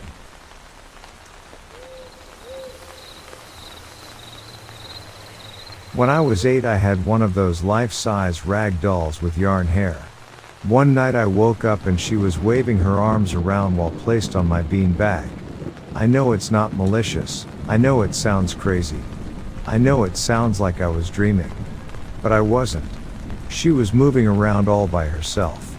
To this day I don't F with dolls. Edit. So when I saw her moving I got super scared and hid under my blanket for like 10 minutes with my heart racing, frozen in fear, building up the courage to run out of my room. Eventually I ran out of my room to get my parents, whose bedroom was downstairs, and my dad came and got the doll and put her in the living room. I was too scared to sleep in my room, so I went to sleep in my brother's bed, which I would do when I had bad dreams and stuff. We heard farting and magazine pages flipping and at first thought it was my dad. It was like 4 a.m. at this point, who just couldn't go back to sleep, but when we were yelling out for my dad he didn't answer, so we were like, oh my god, it's Samantha, the doll. Since I was with my big brother, I was brave and we started shouting at her from his bedroom saying we weren't scared and we were gonna kill her and all this lamau. I was so traumatized by this living doll though that my parents brought her to my Nana's house. It was a Christmas gift from a family friend that I didn't want to get rid of cause I felt bad and didn't want the doll to come back and be mad at me. But I would go for sleepovers at my Nana's multiple times every year, and when I would go, she would take the doll out of the playroom and put it in the back room and lock the door. It was always so hard to fall asleep, but the dog would always sleep with me, which would help. Fast forward when I was 15 and having a ton of mental health issues, unrelated to the doll lol, and a new med ended up making me have some paranoia and see a few things, including a little girl a few times. My aunt was upset over my struggles, and hearing the little girl visuals, she went to my Nana's, took the doll, and burned it in the backyard to end my fear of it once and for all. So, that's the full story and what happened with the doll.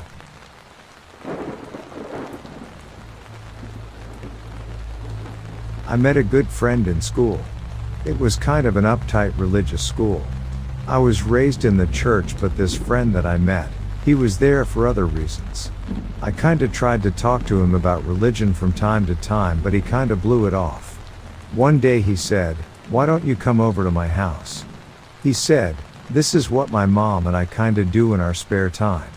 So we go over there, and he has a real nice house, kind of ornate, you know, a lot of collectible household items, and one of the items she has in this big open garden area is a Ouija board. So he convinces me, which goes against everything my mom had told me, don't you mess with that stuff because something could attach to you, it could follow you back if it wants to. Just leave it alone. So, me being a teenager, let me try it. So we gave it a shot and we got a few interesting responses. I was like, okay. That's that. So fast forward now, we're in our late 20s. I'm in school. Well, actually, I had just left college to move back in with my mom to help her with my grandmother. She was suffering with dementia at the time. My friends calls us up at maybe 3 or 3:30 in the morning. It was December, it was cold, snowing, and I could just hear him, my friend, he was just crying hysterically. So I get up, confused, in a daze, asking him, "What's going on?" And she, Francisco's mom, says, "He needs our help, grab your keys and let's go now." You know, if he lives a few miles away. We get to his house and he's standing outside in the snow, with no shoes on, just an undershirt and jeans. He immediately gets in the car, starts crying again. He just shaking uncontrollably, probably from being cold and being scared. He starts to calm down and we ask him, "What's going on? What's happening in there?" He says, "I came home from hanging out with some friends." He's like, "I smelled this awful smell, almost like sulfur." He's like, "I paid to mind to it, I looked around the house." He's like, "It's not until I came to my living room I seen a man sitting on my couch. The man was very, I guess in his terms, the man was very good looking, very well kept. My friend had a dog, a big Rottweiler, and this Rottweiler, instead of barking and going crazy and wanting to attack this guy, sat right next to the man. The man was kinda just stroking the dog. He said that when he looked at his eyes were gray. There was no pupil, there was no white, that it was just completely grayed over, and I don't know if there was some type of. There was no verbal communication, he said, but the look, maybe not in his words, but maybe some type of thoughts. He felt his thoughts were being read by this being. He said it felt like his soul was being taken from him and that this being knew, "I have you right where I want you."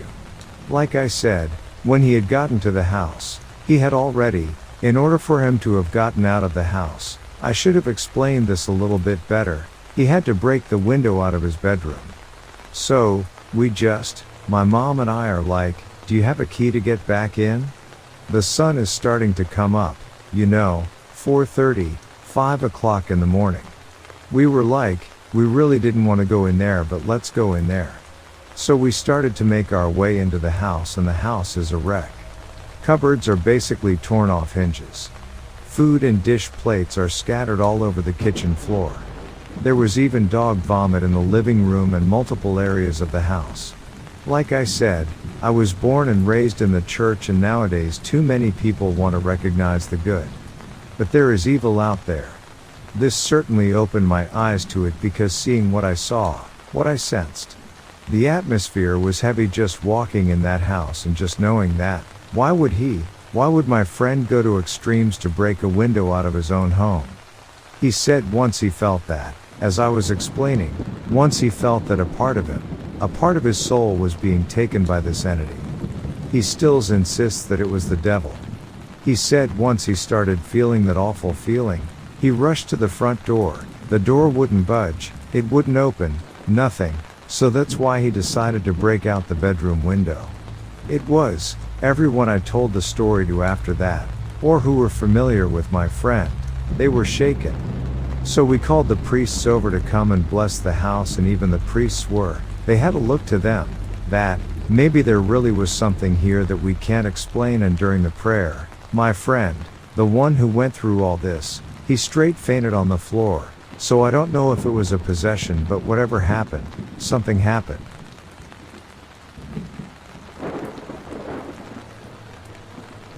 When I was 17, I was at my friend's apartment building, which his parents owned.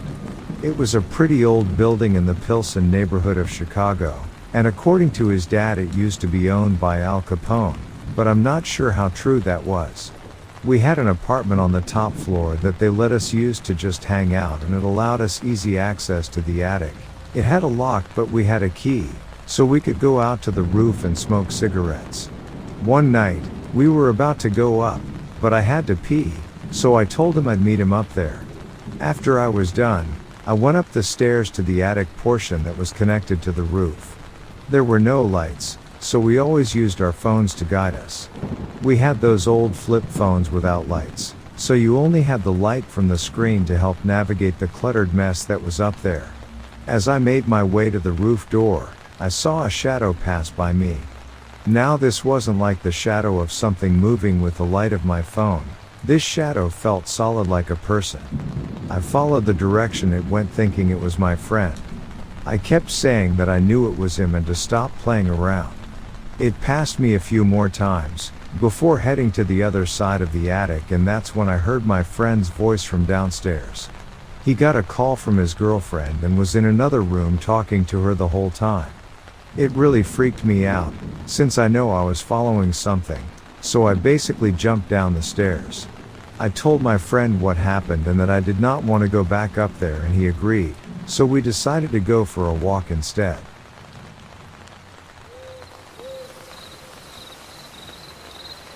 I was on holiday staying at an old cottage. Went out to the beach with my mom, dad and sister, and left my grandma in the house.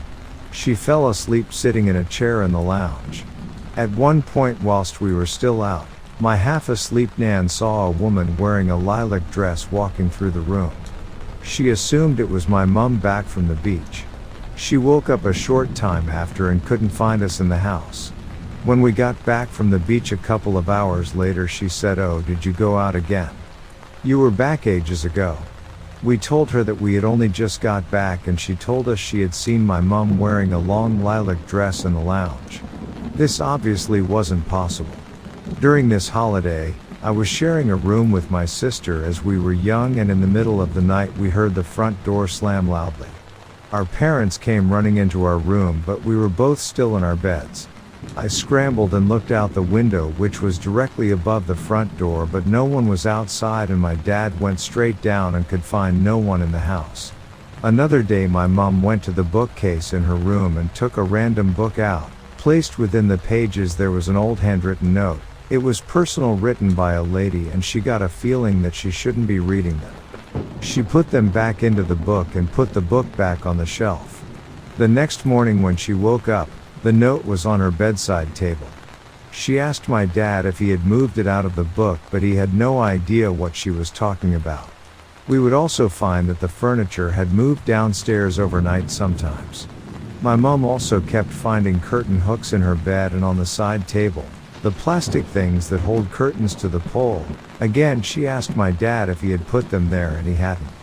When we came to leave, the owner of the cottage came to collect the keys and my mum asked her if there was a cleaner who might have visited and the owner said no. Why? My mum explained that my nan had seen a lady in the house wearing a lilac dress. The lady said, "Oh, she's at it again." The house was owned by her grandmother who had recently died.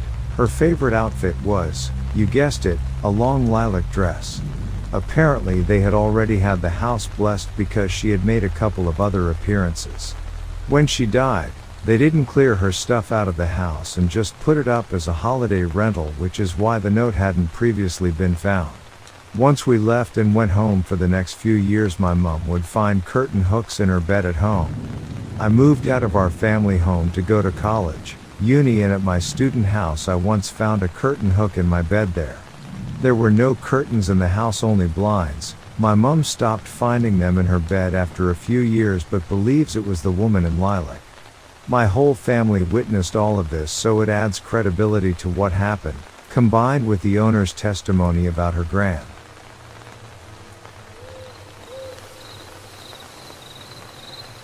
I'm atheist, or I'm an abnormally lucky guy, or somebody is watching out for me.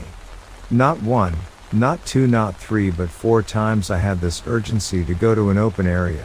If I were claustrophobic I would understand it, but when I got to this open area, not one single building around me, and strong earthquake will hit the town.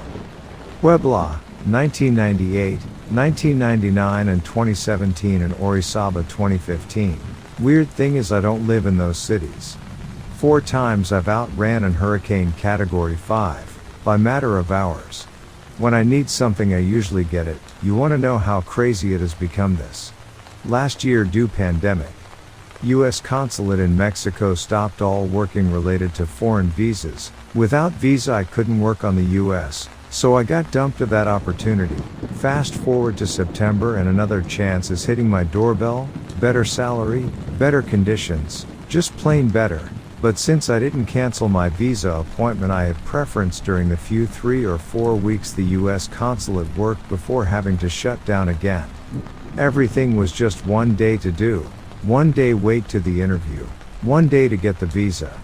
From there, I can go on and on, about losing bus tickets only to later seeing that bus was wrecked or hijacked. Only studying the topics of an test was so common my classmates were pending on what topics I ended up studying. Seriously, I'm a very lucky person. And before you ask, I have never lost on lotteries, scratches, and those kind of things. Never. I have never won big time but never lost, and I got the feeling I shouldn't keep trying. I can't honestly explain from where such good luck comes, and I know statistics, and I know chances are almost always on our favor. But seriously, I just have so much luck that is just ridiculous.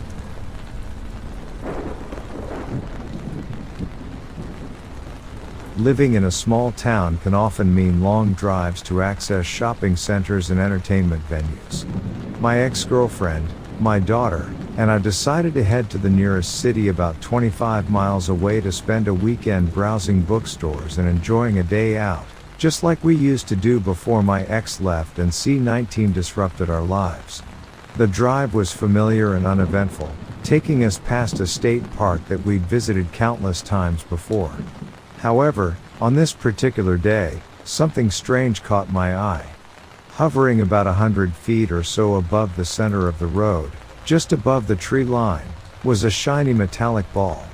Its presence was inexplicable, and I couldn't take my eyes off it as I tried to make sense of what I was seeing. My focus on the mysterious object meant that I was no longer paying attention to the road, and before I knew it, the car had veered too far to the side, causing the tires to make that unmistakable brrr sound as they hit the grooves on the shoulder. My ex-girlfriend, clearly alarmed, shouted, "Babe," urging me to correct our course and avoid an accident. I quickly straightened the car and asked her, "Do you see that?" She responded with a puzzled, "What?" When I looked up again to point out the strange metallic ball, it had completely vanished. It was as if it had never been there in the first place, and I was left questioning my own perception. We continued on our journey to the city, but the encounter with the mysterious object weighed heavily on my mind. I replayed the incident over and over in my head, trying to understand what I had seen and why it had disappeared so suddenly. My ex-girlfriend and daughter remained skeptical, but I knew that what I had witnessed was not a figment of my imagination. To this day, I still have no explanation for the shiny metallic ball that appeared and vanished in the blink of an eye. The experience has left me with a sense of awe and curiosity, a reminder that there is always more to discover and that the world around us is filled with mysteries waiting to be explored.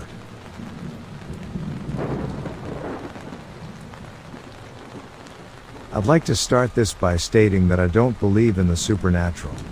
But once, when I was 16, I was at a sleepover at a friend's house, and at about 3 a.m. I got up to get myself a cup of water.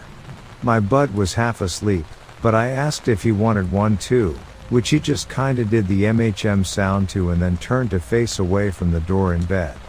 I got out the door, as the room was directly connected to the kitchen, grabbed 2 cups and filled them.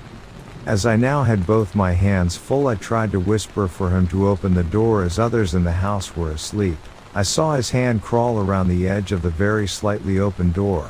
The door started pulling into the room, but with closer inspection the hand was completely blue tinted with very yellow nails, and way skinnier than hands of anyone in the house. I got into the room, not thinking too much of it.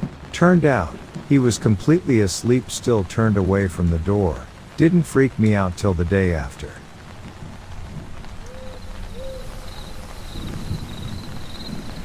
I really hope this doesn't get buried. I swear on my mother's grave and my future children's graves that this happened. When I was around the age of 16-ish, me and my younger sister, 12, were sitting at the dinner table alone. My mom had just left the house after she had served us our dinner. She served us fish, something we really hated.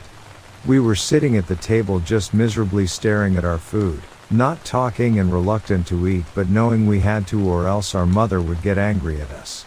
It was a small square table near the entrance of our apartment and my sister was sitting to the left of me. Across from me was an empty chair. All of a sudden, the chair across the table from me started rocking back and forth, pivoting from the back 2 legs of the chair. I initially thought that my sister was rocking the chair with her foot. It was the only logical explanation. I turned to my left to see if I noticed any movement from my sister. She's just staring at me with a serious expression and is still as a rock. Absolutely no movement from her. The chair, however, is still rocking. It doesn't get more cliché than this, but I got up and started to lean down to see what was moving the chair, and of course, the chair stops moving. I have asked my sister every year since then if she was lying about not rocking the chair, and she has not gone back on her word to this day. So ghosts exist, I guess. Edit. I know some people are downvoting because most paranormal/ghost stuff is cap, but to be honest, even after that happened, even I had a hard time believing it happened myself, as weird as it sounds, and I lived it. There's just no other logical explanation to explain why that happened.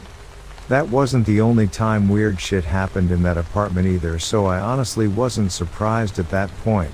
It just wasn't as clear cut like that before.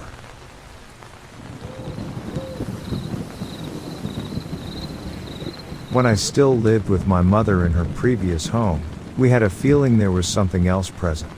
The creepiest thing that I can't explain is one night I was sitting on the couch watching a show called A Haunting or something along those lines. As soon as the TV said, and that's when they started messing with the electricity. Both of the lamps in the living room started flashing on and off. I've never witnessed electrical problems before or after that. The lamps were plugged into different outlets. The TV didn't flash. I asked my sister if the lights upstairs were acting weird and she said no. When I came back downstairs from asking her, they were back to normal. I've tried to think of an explanation besides it was a super weird experience with a spirit or something, but haven't come up with one.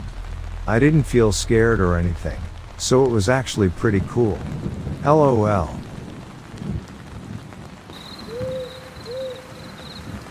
As a National Guard agent, I've seen my fair share of crises. But nothing could have prepared me for this. Our orders were clear: secure the classified government facility. Ensure no information leaks. Standard protocol for a security breach. Or so we thought. We arrived at the facility in Colorado, a nondescript concrete block hidden in the heart of the desert, under the cover of darkness. The main gate was busted open. Inside, it looked like a war zone. The place was ransacked, claw marks etched into the steel walls, blood splatters staining the white tile floors. But there was no sign of the perpetrators. No sign of life at all. As we delved deeper, we stumbled upon something straight out of a horror movie. The facility wasn't just a data center, it was a lab. A lab filled with cages, and in those cages, we found the unthinkable. There were creatures, grotesque, monstrous hybrids of humans and animals. Some were dead, victims of the breakout. But many cages were empty. They'd escaped. We soon learned what these creatures were: chimeras, born of illegal genetic experiments. Unholy fusions of man and beast. They were unlike anything we'd ever seen. They were intelligent, strong, and deadly. They were the security breach we were here to contain. The hunt was on. We tracked the chimeras through the sprawling facility, each encounter more deadly than the last. These creatures were not mindless beasts. They used their human intelligence combined with their animalistic abilities to evade and attack us. They were the perfect soldiers, and we were their prey. Meanwhile, we began to uncover the truth. We found documents, reports, and video logs detailing the creation of these chimeras. This was a government-sanctioned project, funded by taxpayers, hidden from the public eye. The goal was to create a new kind of soldier, one with enhanced strength, speed, and resilience. Each document we discovered was more disturbing than the last. They had been playing God, and now we were paying the price. We fought the chimeras day and night, using every ounce of our training to outsmart and outmaneuver them. Each encounter left us more drained and desperate, but we couldn't let these creatures escape into the outside world. In the midst of this chaos, we found allies in unexpected places. Some of the facility's staff had survived the breakout. They were as horrified by the project as we were, and they helped us understand the chimeras better. Their insights proved invaluable in our fight. We finally cornered the last of the chimeras in the heart of the facility. It was the most human of them all, a chilling testament to the extent of the experiments conducted here. It fought savagely, but in the end, we managed to subdue it. Once the facility was secure, we had to confront the reality of what we'd uncovered. The conspiracy ran deep, reaching into the highest echelons of power. Our superiors demanded silence, but we couldn't let this atrocity be swept under the rug.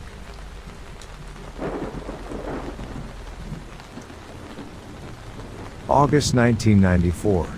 The month, year, and the memory are permanently etched into my mind. I'm Becky Katz, just an ordinary bookshop customer from Astoria, Oregon. That day, my son and I had decided to take a break from the city noise and spend the day collecting mushrooms near the fish hatchery by Blind Slough, 18 miles away from Astoria off the Columbia River. We had been at it since early morning, and it was around 8:30 a.m. when it happened.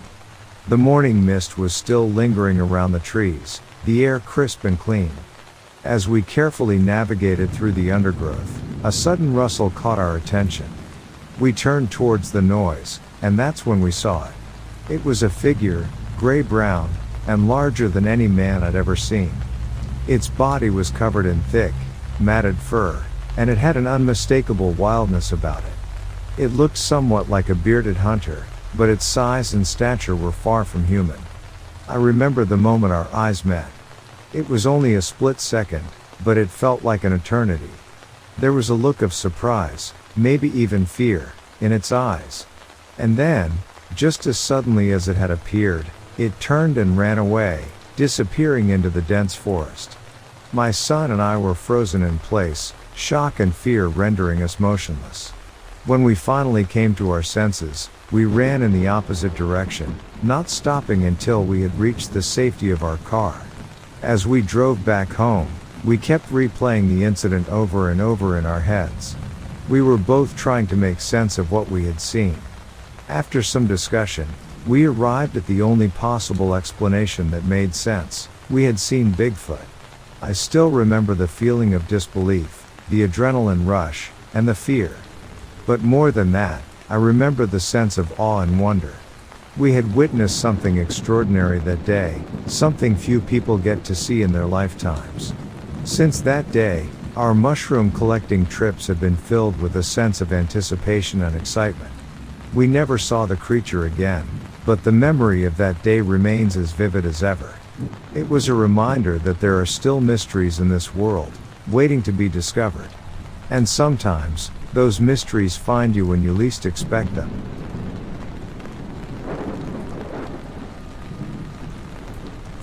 I, Officer Lamek, reported a terrifying sighting of what I believe to be the legendary Mothman. My sighting occurred on highway in Wyoming. Suddenly, in front of me, right above a slow-moving car, was the figure of a man with his wings folded in across his back. The wings appeared to be leathery in texture, like a bat's, and were even pointed on the ends. A sort of sting protruded from the creature's belt line.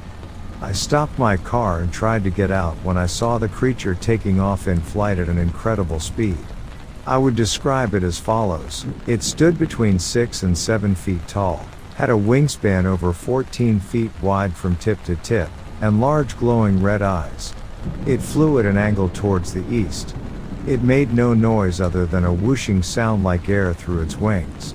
It had claws on its feet, and something on its back looking like 2 cylinders. I reported my sighting to the local PD, where I was laughed at, ridiculed, and finally forced into early retirement for psychological reasons. I was told that if I reported another sighting of this kind, I would be brought up on charges of mental instability. It's interesting to note that I am extremely well respected within the community. I'm an upstanding member of society with no history of family or personal mental illness or alcoholism. I am very much a regular guy with a wife and kids. This has been one hard creature to research due to the reluctance of people involved in the case that are willing to talk about it. I immediately went and checked the area where I think I initially came across something, which was just a short distance away. The road on which I saw it circles around, comes back up on the top of itself in an oval-like shape, with gravel roads going out in different areas of the farm. We were not able to find anything, but even my son said he thinks he saw something by one of those houses. It's no longer there, but maybe even a garden plot that had been abandoned long ago. The land has been farmed for probably decades now before being converted into pasture land. The entire sighting lasted approximately 3 seconds from me seeing it while driving until it was fully gone. Since the sight was airborne from my recollection, it was extremely large, stood right next to a tree. I saw eyes shine, and the eyes were large as well, with what appeared to be claws on its feet. The creature had long hair or fur all over it. Most of it was covered by something that I said appeared like a cape or wings, even covering most of its body lengths. I couldn't tell if they were webbed, but they were definitely something attached to it, which we may have thought. I am 100% positive I saw this, and am actually very shaken up about it since I clearly have no explanation for it. My car stopped working immediately after the sighting, so I believe there's some sort of electrical interference occurring at the time. I believe it stood about 7 foot tall, dark in color, wings folded across its back, and extended like a stingray. My car stopped working after it took off into the air at an angle towards the eastern direction. But due to the electrical interference with my radio, which was turned off at the time of the sighting, which is also noted with other Mothman encounters, we were not able to find any evidence of anything. But we both believe I saw something and would like to help finding what I saw.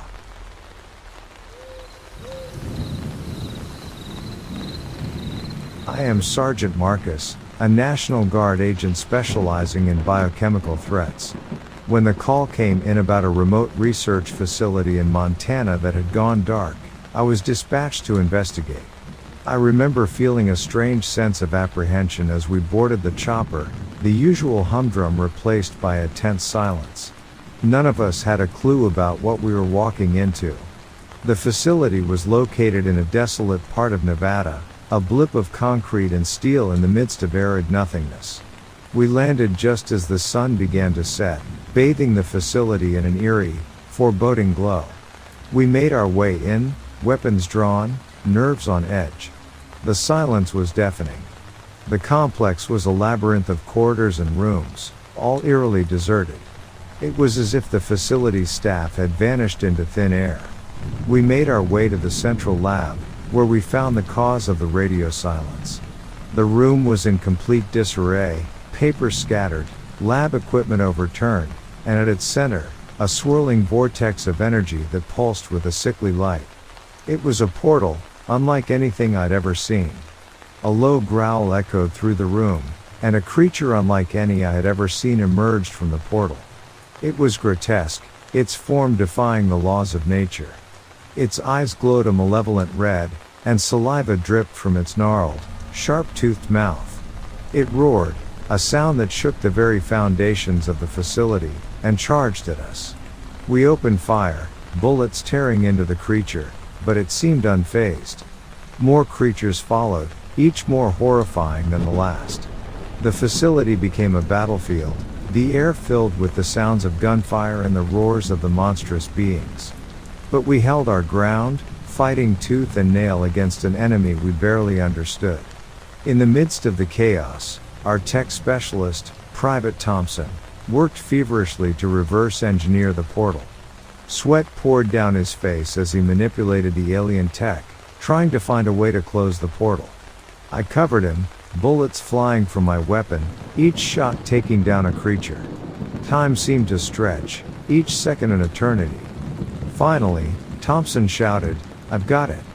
He hit a button, and the portal began to shrink. The creatures roared in defiance, their hideous faces twisted in rage. But it was too late. The portal collapsed in on itself, leaving nothing but the cold, harsh fluorescent lights of the lab. We were battered and bruised, but alive. The creatures were gone, the portal closed. The facility was silent once more. But the memory of those creatures, of the portal, was seared into my mind, a constant reminder of the unknown threats that lurk in the shadows. I am Sergeant Marcus, a National Guard agent. I defended humanity against a threat from another dimension. And I would do it again, in a heartbeat.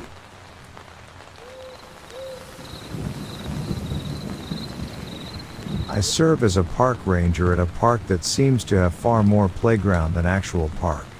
This means there's tons of child traffic most days, but of course, my most days, this was back in the year of 2018, long before any crazy pandemic of any virus.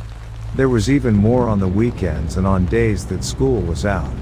I'm older now, so my kids are grown and gone.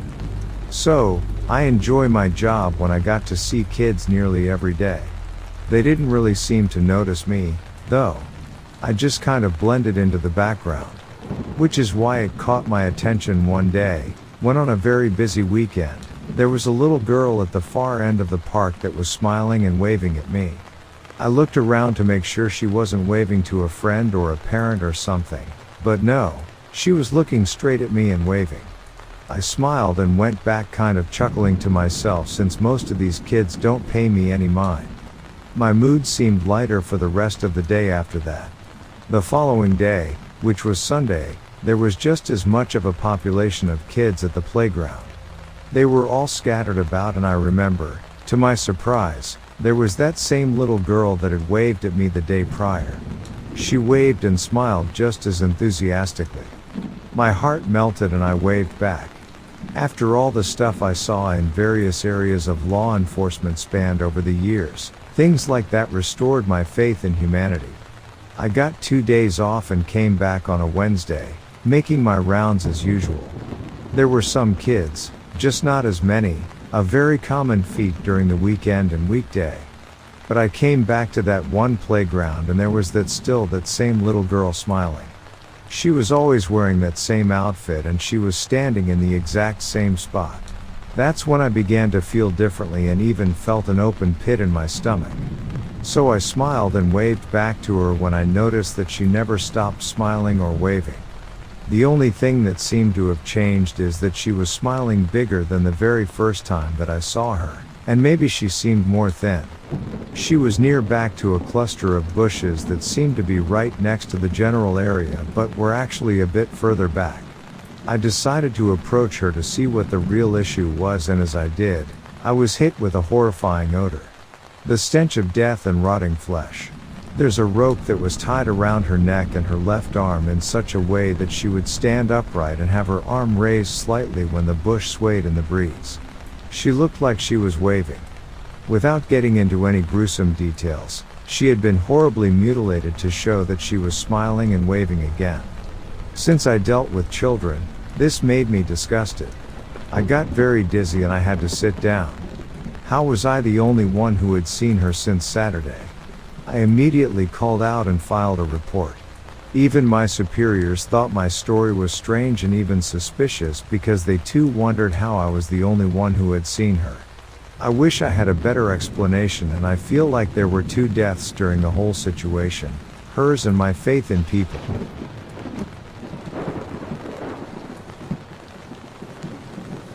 I walked about a mile from home to go mushroom hunting in a usual area. Walked through a field of goldenrod as high as my shoulders and was about to enter the woods when I felt something strange. I felt like I needed to go or I wouldn't get out of there alive. I didn't hear or see anything, but I had got goosebumps and I felt anxious when everything was fine before I reached that spot. I stood there debating and decided to go hunt somewhere else. I've gone back many times and haven't experienced that again.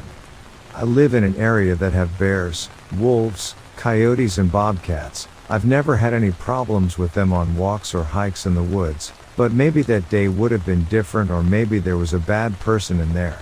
I've learned to trust this feeling I get. It saved me many times, and when I ignored it I got hurt. Whatever was in there, I did the right thing in not going in.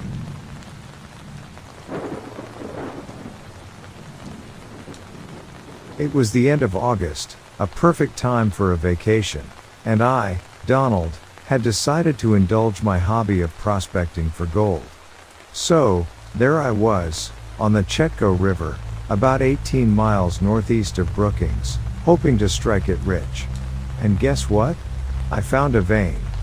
But that's not the story I want to tell you. What happened next was far more exciting, and much more terrifying. After a day of exploring the area, driving the dirt roads in my trusty old Jeep, I had decided to take a break. I parked the Jeep by the road to let the engine cool, the very dry and steep slope line with thick brush just a few feet away.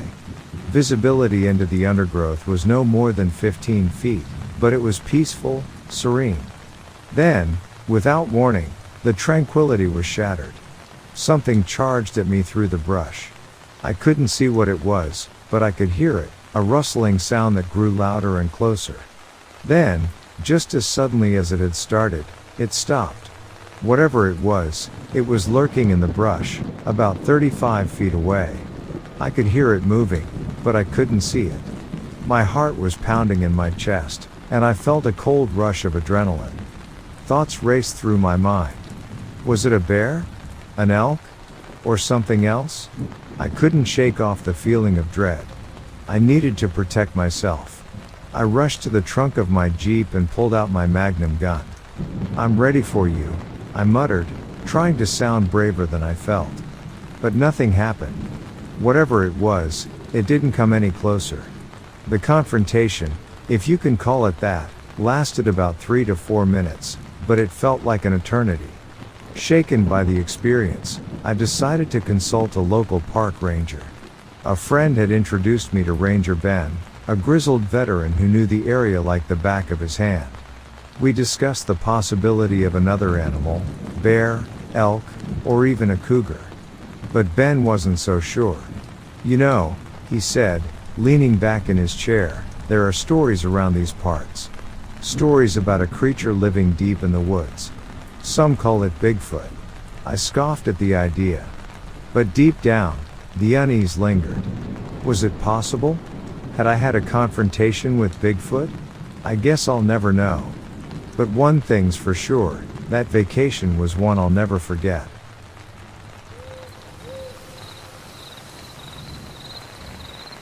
I was a live-in caretaker for a 94-year-old woman with Alzheimer's for about a year and a half. She had moved into her daughter's home deep in the woods of middle of nowhere, Washington. Marie was prone to say weird things, like that her sister deceased, mother, deceased, and husband, deceased, were in the house or outside regularly. I had been working with dementia patients for a few years by this point, so it never bothered me. Marie was terrified of the woods. She would tell me about how there's dangerous animals out there and I could get lost easily, so I must always stay inside. She was also worried about her mother and husband having to travel through them. Again, this wasn't worrisome behavior given her health condition. I had been working with her for about 6 or 7 months when I would start waking up to her walking down the halls in the middle of the night. Sundowning is fairly normal for people with Alzheimer's, so again I wasn't troubled by this, but she started going to a specific window and giggling. Like she was interacting with someone outside the window. When asked what she was doing, she'd say, "My mother is out there." Kind of weird, but there's a different perception in her world now. One night in dead of winter, her daughter and I are awoken to the blaring of the house's alarm system. The daughter and I checked the doors and windows, none of which seemed to be disturbed or unlocked. The only thing missing is Marie. She is nowhere in the house. Panicked, I rush outside to find her while the daughter continues to search the house. No tracks anywhere, no disturbed snow, nothing. After 10-15 minutes of yelling/searching the woods, I start making my way back to house where her daughter was already in the process of calling 911. As I approach the house, I see Marie. Standing outside the window she normally stood at, giggling. There's not a single footstep in the snow around her, nor is she cold to the touch. She's just standing there laughing at nothing, didn't even know she was outside. Her late night window visits became more frequent after this, but less happy.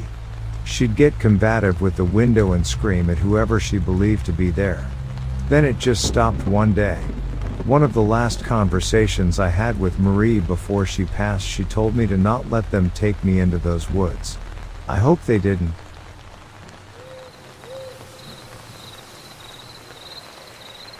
Unfortunately, it's hard to explain. I was hiking down a trail with my dog in remote northern Wisconsin, when I just got a weird feeling.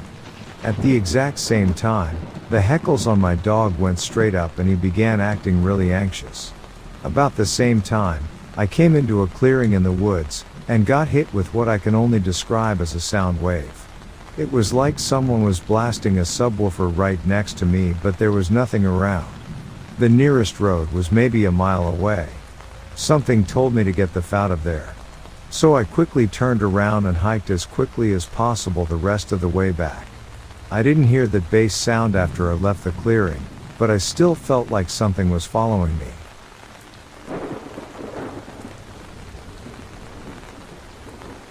We were just doing our usual training exercise. I'm Sergeant Thompson, part of a National Guard unit running routine maneuvers in a heavily forested area near a small, secluded town. We were only supposed to be there for a few days, but those few days turned into something I'll never forget. Our first clue something was off was when we found the bodies. They were mauled, torn apart in ways that no normal animal could manage. The townsfolk were terrified, and we quickly found ourselves taking on a role we'd never anticipated. Protectors against something far from routine. The local sheriff told us about the legends, about creatures that roamed the woods when the moon was full. Werewolves, he said, half joking, half believing. We laughed it off at first. But then, as night fell and the full moon rose, we heard the howls. They were unlike anything I'd ever heard, a chilling mix of man and beast, echoing through the quiet forest. Our laughter quickly faded. Suddenly, the legends didn't seem so funny. We rallied our unit, prepping our military equipment. We were soldiers, trained to handle any threat, even if that threat was straight out of a horror movie. The townsfolk were counting on us, and we weren't about to let them down. The werewolves came as the night deepened. They were swift and brutal, their movements almost a blur under the silver moonlight. Their howls filled the air, their eyes glowed in the darkness. They were terrifying, but we stood our ground. We fought with everything we had. Our bullets seemed to only slow them down, but we kept firing, kept fighting. We used our military training to strategize, to coordinate our attacks. We set traps, created choke points, and used the town's layout to our advantage. The battle was fierce, and we lost some good men and women that night. But we also saved lives. We protected the town's residents, helped them survive the night. And as dawn approached, the howls faded, and the werewolves retreated. We were left standing amidst the quiet town, the full moon setting, and the first rays of sunlight peeking over the horizon. We were bruised and battered, but we were victorious. We'd protected the town, neutralized the threat. The following days were a blur of reports and debriefings. Our superiors were skeptical, but the evidence was undeniable. We were hailed as heroes by the townsfolk, their gratitude evident in their tear-streaked faces. That training mission turned into something none of us could have ever predicted. It changed us, made us realize just how unpredictable our world could be. We faced down werewolves under a full moon, and we lived to tell the tale. And now, every time the moon is full, I can't help but listen for the howls.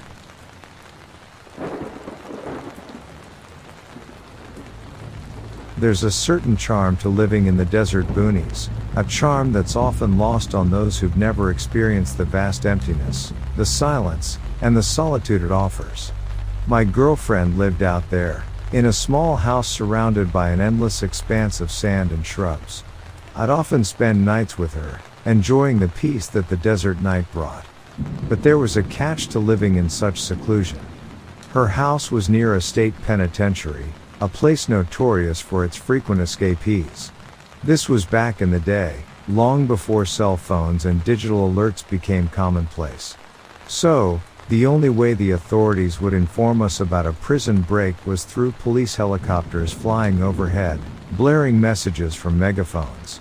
I remember one night distinctly. The desert was quiet, the sky was clear, and we had just drifted off to sleep when we were abruptly awakened by a deafening roar. A police helicopter was flying over our house, its searchlight piercing through the darkness, and a voice was screaming at us from the sky. "Attention! Attention! An inmate has escaped from the state penitentiary. Please stay indoors and make sure all your doors and windows are locked." In the silence of the desert night, the sound was jarring, even terrifying. We bolted out of bed, hearts pounding in our chests, and ran around the house, checking all the locks and windows, ensuring they were secure. The helicopter continued its rounds, the voice echoed in the desert, repeating its warning. We huddled together in the living room, waiting for the commotion to die down, waiting for the silence to return. Those were good times, in their own strange way. They were times that tested our courage, times that broke the monotony of our desert life, times that brought us closer together. We were never in any real danger, but the adrenaline, the fear, the excitement, they all made our life out there in the desert boonies a little more thrilling, a little more adventurous. And looking back, I wouldn't have had it any other way.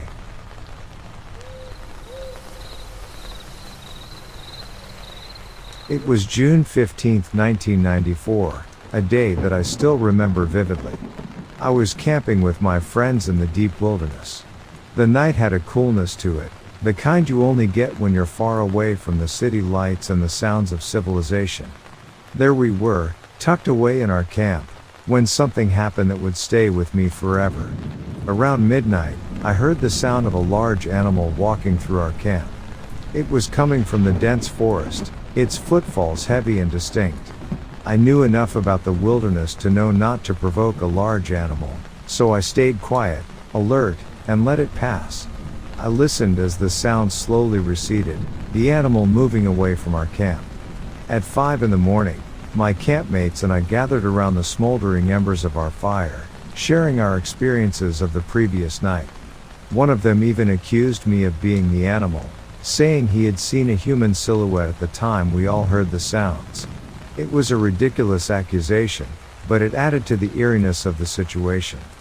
Half an hour later, I was about a mile downstream when I heard a loud commotion in the gravel of a 10-foot cut bank. Thinking it was my friend playing a prank, I walked towards the noise. But as I got closer, a horrific smell hit me, something I had never smelled before. It was pungent, rotting, far worse than any animal scent I had ever encountered, even worse than my old dog on his smelliest day. I picked up a few rocks and threw them towards the source of the sound, hoping to scare off whatever was there. But nothing moved, nothing ran off like a normal animal would. The smell hung in the air, the commotion stopped, and everything was eerily silent. I remember standing there, the hair on the back of my neck standing up, a chill running down my spine. I was an experienced camper, a seasoned hunter, but that day, I encountered something that I couldn't explain, something that challenged my understanding of the natural world. It's an experience that I'll never forget, a story that I still tell around campfires, under the starlit sky, reminding myself and others of the mysteries that the wilderness still holds.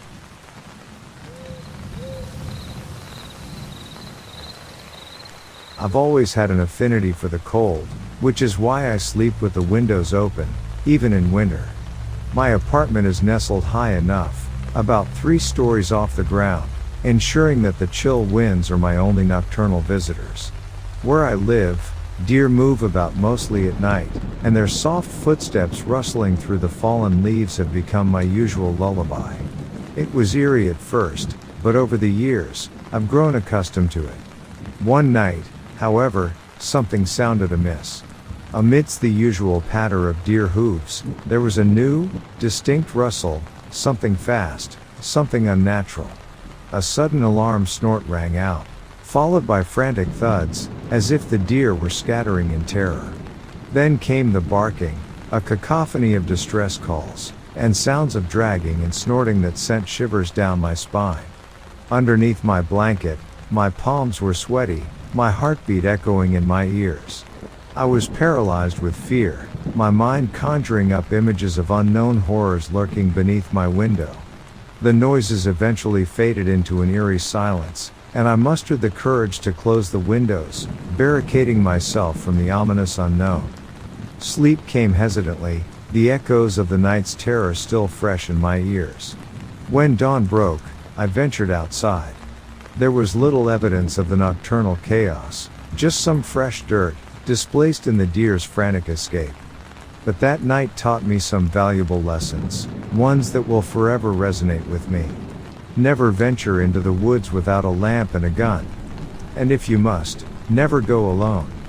The woods have their secrets, secrets that are best left undiscovered in the dead of the night.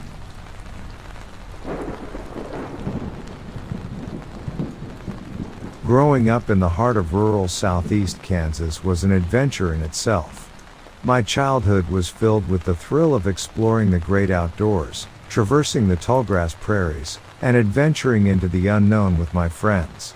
Our ages ranged from 10 to 14, and our ventures were led by youthful curiosity, armed only with pellet and BB guns, and maybe a knife for good measure. On one such adventure, we set out after dusk towards a shallow creek that meandered through a small forest about a mile from my best friend's house. The thrill of the nocturnal expedition had us buzzing with excitement, but that excitement was soon replaced with an unnerving sensation.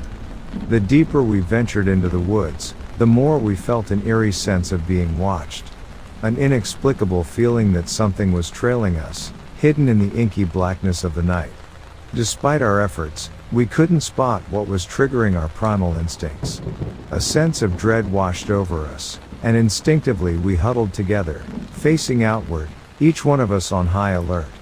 Deciding that we had had enough of the woods for the night, we bolted out of the forest, our feet crunching the dried leaves, hearts pounding. As we emerged into the tallgrass prairie that led back to the house, I dared to glance back at the tree line. There, I caught a glimpse of what seemed like a mountain lion's tail disappearing into a bush. The sight sent a shiver down my spine, and I quickly urged my friends to stay close as we made our way back home. Once safe, we confided in my friend's father, who worked for the local Parks and Rec department and was well acquainted with the fish and game personnel. Officially, we were told that there were no big cats in southeast Kansas. However, he shared that there had been some whispers about a potentially untracked male mountain lion in the area. From that day onwards, our adventures held a hint of trepidation, a constant reminder of the wild and unpredictable nature of the world we so eagerly sought to explore.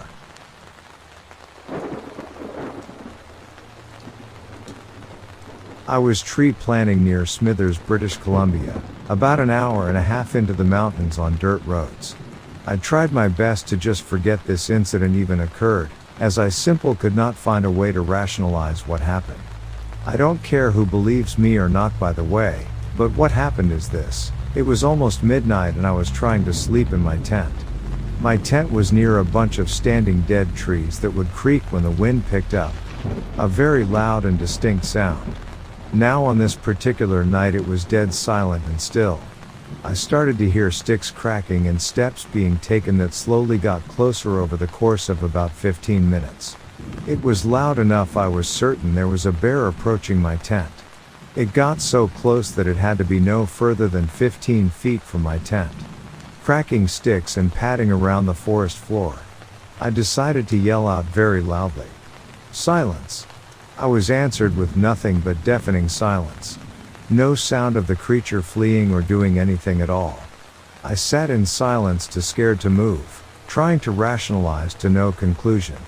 About 20 minutes of dead silence later, I heard the eeriest, unnatural, and unexplainable noise. It was the exact same timbre and volume and just basically the same sound as the trees outside creaking. But instead of being a regular creak, it began, and then held the exact same note of creak for a full 5 seconds or even longer. It was like an unnatural drone that was obviously not a tree creaking. There was not a hint of wind or any other trees creaking as per usual. I got barely any sleep and the next day was tough, and I just had to forget about it. I didn't ever make the connection that skinwalkers are known to imitate sounds like that until a few weeks ago. This happened in July 2022. If anyone has had a similar experience or has any ideas of what this could have been, I'd love to hear.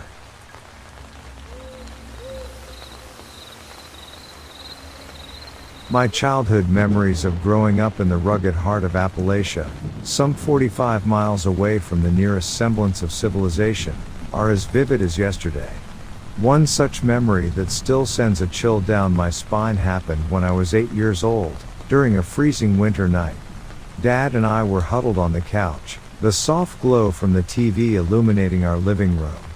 We were engrossed in an episode of Sightings, a spine-chilling 90s show that featured alien encounters. The storylines were eerie enough to scare the living daylights out of me, and that particular night, the universe decided to up the ante. As we sat absorbed in the show, a sudden knock-knock on the window cut through the silence of our isolated home. The pitch-black world outside our window was a stark contrast to our lit living room, an unsettling thought that whatever was out there could see us while we were blinded to it. My dad, ever the protector, instructed me to stay put with the telephone by my side. With a mag light in his hand, he ventured out into the bone-chilling cold to investigate. He locked the door behind him, leaving me with explicit instructions to call the police if he didn't return in 5 minutes. As the door clicked shut, fear gripped me tighter. When he returned, his face wore an odd expression, but he brushed it off, suggesting it must have been an animal. Yet, his following actions betrayed his nonchalant explanation. He picked up our long-corded telephone and dialed his best friend, requesting him to come up and investigate. Thinking I was engrossed in the TV, he retreated to another room, but I was far from distracted. I heard him say, his voice barely above a whisper, "I'm telling you, there was a knock like someone was knocking on the window to be let in, but there were no footprints." I'm in my late 30s now, but the memory of that night, The knocking, the darkness, and my dad's hushed conversation still sends shivers down my spine.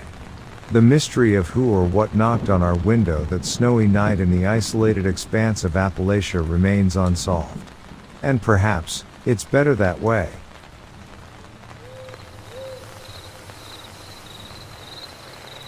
I've always been fascinated by mythology, but I never expected it to be part of my day job. I'm Private Ava, a CIA agent with a PhD in history, specializing in ancient civilizations and their myths. That was how I found myself in the middle of a bustling city, staring up at a cathedral and the stone gargoyles perched ominously on its roof. The city had been reporting incidents of the gargoyles coming to life and causing chaos, a fact that was hard for me to wrap my head around. But the evidence was undeniable.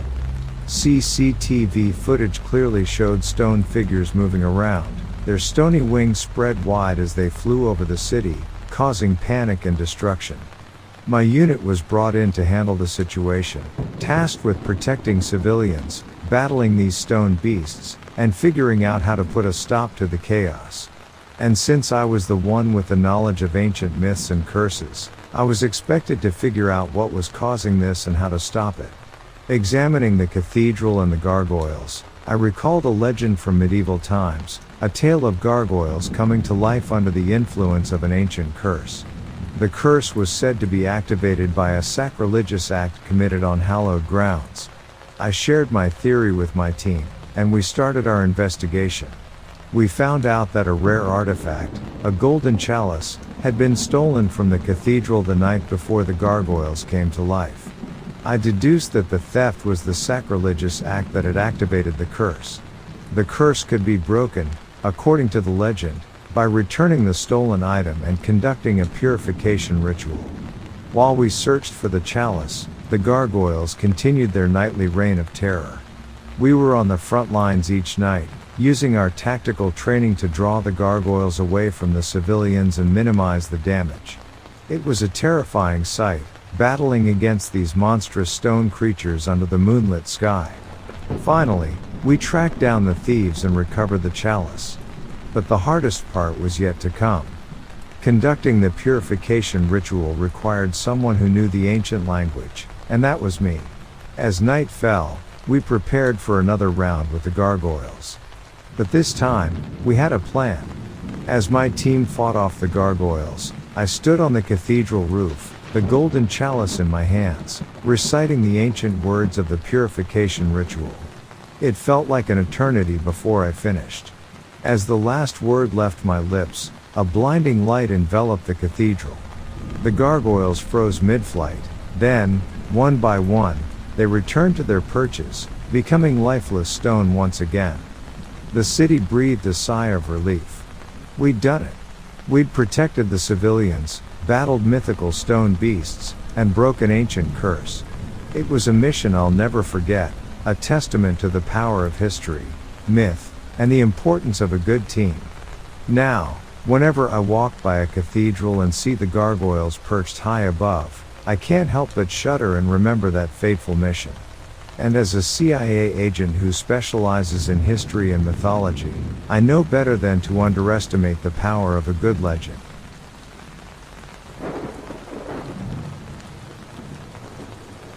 I was 10 years old in 1972 or 1973, just a kid with a whole lot of chores, one of which was to check the mailbox.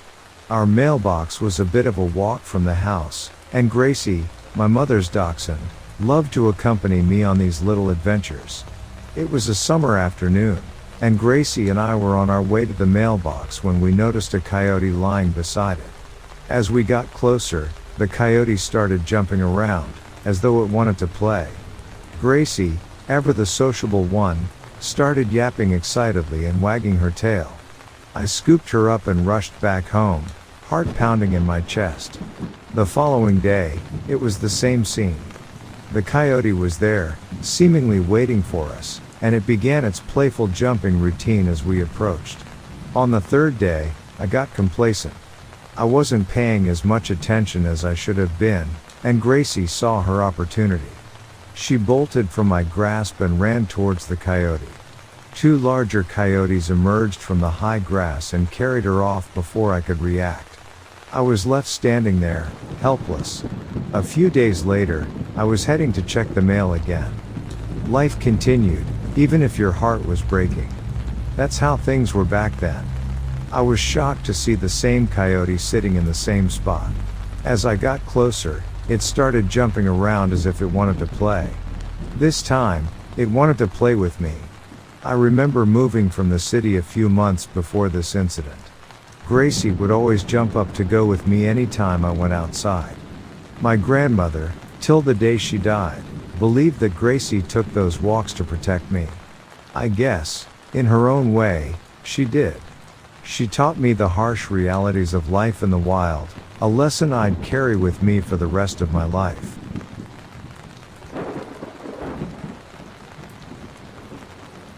Location is a campground that may or may not be currently accessible. I know it was closed, gated off from the road, for quite a while a good few years ago. Factory Shoals Campground, a good 20 minutes outside of Covington, Georgia. Yes, that's where they filmed The Vampire Diaries. Anyway, Factory Shoals Recreation Area. The campground. I'll say that I've never seen many other people out at this huge park even on the nicest days, but a friend lives in a subdivision down the road. The area is sporadically rural, if that makes sense. You'll come across a school, a gas station, and a pretty big neighborhood, but nothing else for another 6 or 7 minutes down the road. The campground is next to the Alcovy River. In order to reach it, you have to drive through Newton Factory Cemetery, an old cemetery with mostly older graves sitting on the side of the road, slightly hidden by trees, smack in nowhere. I've often wondered about this. Graves date back to the 1800s, maybe illegible ones are even older, and at some point somebody says, hey, let's put a road through the cemetery and create a campground. So you go down this janky road through the cemetery about a quarter mile, and here you are, barely managed campground. There's maybe 7 sites, mostly next to the river. I'm with a friend. It's a nice evening. The light bustling of the river is calming. There's only one other site occupied a bit down. No street lamps, the only light you have is the fire and your flashlight. So when we're headed to bed, fire extinguished, it's pitch black. You can see the stars. There must not have been a moon that night. I'm laying down and close my eyes and realize it's too damn quiet. Deafening silence. I jump back up and go to my friend's tent and tell her I'm suddenly feeling creeped. We both realize the bugs and even the river have gone silent.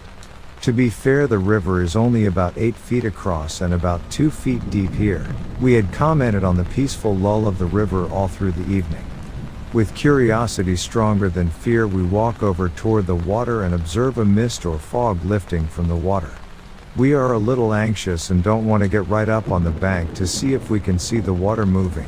So my friend remembers a light up fishing lure type thing she has in her bag, fetches it, tosses it in, and it just sits there. It doesn't flow down. So it's like the river came to a complete stop in its movement, is releasing a thick mist, and it's completely dark and silent, except for that lure and its faint red glow barely visible through the thick mist. We both kind of start muttering that we should maybe pack up quick and leave before I see the spark and hear a gun firing not 15 feet away from us, shine a light for a split second before we're both in the car, it's cranked, and we're tearing out of there. I didn't see anyone either from shining my light or from the headlights, and I about had a panic attack coming through the cemetery after that with the elongated shadows from headstones and monuments. I didn't sleep that night even after crashing on my friend's couch. Logic tells me the quiet could have come from a prowling human with a gun, but the mist and a river current stopping? And what if the whatever followed us? I didn't even gather my tent and sleeping bag before going home the next day. I luckily had placed my bag in my car for some reason instead of taking it inside, so my only loss was the small old tent, the sleeping bag, a battery-powered lantern, and a camp chair. So it's maybe a year later and I'm in the area with my husband and he doesn't believe me about a campground on the other side of a cemetery. It's midday and I decide to show him, pull up, See that the road is now blocked off beyond the graves with a sign that states the campground is currently closed. We get out a minute to walk around the cemetery. It's a dirt road. There's a lot of kicked up dust settling. So much so that my husband asks if there's water in my trunk. He's coughing.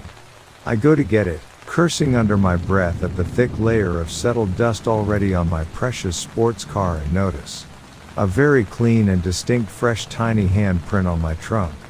It had to be fresh because I stood there and watched the still settling dirt start to stick and fill it in. We'd never made it more than a few feet from the car. There's nobody else out there. Again, we book it out of there. I know there's a legend about parking cars on hills in certain areas at night, and you'll find little hand prints on the back and your car will have moved. My car didn't move, but those were legit fresh little hand prints. I'm not sure if the cemetery brings playful souls, the entire area holds on to some type of energy, or there's just some incredibly sneaky people that hang out in minimally trafficked woods and back roads. I'll reiterate that this is part of a park, a recreational area that has grills and picnic tables about 3 minutes down the road, and I never saw anyone there the few times I visited aside from my friend, husband, or the other tent I saw further down the river when we tried to camp. I've never gone back. I've been to other places in Newton Company, though, that give off similar vibes. The El Kobe Trestle, Gaither Plantation, a random church smack dab in the middle of the woods, that creepy old gas station. That's the story.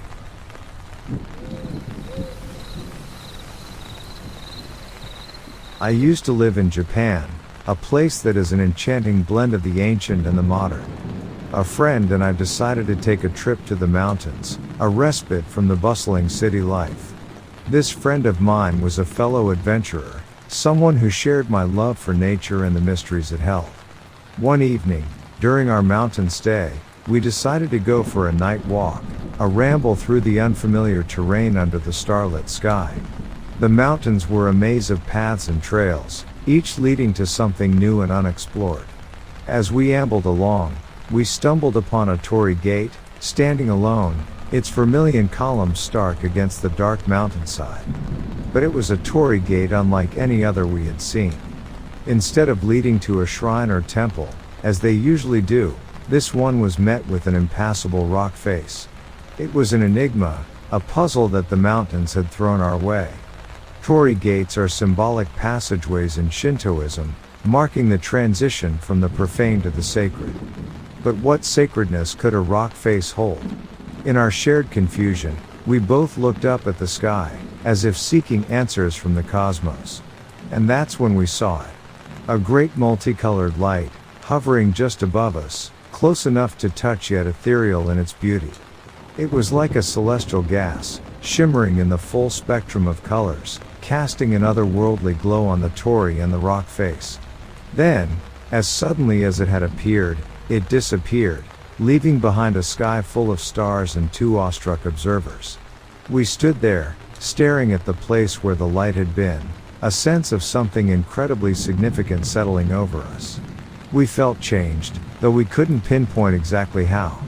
It was a very odd feeling, like we had touched something beyond our comprehension. Neither of us knew what had happened that night, under the shadow of the torii and the glow of the mysterious light. Yet, it remains one of my most unforgettable experiences, a tale of the mountains that I carry in my heart.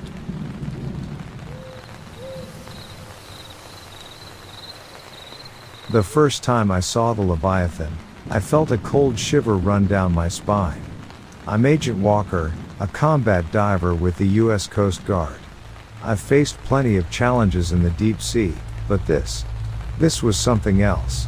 The creature was monstrous, its body twisting and turning beneath the surface of the Atlantic, its dark silhouette blotting out the sunlight. It had risen from the depths and was now a threat to the eastern seaboard. Our mission was simple, in theory, neutralize the Leviathan and save the coast. But there was more at stake for me. I was forced to confront my own fears, my own demons. You see, I have a past that not many know about, a past shrouded in mystery and filled with creatures of the deep. I've always felt a strange connection with the ocean and its inhabitants, an affinity that was both a blessing and a curse. As our unit prepared for the confrontation, I found myself staring into the inky depths, my heart pounding in my chest. I felt a strange kinship with the beast. Just like me, it was a creature of the deep, brought to the surface against its will, feared and misunderstood. The plan was daring. We had to get close enough to the Leviathan to inject it with a powerful sedative, allowing us to steer it back into the deep ocean where it belonged. The task fell to me, the combat diver. I was to swim up to the creature, avoid its wrath, and complete the mission. As I plunged into the cold water, my past flashed before my eyes. The memories, the fears, the secrets. They all came crashing down. But I pushed them aside, focused on the task at hand. I swam towards the Leviathan, my heart hammering in my chest. The creature was even more magnificent up close. Its body was covered in ancient scars, a testament to a long life spent in the ocean's depths. Its eyes were filled with a strange intelligence, a silent plea. I could feel its confusion, its fear. It was not the monster we made it out to be. It was just lost, scared. Summoning all my courage, I swam up to it, the syringe in my hand. I plunged it into the creature, and for a moment, our eyes met. There was an understanding there, a silent agreement. It knew what I was trying to do. And then, it began to descend, its massive body sinking into the darkness. The mission was a success. The Leviathan was back where it belonged, and the eastern seaboard was safe. But more than that, I had confronted my own past, faced my fears. I was not just a combat diver, but a man with a deep connection to the ocean and its creatures. And that connection, that understanding, had saved us all.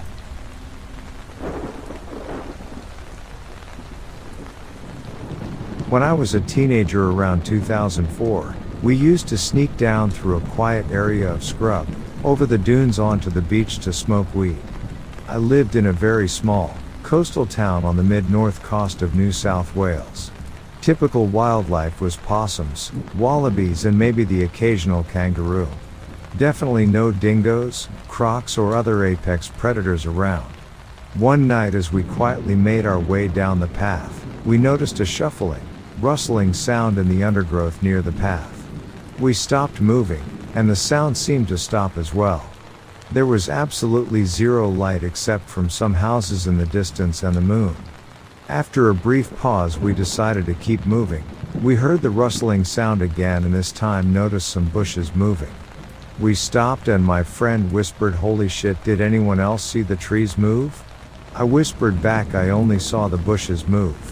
We stood there frozen for a few beats. In my head I was weighing up the option to either continue on the path or leg it back home. We took a few more steps forward when we heard the sound like leaves crunching underfoot. At this point I reached out and grabbed my friend's hand, thinking maybe we were being followed by someone.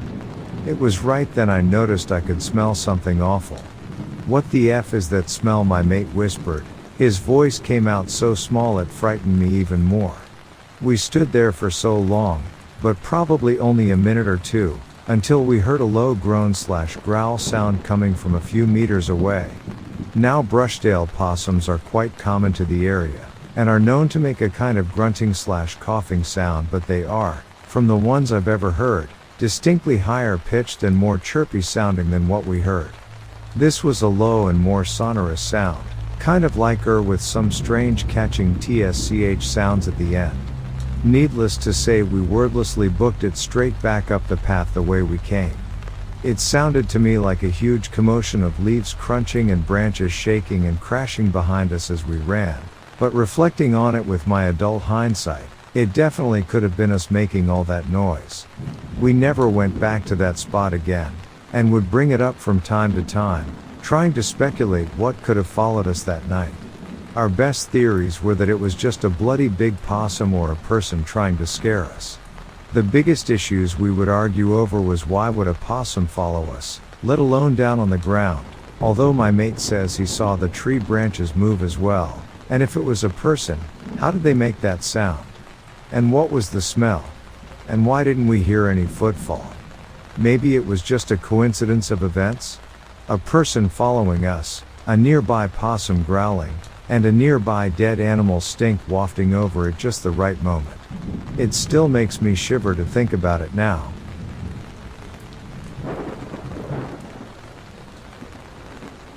In February last year, me and a bunch of friends went camping at Moss Park, a county park to the southeast of Orlando.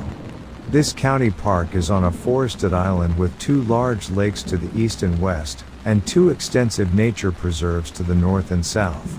We were just hanging around the campfire drinking beers and smoking pot. Around 11 p.m., me and 3 of the friends decided to go for a walk into the nature preserve to the south. Our destination was a dock on a pond/cove of the large lake to the west. I normally am not the type to go walking around in the woods in the dark. I do a lot of hiking, but always during the daytime hours. I guess being slightly inebriated and with friends made me braver than usual, so we went trekking off into the woods in the dark with nothing but a flashlight to protect us. At first the trail was taking us through a large swamp, and nothing felt out of the ordinary. Next, the trail entered a thick pine forest. Here, things began to feel a bit different, and in retrospect, it was very quiet, but I wasn't concerned at the time. We got to the dock and started shining the flashlight around hoping to see some alligators. There were no alligators, no bugs, and no sign of life in general. I thought it was a bit odd, but again I wasn't too concerned. Then all of a sudden something changed. Within a few seconds, all 4 of us said something along the lines of, "Do you feel that?" Something all of a sudden felt very wrong. Then one of my friends said, "Listen to how quiet it is." We all shut up and listened. It was insanely quiet. Not a single frog, insect, or bird. Even the wind had stopped. It was the quietest thing I had ever heard in my life. It was like we were inside a vacuum. Remembering this lack of sound gives me chills to this day. Next, we all remarked how cold it was getting. I started getting goosebumps. It felt like the barometric pressure had just plummeted. At this point, we all agreed that we needed to get the F out of here. There was a strong feeling of impending danger. Like something wanted us to leave ASAP, and we would be in big trouble if we didn't. I was able to feel that all of this energy was coming from across the pond towards us. I think all of my friends could feel this as well, because we were all focused on the pond. Nobody was paying any attention to the dark woods behind us. It felt like a charge of energy was running through my body, and I could feel exactly the direction that this energy was coming from. We all agreed that we had to leave and started walking back at a fast pace. The bad feelings were still present while we were walking back through the pine forest. One of my friends actually started crying. I was not too worried though. I felt like we would be okay as long as we kept walking. Once the trail exited the pine forest and entered the swamp, all the bad feelings were immediately lifted. It was like we had crossed some sort of threshold, and everything felt fine again. I think we may have been run off by a Sasquatch, because I've seen them myself on a few occasions, and I've heard that they can put these bad feelings into people, but we didn't see anything, so I can't say for sure what it was. About 15 minutes after getting back to the campfire where the rest of our friends were, we heard what sounded like someone or something whacking a tree with a big stick one time just across the campground. This may have been related to what happened earlier. The campground host immediately got up and started walking around with a light, as if they were equally surprised by this sound, or possibly this kind of thing had happened before.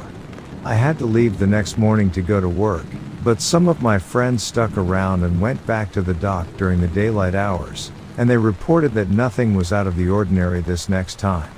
I still go hiking a lot, but I am not planning on doing any more hiking in the dark. It felt like we were in legitimate danger, like whatever it was could have made us disappear if we didn't leave ASAP.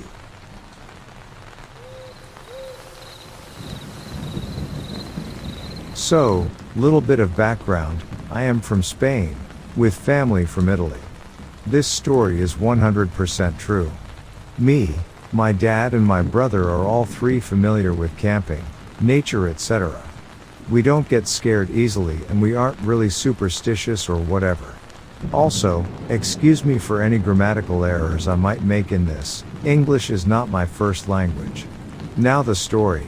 This happened in 2010, I believe. I was 8 years old then and we were on summer vacation in Italy, in the region of Tuscany, where some of our family is from. We, brother, dad and me, were hiking in the country, far away from any towns or any other form of big civilization. We were not very familiar with this route though. All of a sudden, we stumble across what looks like an abandoned Tuscan farmhouse. Not very big though. We all look around and yell asking whether there was someone. It looked very abandoned, the door was missing, plants all growing over the place. Safe to say, no one lived there. So, since we love adventure, and it didn't seem like a bad plan to do with 2 children, we decide to take a look at the place. As we are going to enter the house, out of nowhere comes a barn owl flying out of the house. It was dark in there. So we had a quick scare but nothing too bad, it's just an owl, right?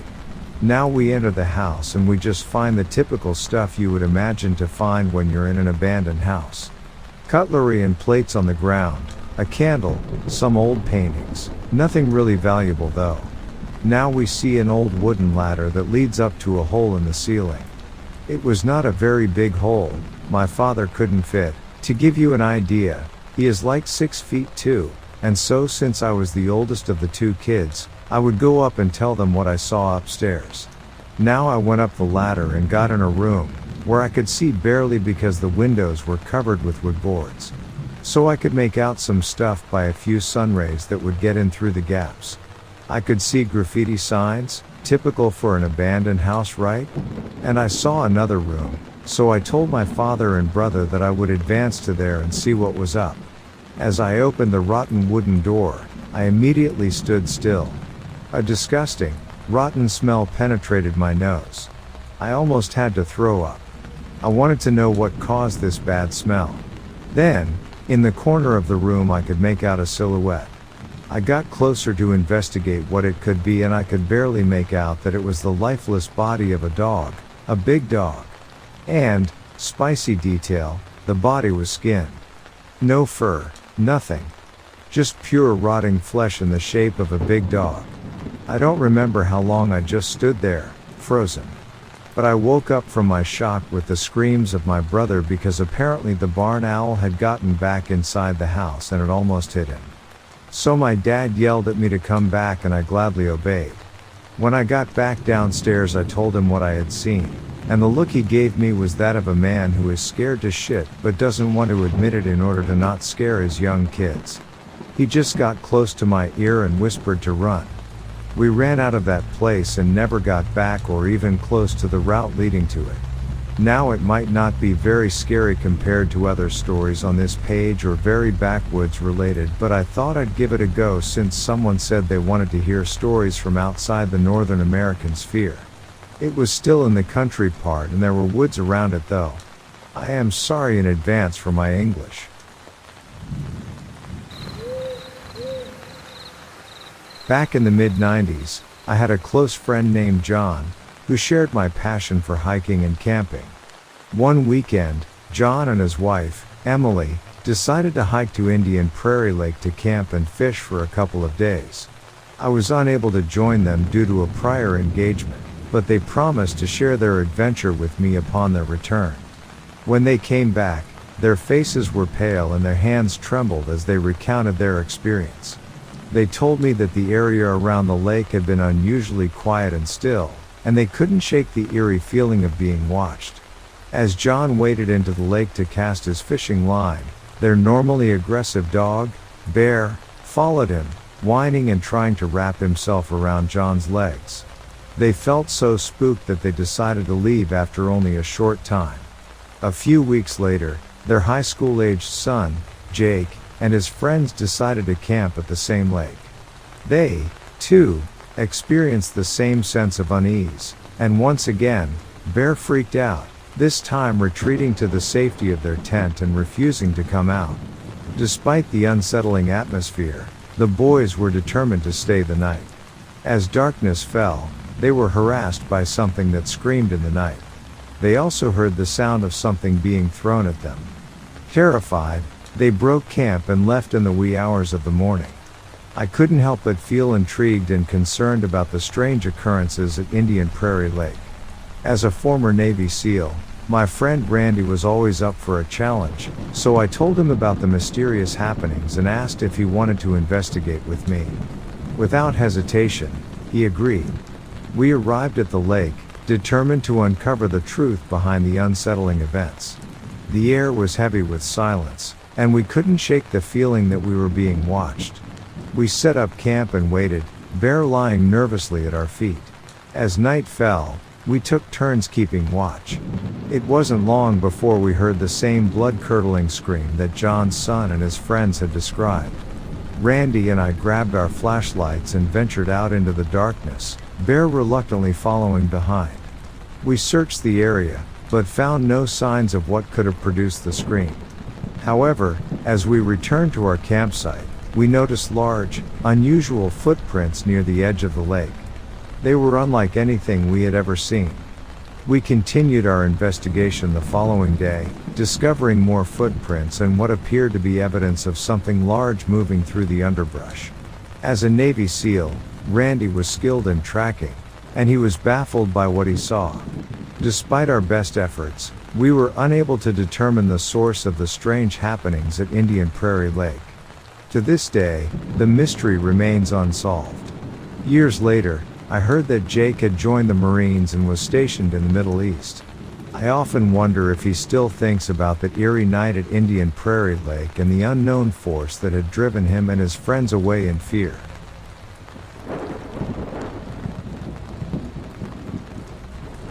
It was a crisp autumn morning, and I had decided to spend the day with my cousin, Mike, collecting sugar pine cones along Forest Service Road 9777.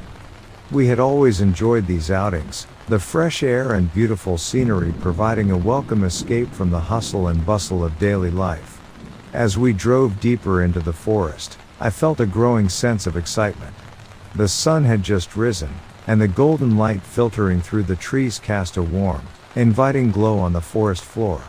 We parked the car near a particularly dense grove of sugar pines and got out, ready to begin our search for the largest and most impressive cones we could find. We had been picking cones for a couple of hours when I suggested we take a break and head back to the car for some refreshments. Mike agreed, and as we walked back along the road, I couldn't help but notice how eerily quiet the forest had become. It was as if the entire area was holding its breath, waiting for something to happen. As we neared the car, I saw something in my peripheral vision. It was a large, dark figure moving quickly across the road in front of our vehicle. I stopped in my tracks and tried to get a better look at the creature, but it disappeared into the brush before I could make out any distinguishing features. "Did you see that?" I asked, turning to Mike. He looked confused, having been gazing out the passenger side window when the figure had crossed the road. "What are you talking about?" he replied, looking around nervously. Before I could answer, we heard a voice calling out to us from a nearby ridge. It was Park Ranger Jason, a friendly and knowledgeable man who had worked in the area for years. He had noticed our car parked along the road and had come to check on us, making sure we weren't causing any trouble or in need of assistance. I quickly explained to Jason what I had seen, and to my surprise, he didn't dismiss my story outright. Instead, he looked thoughtful and asked if we'd mind showing him the spot where the creature had crossed the road. Together, we retraced our steps and examined the area where I had seen the mysterious figure. Jason searched the ground intently, and after a few moments, he pointed out a series of large, deep footprints leading off into the brush. "I've heard reports of Sasquatch sightings in this area before," Jason admitted, "but I've never come across such clear evidence myself. It's possible that it was watching you from a distance and only crossed the road when it thought you weren't looking." We followed the footprints for a short distance, but they soon disappeared in the thick undergrowth. Jason advised us to be cautious and aware of our surroundings, as there was no way of knowing how the creature might react if it felt threatened. Although we never saw the Sasquatch again that day, the experience left a lasting impression on both Mike and me. We continued our pine cone collecting tradition, but we couldn't help but feel a heightened sense of wonder and curiosity every time we ventured into the forest.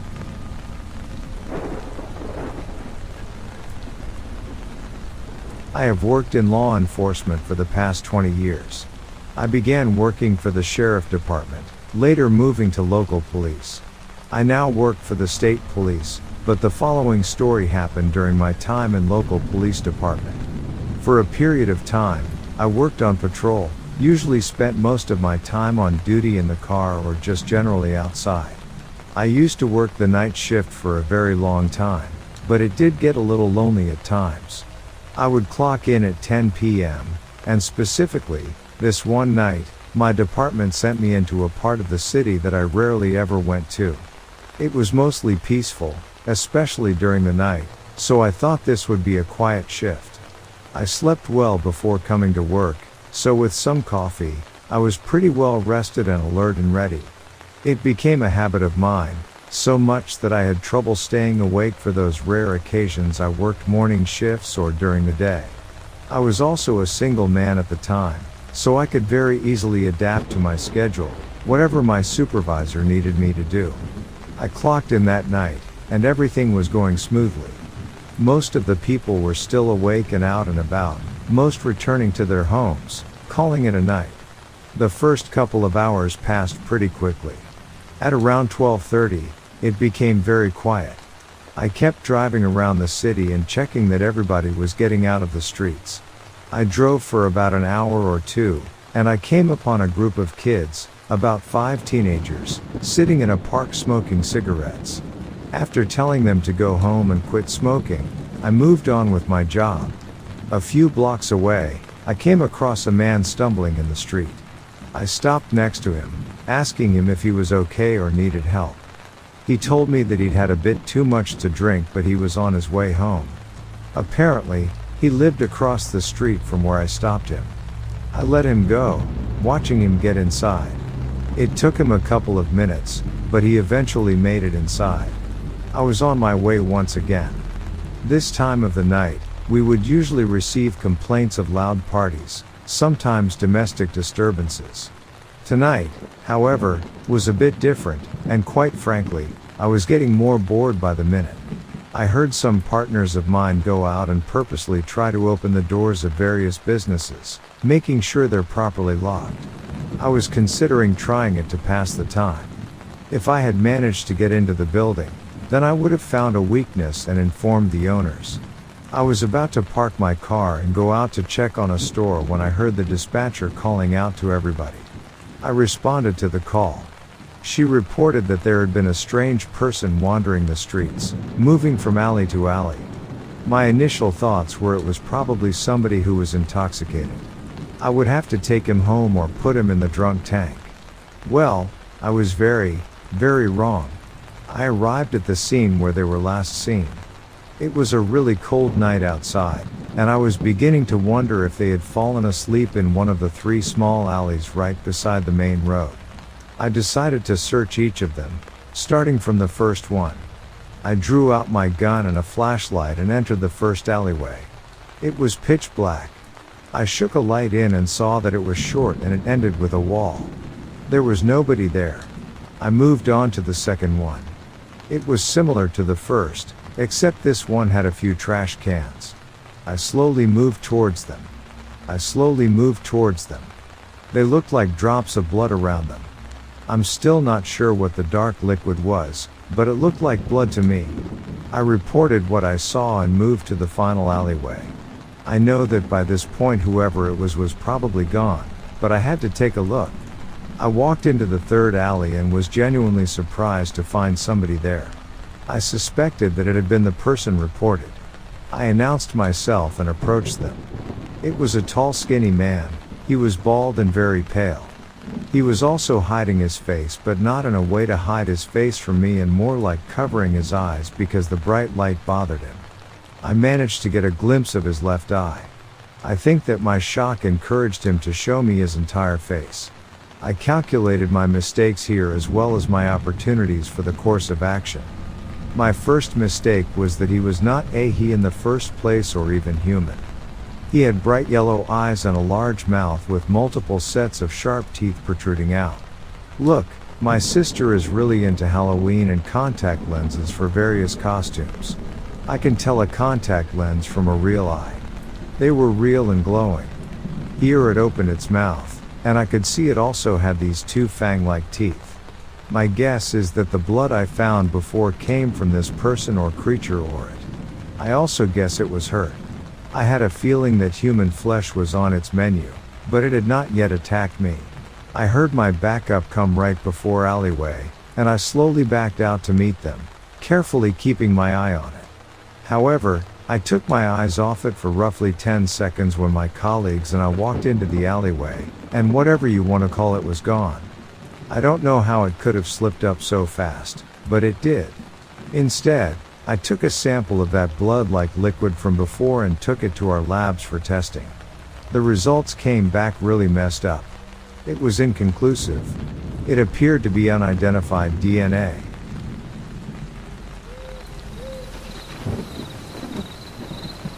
It's been about 6 or 7 years since the incident, but the memory of it still sends chills down my spine. The area around Lost Lake in Oregon has grown and changed over the years, but I can still recall that fateful day as if it were yesterday. I had set up camp at Lost Lake and spent my days exploring the beautiful surroundings, as I had done countless times before. On this particular day, I was hiking around the area, and I came across a small creek crossing and a little ravine about 200 yards behind the local store. As I stood there, I found myself gazing at what appeared to be a fallen tree with a broken stump about 6 feet up.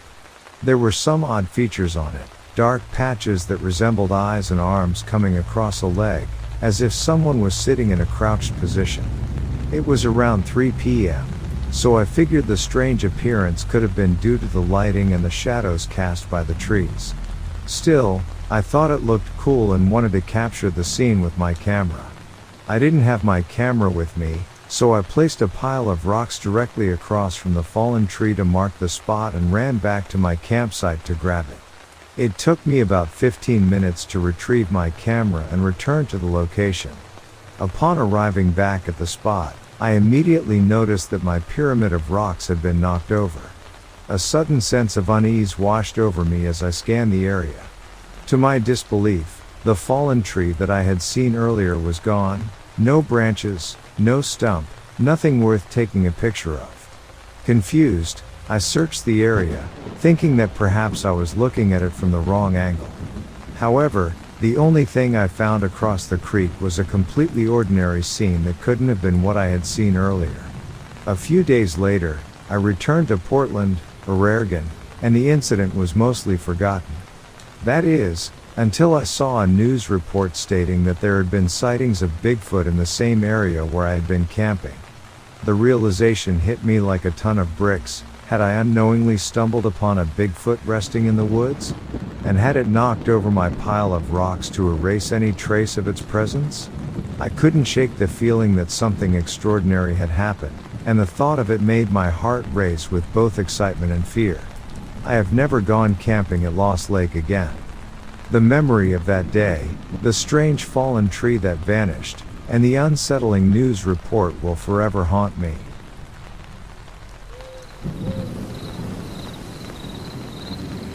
While working as a park ranger, I had an experience with the supernatural. It was a scary ordeal, I must confess. A group of hikers had gotten lost in the woods and my fellow rangers and I had decided to scout out the area. We got the general direction from the report that was made by their own families. Heading off in the direction, we drove until we got to the entrance of the woods where they at last made contact with their families according to the report. We parked the car just outside the woods and proceeded to search for them. We had searched for a better part of the day without anything to show for it. It was late in the evening already and we had walked deep into the woods. I was feeling uneasy with every step we took. It was as if there was a terrifying monster hidden within the woods. A sense of terror suddenly engulfed me. making me break out in cold sweat. I glanced at my colleague, who seemed to have sensed nothing, as his expression was as usual. I could not put my finger on it, but something eerie was happening in the woods. Suddenly, we began seeing strange markings, words written in an unknown language, different depictions on trees. What was strange was the fact that my colleague, for some reason, was unaware of everything. It was like he was in another dimension. He was detached from his surroundings. It was in that moment that it hit me. A dimension.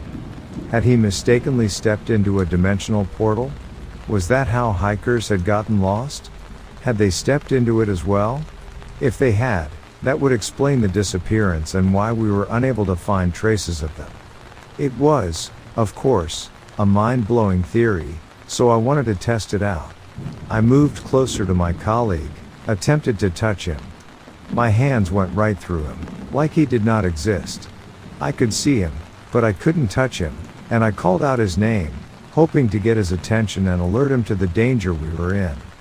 I called out his name several more times, even radioed him, yet he continued walking deeper into the woods like a puppet on its string being pulled.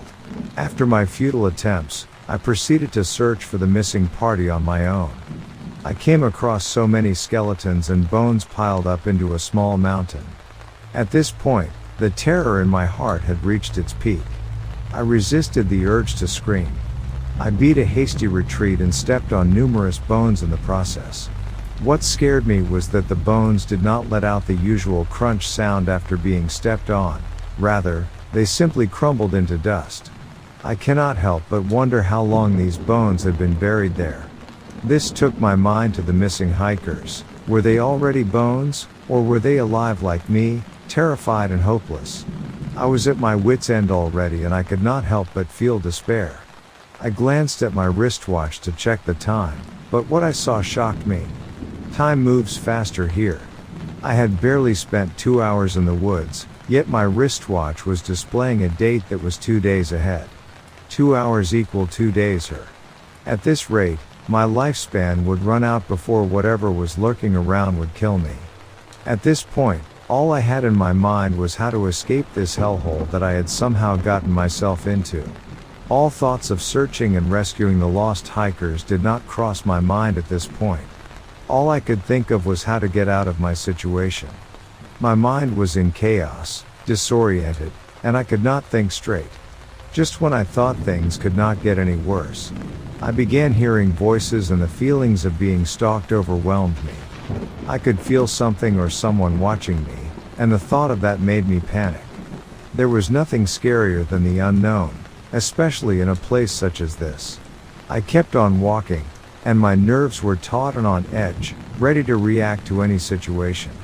I moved on without a sense of direction, hoping to luckily find an exit or something. Glancing at my wristwatch, I saw to my utter dismay I had spent close to a week now trapped in this place. While I was aware that time was moving faster, things would be different as long as I found an exit, it did nothing to comfort me. I had no idea when I would find an exit out of this dimension. By the time I had spent a couple of months, I, through a stroke of luck, was able to find a way out. The moment I stepped out, my walkie-talkie buzzed incessantly. People had been trying to reach me, and even my colleague. I radioed my colleague but got no reply. I knew he was still trapped in there, and there was no hope for him to get out. He was not even aware. My story caused a sensation, and I was rushed to the hospital for tests and examinations. The doctor confirmed that my cells had gone through rapid aging, and my cells had grown older than they should have. I would have had to have been placed on a special diet to prolong my lifespan. A few weeks later, the missing hikers were found. However, all of them had lost their youthful appearance, which further boosted the authenticity of my story. Despite getting intensive medical care, all hikers died mysteriously afterwards. My colleague disappeared, and I was told to keep quiet. The entire case was shut down before the press could even get out, and no public knowledge ever became aware.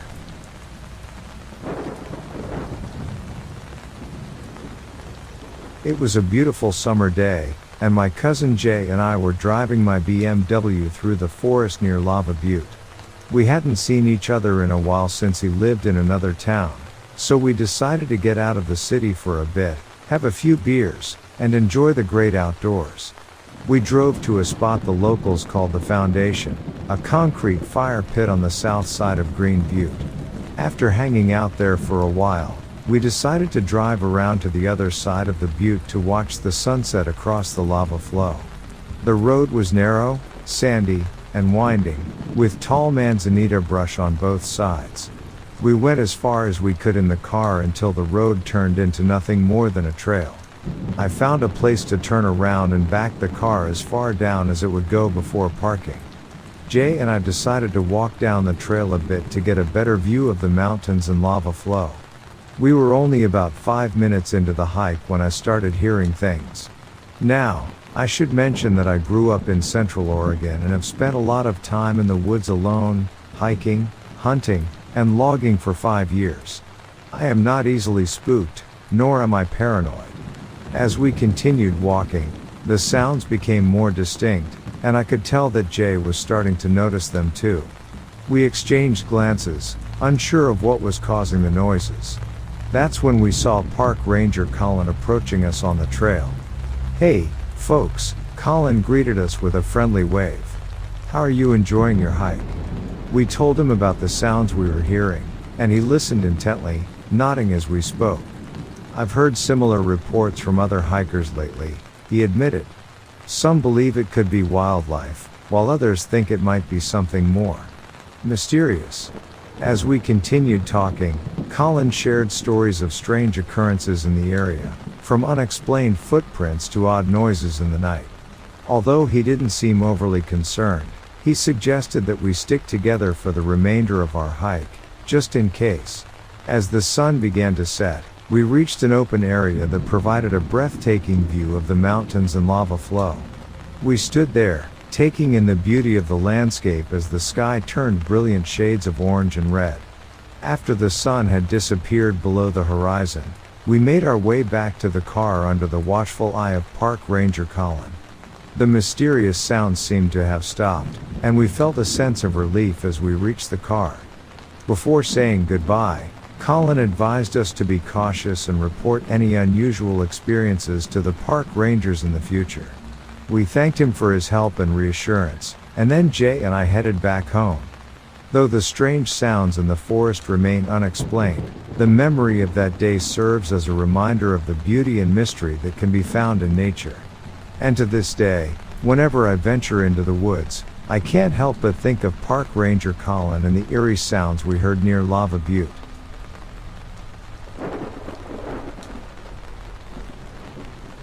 It was a warm summer day, and I had decided to spend it hiking at Gales Creek Park, west of Banks, Oregon.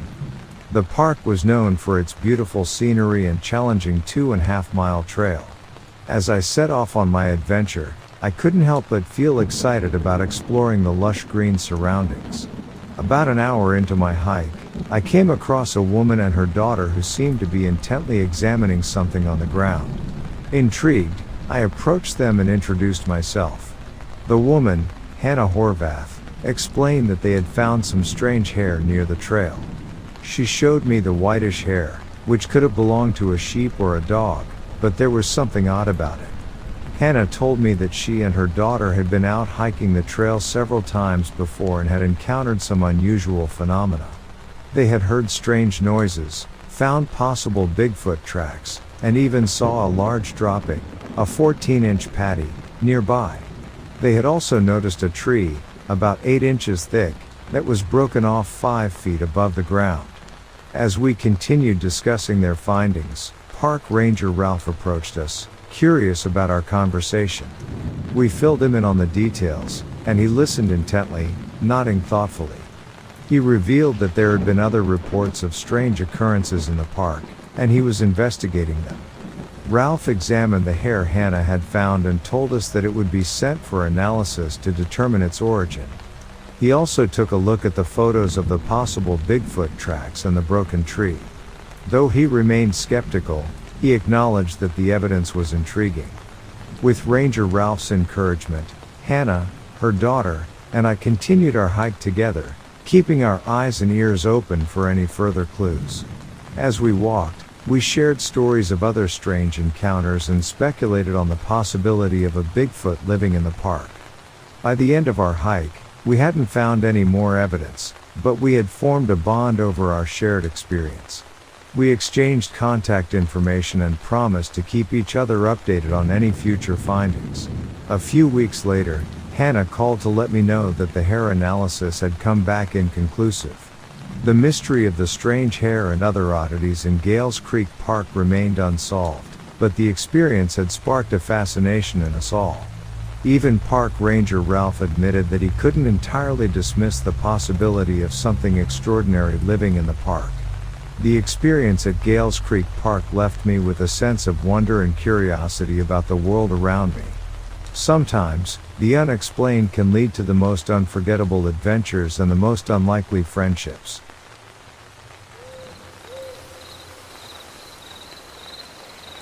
It was December 2017. I was living in suburban Maryland, just northeast of Washington, D.C. I woke up at 1:30 a.m. to the sound of a break-in. I grabbed a handgun from my bedside drawer and went to the bedroom door to confront the intruder, but was suddenly rendered unconscious as I touched the doorknob. I woke up naked and cold in a pill-shaped, glass container.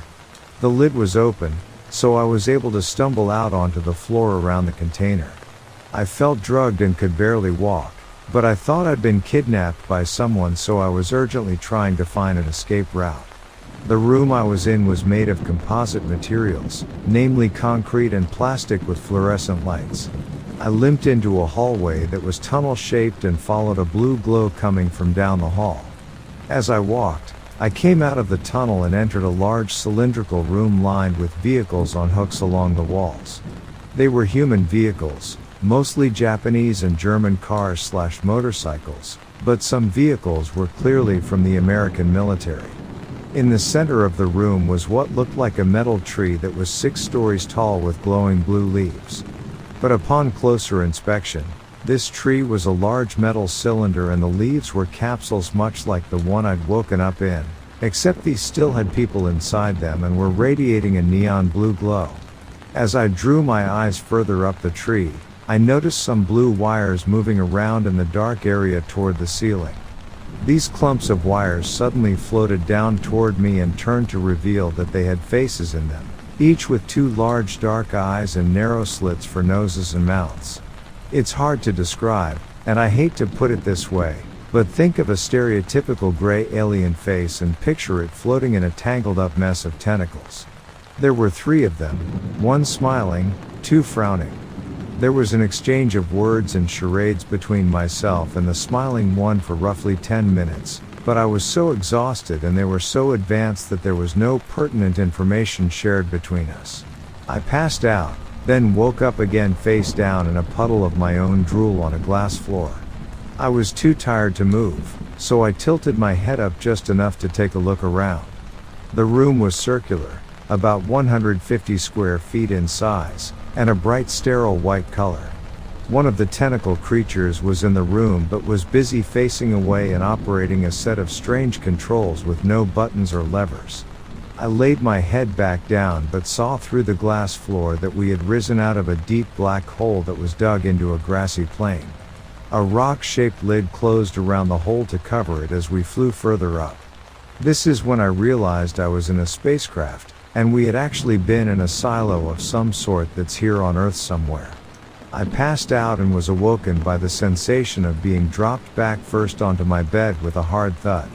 I checked my phone and it read 6:30 a.m. The whole trip had been exactly 5 hours. I'm not going into any further detail, but I found an object had been inserted and cauterized into my right leg, and I had a run-in with some men in black suits within 4 days of the abduction. I've never believed in abductions or UFOs or men in black or any of that, but now I've got no choice. I'm annoyed that there's no official place to get legitimate information or help on this subject since the experience was traumatic and any kind of clarity would help fix that.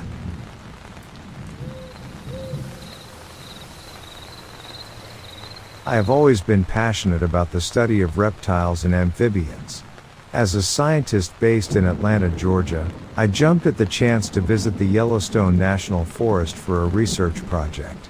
My goal was to study the local snake populations, and I was excited to be out in the wilderness, doing what I loved. One morning, I set out on a solo hike deep into the forest to observe and document my findings. The sun filtered through the trees, casting dappled shadows on the forest floor.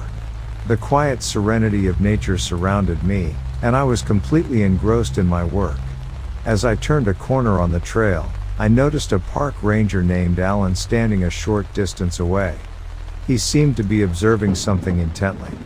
Curious, I approached him and asked what had caught his attention. Alan whispered, "I think there's a Bigfoot nearby. I've been following some unusual tracks and sounds for the past hour." I raised my eyebrows in skepticism, but the seriousness in his eyes told me that he truly believed what he was saying. Intrigued, I decided to join him in his search for the elusive creature. We followed the tracks and sounds deeper into the forest, our senses heightened. After a while, we came across a small clearing, and that's when we saw it. A massive, hairy creature stood at the edge of the clearing, seemingly unaware of our presence. It had a distinctly humanoid appearance, but its size and features were unlike anything I had ever seen. As we watched in awe, the creature suddenly turned and looked directly at us. Its eyes were wide with fear, and it let out a low, mournful cry. It was clear that it was more frightened of us than we were of it. Alan whispered to me, "Stay calm and don't make any sudden movements. We don't want to scare it off or provoke it." Taking his advice, I remained still and tried to project a sense of calm. The creature continued to watch us warily, its chest heaving with heavy breaths. After what felt like an eternity, it slowly backed away into the forest, disappearing from sight. As we stood in the clearing, our hearts pounding from the adrenaline, Alan and I couldn't believe what we had just witnessed. We were both stunned by the encounter, and our minds raced with questions about the creature's existence and its place in the natural world. In the following days, we shared our story with other researchers and park officials. Many were skeptical, but some shared their own stories of strange encounters and unexplained phenomena within the Yellowstone National Forest. Though the encounter was brief, it left a lasting impression on me. I returned to Atlanta with a newfound sense of wonder and curiosity about the mysteries that still exist in our world. And as for Park Ranger Alan, he continued his work in Yellowstone, always keeping an eye out for the elusive and mysterious Bigfoot that he knew was out there, hiding in the shadows of the forest.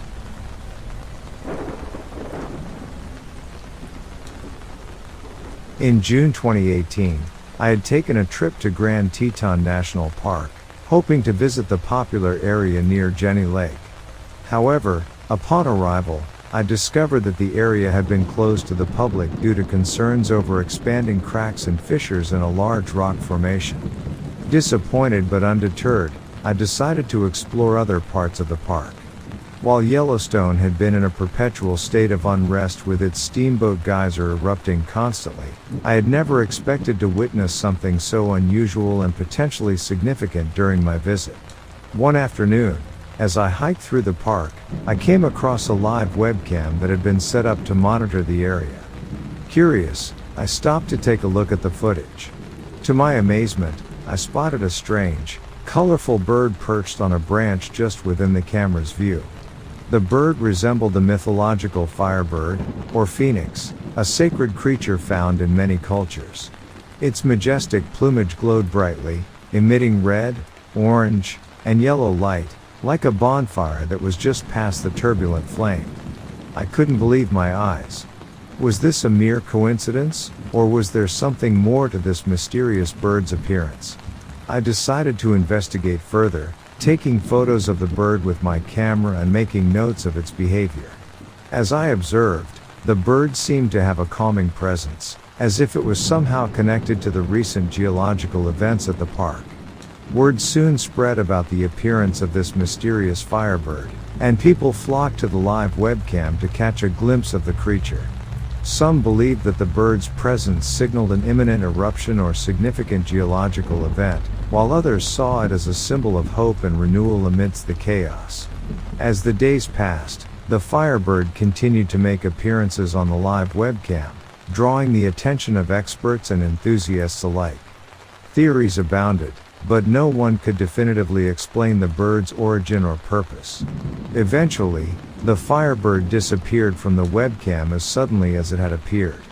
The park returned to its usual state of unrest, but the memory of the mysterious bird lingered in the minds of those who had witnessed its beauty.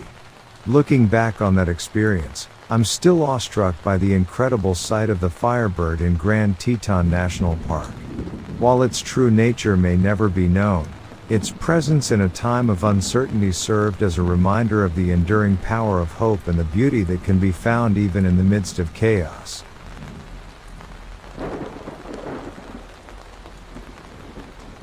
I remember my uncle telling me stories about his time as a personal bodyguard to President Harry S. Truman in 1947. One story, in particular, has always stood out in my mind, and it is a story that I have never shared with anyone until now.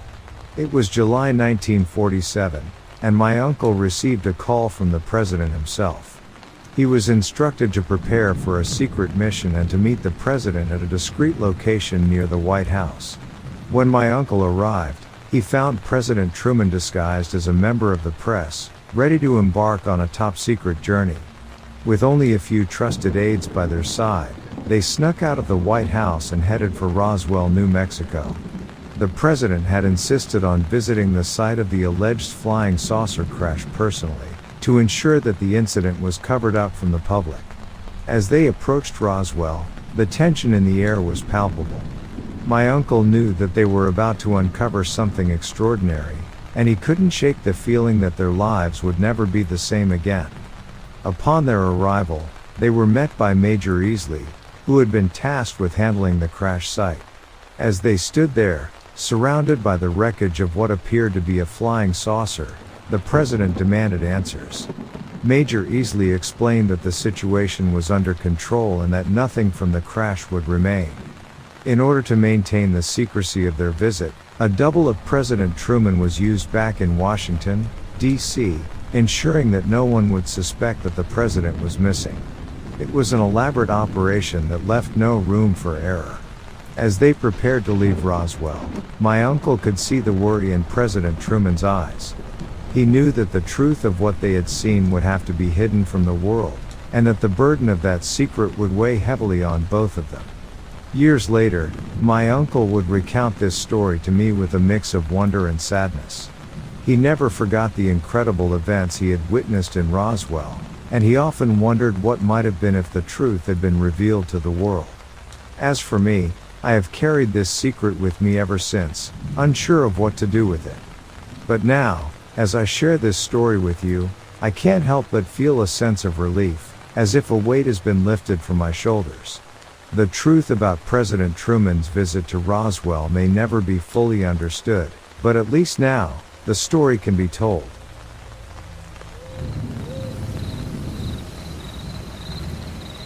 We live in an older house that my dad remodeled about 10 years ago. The house is about 60 years old and we have had a few over the last year.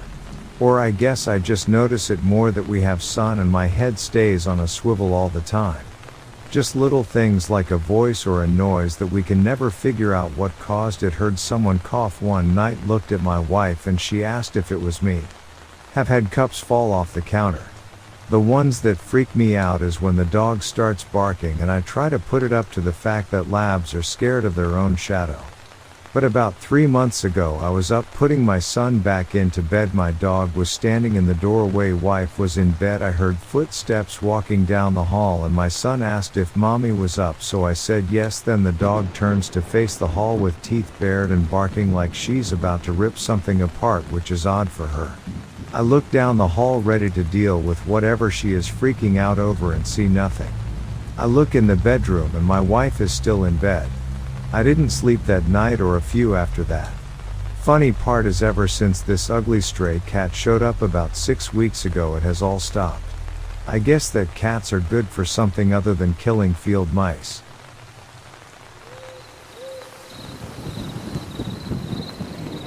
Ronnie Smith, an ex-professional hunter-photographer, been to Zaire and Zimbabwe, Africa, was among a group of 5 hunters on the Warm Springs Indian Reservation, Oregon, last June 12-13th. They were about 7 miles from Blue Lake, hunting south of the road, but away from an area of active clear-cut logging. The plan was to drive game down a mile-deep ravine by shooting rifles from the top, and 3 of the hunters would intercept the game as they descended from the ridges. They were watching 3 groups of elk, and 1 bull started up an almost non-existent game trail when they heard snorting and noises of something in a great deal of pain. Thinking an archer had shot the very large bull elk, they noticed large, furry feet going way up and over the bull's back. While watching with their binoculars and rifle scopes from about 300-400 yards at about 1:30 p.m. they watched in amazement as a 2-minute battle between a Bigfoot and a large bull elk commenced. Why the Bigfoot picked the largest bull they don't know, as a smaller bull and several cows were nearby. They had the impression that the creature knew what the men were doing, driving the game, and had selected the ambush site deliberately. The elk had hooked the Bigfoot in the side, throwing him up and over his shoulder. They estimated the Bigfoot weighed around 900 pounds. One of the men had a camera and started snapping photos, says he'll bring them in, of the badly wounded Bigfoot, bleeding from the side where the elk had hooked him.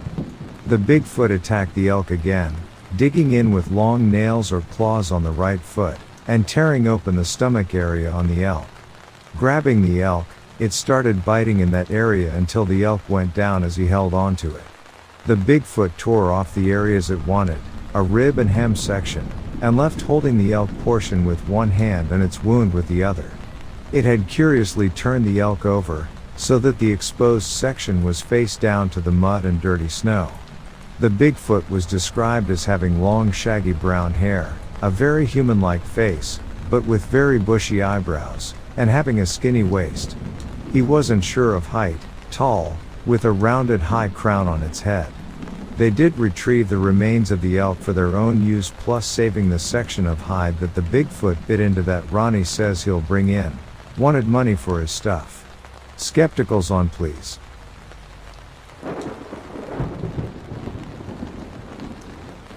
When I was younger, we were at my older brother's birthday party at one of our state parks. Where we were at, there is a little R with some benches. Beside it there was a decent-sized playground. Off to the side, there is a trail that leads down to the lake. This is where my sighting happened. I walked away from everybody to the start of the trail. I was maybe 100 yards away from everyone. I made it down the trail about 50 feet and I see a something coming barreling up the hill. At first I thought it was a bear running up the hill, because it was on all fours. It got onto the middle of the trail and stood up on 2 legs. I thought maybe a bear, cause they are known to stand up on 2 legs. I look up at the face and that's when I realized it was not a bear. It was there for maybe 10 seconds before it turned around and ran down the hill. That's the only time I have ever seen one and am not sure if I want to see another.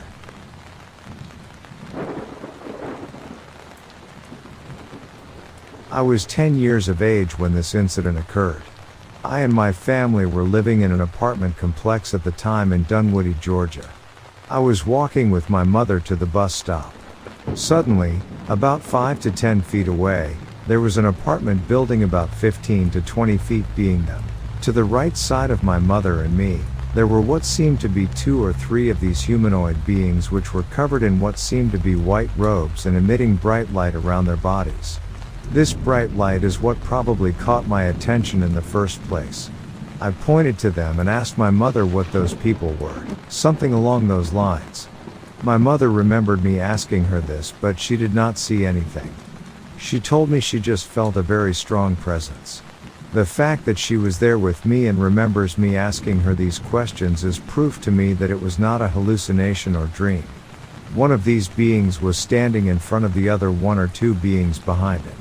I cannot remember the appearance of the beings in the back, but I could clearly see the face of the one standing in front. It seemed very human-like, youthful. It had curly hair and a blank stare until it noticed that I was looking at it, and then its eyes widened as if it was surprised that I had noticed it observing us. I was not supposed to be able to see them once I and the being in front made eye contact. Everything on their upper torso was white with a gray tone kind of mixture, including their faces. They were almost transparent like one would imagine a typical ghostly figure to be. I mentioned only upper torso because I don't recall them having any hands or legs, including feet. They also seemed to be floating because of this.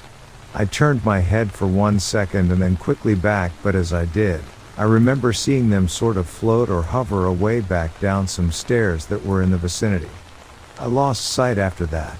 These beings seemed to be conscious of some sort, aware of their surroundings, and did not want to be seen by me or anyone else, but they did seem to be there for a reason.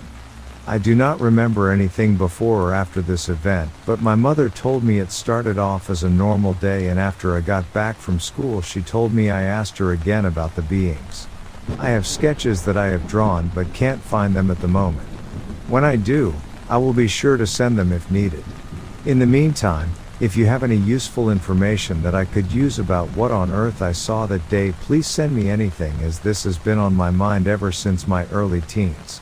I am now in my mid-20s, and although I have had a few unexplained occurrences throughout my life, none of which were as vivid as this was, I have not seen anything, on that level, like that since.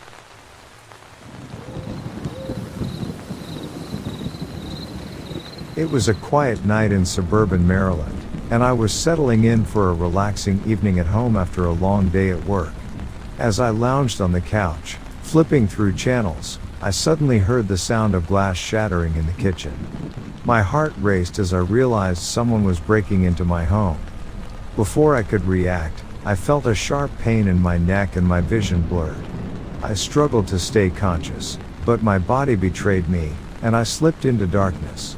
When I awoke, I found myself lying on a cold, metallic surface in a dimly lit room. Panic surged through me as I realized I wasn't in my home anymore. I struggled to sit up, my head spinning, and that's when I saw him, Navy SEAL Tom. Tom was a tall, imposing figure with a chiseled jaw and piercing blue eyes. He was bound to a similar metallic surface, and despite his restraints, he appeared calm and collected. As our eyes met, he spoke in a hushed tone, "Hey, stay calm. We've been abducted, but I have a plan to get us out of here." I tried to process his words as I looked around the room, seeing other terrified people restrained just like us. The thought of being abducted by aliens was horrifying, but Tom's presence and his confidence gave me a glimmer of hope. As we whispered to each other, Tom explained that he had been tracking these extraterrestrial beings for some time. They had been abducting humans for unknown reasons, and he had finally managed to get close enough to be taken with the hope of gathering intel and possibly putting an end to their nefarious activities. Tom revealed that he had a small, concealed blade hidden in his boot. With immense effort, he managed to free one of his hands and retrieve the blade. He swiftly cut through his restraints and moved to free me and the others in the room. As we worked together to free the remaining captives, Tom instructed us to stay low and quiet, ready to follow his lead. He stealthily opened the door to the room and peered down the dimly lit corridor. The walls were lined with strange, glowing symbols that seemed to pulsate with a life of their own. We followed Tom through the alien ship, our hearts pounding in our chests. The vessel was a labyrinth of twisting corridors and eerie chambers, but Tom navigated it with incredible skill. Eventually, we reached what appeared to be the ship's control room. Tom wasted no time in scanning the alien technology, quickly deciphering their language and controls. He discovered that the ship was programmed to return to Earth, and he set it on an immediate course back to our planet. As the ship hummed to life, Tom led us to the escape pods, explaining that it was too risky to remain on the vessel during re-entry. We all climbed into the pods, our hearts racing, and braced ourselves for the wild ride back to Earth. The escape pods jettisoned from the alien ship, hurtling through the atmosphere at breakneck speed. As we touched down, we were greeted by a team of military personnel who had been tracking the alien ship. They helped us from the pods, and we were quickly whisked away to a secure location for debriefing. I couldn't believe what had just happened. The nightmare of being abducted by aliens was over, and I owed my life to Navy SEAL Tom. He had risked everything to infiltrate the alien ship and save us, and I knew I would be forever grateful. In the aftermath, Tom continued his work, hunting down any remaining extraterrestrial threats. As for me, I returned to my quiet suburban life, forever changed by the experience.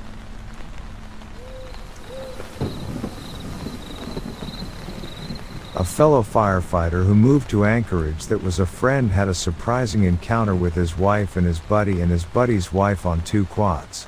They were on two AT Versas and it was on Revilla Island about 12 miles north of Ketchikan. It was the bottom of the Brown Mountain Road and it was the scene of a pretty hair-raising encounter with what really seemed to have been an irate Sasquatch which reportedly chased these two couples who were four-wheeling down Brown Mountain in August 2 years ago. That's August 2011 and, I'll just call him, Curtis. He's a personable 27-year-old Ketchikan outdoorsman.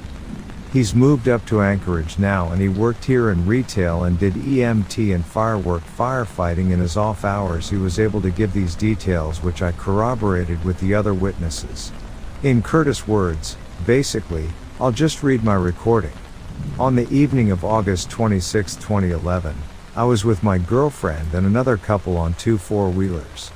We were having an evening ride on the Brown Mountain Road to the top of the clear cut that's 3,000. That's up near, maybe 1,500 feet. We had parked our trucks around 8 p.m. at the paintball gravel quarry halfway along the road that's still closer to sea level. Some miles away, and we rode our four-wheelers to Harriet Hunt Lake and all around the area before going up the Brown Mountain Road sometime around 11 p.m. Up to the top of the mountain for a while then back down. It wasn't raining and we had moonlight so we just kept riding until 11:45 p.m. and then turned around to come back down. My friends were ahead of us and we were just trying to see how far down the road we could coast in neutral. My girlfriend and I, who is his wife now, just passed the campsite by the bridge and creek near the bottom of the road when I thought I heard footsteps running down the road behind us and then my girlfriend looked around and said, "Something's chasing us." I kicked the quad into gear and accelerated to over 40 miles per hour, but I could hear that it was still following us. It was fast, that's for sure. Well, he continued, it was just near the bottom of the road where Brown Mountain Road meets White River Road that I made a quick decision to slow down a bit to be able to make the turn and touch the brakes slightly and take a quick look behind us in the brake light to see what I could. It was only about 20 feet or so behind us and I was kind of shocked that the thing was as tall as it was. It was not a bear, 7 feet tall and heavily built. Here my machine does 60 at the top and I pegged it after the corner, he said. I passed my friend on his machine. His machine does 70 and we raced the 7 minutes back to the quarry to load up and leave quickly. You know, at this point, I just want to add with Tanner, the friend, he had no idea at this point what was going on, only that Curtis and his fiancée or his girlfriend were tearing past him. On the way, I could hear our girlfriend's voice over the engines urging us to go faster. I pulled up just 10 seconds behind him. Tanner weighs 260 pounds and he was lifting his 300-pound machine onto the open bed of his truck by himself. As soon as I pulled up, he was helping me. Well, while we were loading my four-wheeler onto my truck, our girlfriends had taken my small tactical flashlight and they'd been shining it back down the road where we come and all around and, he said, I believe they were both talking about what we'd seen chasing us and I heard the word Bigfoot. As they showed the light, I noticed 3 surprising things. First, he said, there was a big black bear in the paintball part of the quarry. The local paintball club uses it, about 35 yards away, and there was another, this is quite remote, and there was another smaller bear less than 20 yards away. These are both black bears, coming slowly out of the bush on our side of the road. That would have been close to a valley drop-off that goes down 500 feet at the edge of the drop-off to the valley in the east. At that moment, I was still trying to strap my quad onto the truck bed and Tanner and our girlfriends were standing right beside me. They were scanning the beam back and forth when I heard some kind of gravel noise down the road and the girl screamed. I looked in the direction of the beam and I was really shocked to see a tall heavy shape standing in the middle of the road about 40 yards back, the way we'd come. It was right on the road in front of a big waterfall area. It was exactly the size and shape of the thing that had chased us down Brown Mountain Road. About 7 feet tall. But it would have had to have been running 40 to 45 miles an hour to have got to where we were loading. I measured it out myself later, 3.5 miles. It all matched. Well, the data confirmed it. When the light hit it, it dropped to a football player's stance. It was kind of bobbing up and down with one hand on the road and the other on its knee. At that time, the smaller black bear behind us that had just come out of the bush turned around and took off back into the bush, over the edge like, I want to get out of here. Everything was happening all at once. As the girls turned for the truck, I could see the beam hit the big bear in the paintball area and it was going crazy, knocking barrels over and crashing into things trying to get away from us or the big flipping thing. So Curtis summed it up. He said, the girls jumped in the trucks and they were yelling at us to get in, and both Tanner and I started to drive off. In almost the same second, Tanner had to stop for 10 seconds to throw his ramps in the back, and I looked back to see the thing, but there wasn't enough light, and I was focusing on getting out of there. We didn't stop at all. On the way back, my girlfriend and I talked about it. We both agreed that it had to have been a Bigfoot we saw. We talked with Tanner and his girlfriend back in Ketchikan and they agreed. That was it, he told me. I'll be back there for deer hunting and I'll be carrying a camera, he said. What happened to us may sound amazing, but those are the straight facts as best as I can describe them, he says. I've seen documentaries of Sasquatches on television, and you have to say that the creature observed there twice the evening of August 26th matched the general description of a Bigfoot.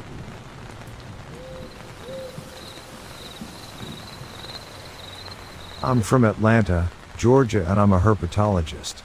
I travel frequently into the North Georgia mountains, up into the Helen area in the Chattahoochee-Oconee National Forest. On this day, I was going there to observe some wildlife that I frequently study. This was last September 2016. It was approximately 5 or 6 o'clock in the evening, and as I was going to my usual sites and I observed that there was no wildlife active. I didn't notice it at first, but I did later on, and as I was walking, I walked up to a ridge and I noticed there was something diagonal from me. It was on the ground and it wasn't moving. I was about 20 to 25 feet away from it. I moved towards it and it jumped up and spun around very quickly. I realized, this was something very out of the ordinary, something I hadn't seen before.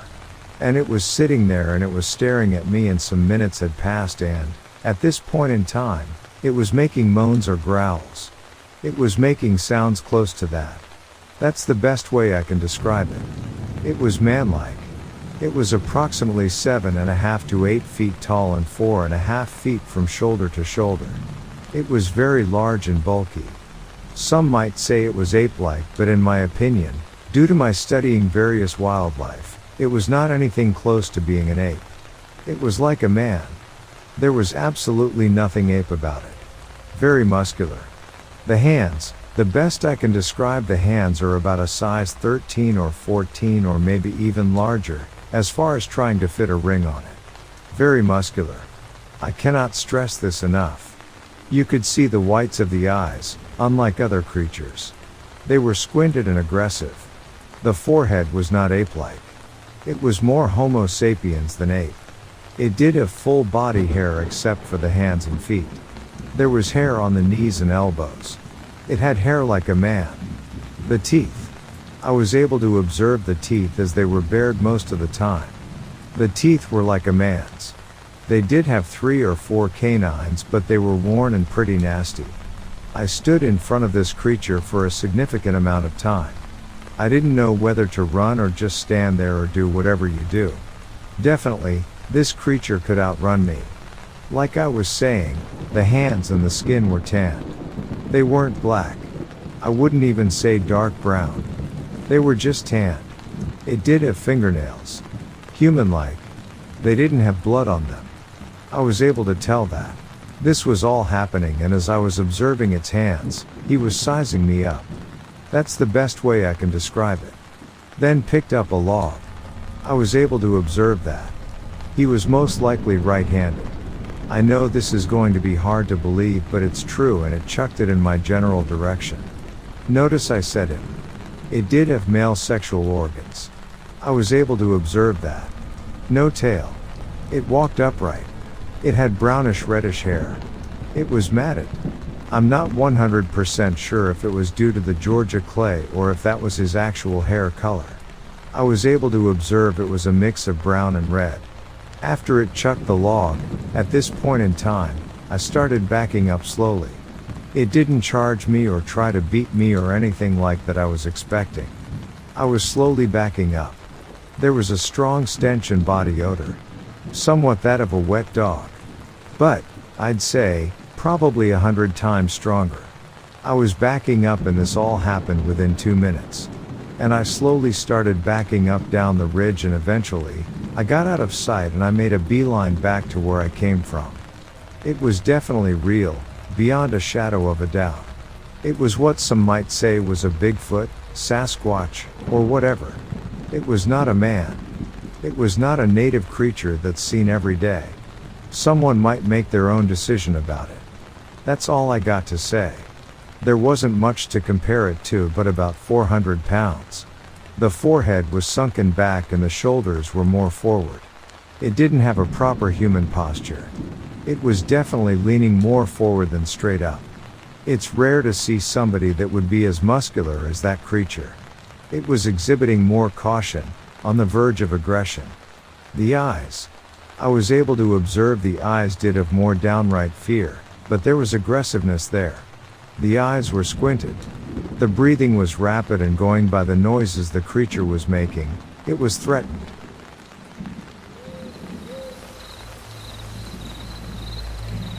I drove south on Pine Grove Road and pulled into a spot near Laurel Lake, parked my truck, and got out. I hiked into the nearest woods along an unmarked trail. I carry a rather large revolver in a shoulder holster for self-defense.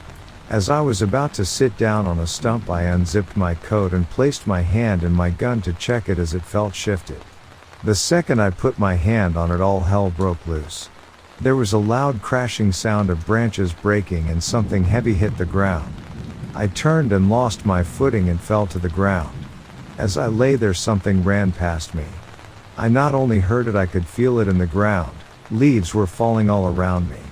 I got to my feet looking all around, but there was nothing I could see, and I quickly left. I hiked back to the parking lot, jumped in my truck, and moved to a different place in the park near Fuller Lake. I went to a picnic table and sat down trying to figure out what just happened. It was about 2 hours later when, as I'm sitting there thinking, I heard the sound of about 5 or 6 large trees breaking in half and then a splash in the water. I cannot emphasize enough how loud this was. It sounded like a Mack truck crashing through the woods and into the lake next to me. I jumped up looking around and there was nothing. There were 3 people around me and no one reacted, not even a dog nearby. I was the only one that heard it. From what I have recently read, these things can read your mind and project thoughts and images, and sounds to you. Thinking back on it, I believe when I put my hand on my gun, something jumped out of that tree and ran like hell, and as strange as it sounds, it was invisible. Then it followed me and projected a sound to scare me back. The main reason I believe it was a Sasquatch is that there are tree bends and branch formations in many parts of the park. All of them are perfectly aligned to the north and south. People may never report them there, but I think they are very much there. I am Ari, a young tribeswoman of the Native American tribe who have lived in the shadow of the majestic mountain for generations. Our lives have been peaceful, governed by the wisdom of our elders and the harmony we share with the land. But lately, a dark cloud has fallen upon our tribe. We have been plagued by a series of unexplained and brutal animal attacks, leaving us terrified and questioning our place in this world. The elders believed that these attacks were the work of a mysterious and powerful unknown predator lurking in the dark corners of the land. And so, I was chosen to investigate this phenomenon and put an end to the terror that haunted our people. As I delved deeper into the mystery, I ventured far from our village and into the heart of the wilderness. There, I uncovered an ancient tribal legend of a shadowy creature that could control the minds of animals, turning them into deadly weapons. This horrifying revelation shook me to my core, but I knew I had to return to my tribe and share what I had discovered. However, when I finally returned to the village, my heart shattered into 1,000 pieces. My tribe had been destroyed, and my family, along with everyone I had ever known, was dead. The grief was unbearable, but I couldn't let the sorrow consume me. I had to find the unknown predator that had caused so much pain and suffering. But as I searched far and wide, the creature remained elusive, as if it was a ghost that had vanished into thin air. I knew, though, that I couldn't give up. I had to avenge my family and my people, and I would not rest until I had found the beast and put an end to its reign of terror. As the days turned into weeks and the weeks into months, I continued my relentless pursuit. But the unknown predator remained out of reach, hidden in the shadows. One day, as I sat on a cliff overlooking the setting sun, I made a solemn vow to myself and to the spirits of my lost tribe. I would never give up. I would continue my quest for revenge, and one day, I would find the creature that had brought so much darkness to our land. And so, with the memory of my family and my people burning brightly within my heart, I set off into the fading light, determined to find the unknown predator and restore balance to our world. For I am Ari, the last of my tribe, and I will not rest until justice has been served. So one night I'm driving home from a friend's place. It's pretty late, like 2 or 3 in the morning. I live in the suburbs and the streets are relatively tight, so I am typically driving pretty slow. Don't speed in your neighborhood. Happy neighbors are good neighbors. I'm nearing the turn to enter my close, and from a distance I see what looks to be someone outside. Pretty unusual this time of night, as it's all young families and retirees around me. As I get closer, it's definitely a kid, which is even stranger. Like, doesn't this kid have parents? They're standing directly under the street light with a raincoat on, not raining, and their hood up over their head so that the shadow cast completely covers their face. I know my neighborhood pretty well, and while I don't know most by name, you know who is kids and who doesn't. This corner house 100% doesn't have any kids. That kid's gaze was locked onto my truck, unwavering, turning their head and staring straight at me as I slowly pass, turning right towards my house. This kid only a few feet away. This kid did a full 180 with their body and watched me drive down my street. While I only live 6 or so houses into the close, it's just enough I lost sight of the kid. It was super unsettling. I couldn't even quite explain to you the feeling I got from it. I back into my driveway, put my truck in park, think about what I saw, and say F it, I've got to check this out. Back into drive and back down the street, maybe 20 seconds, tops, since I passed and kid's gone. Vanished. The roads are straight enough in any given direction that in that short amount of time that kid would have had to straight up sprint to stand a chance of being out of sight. Demon child is gone.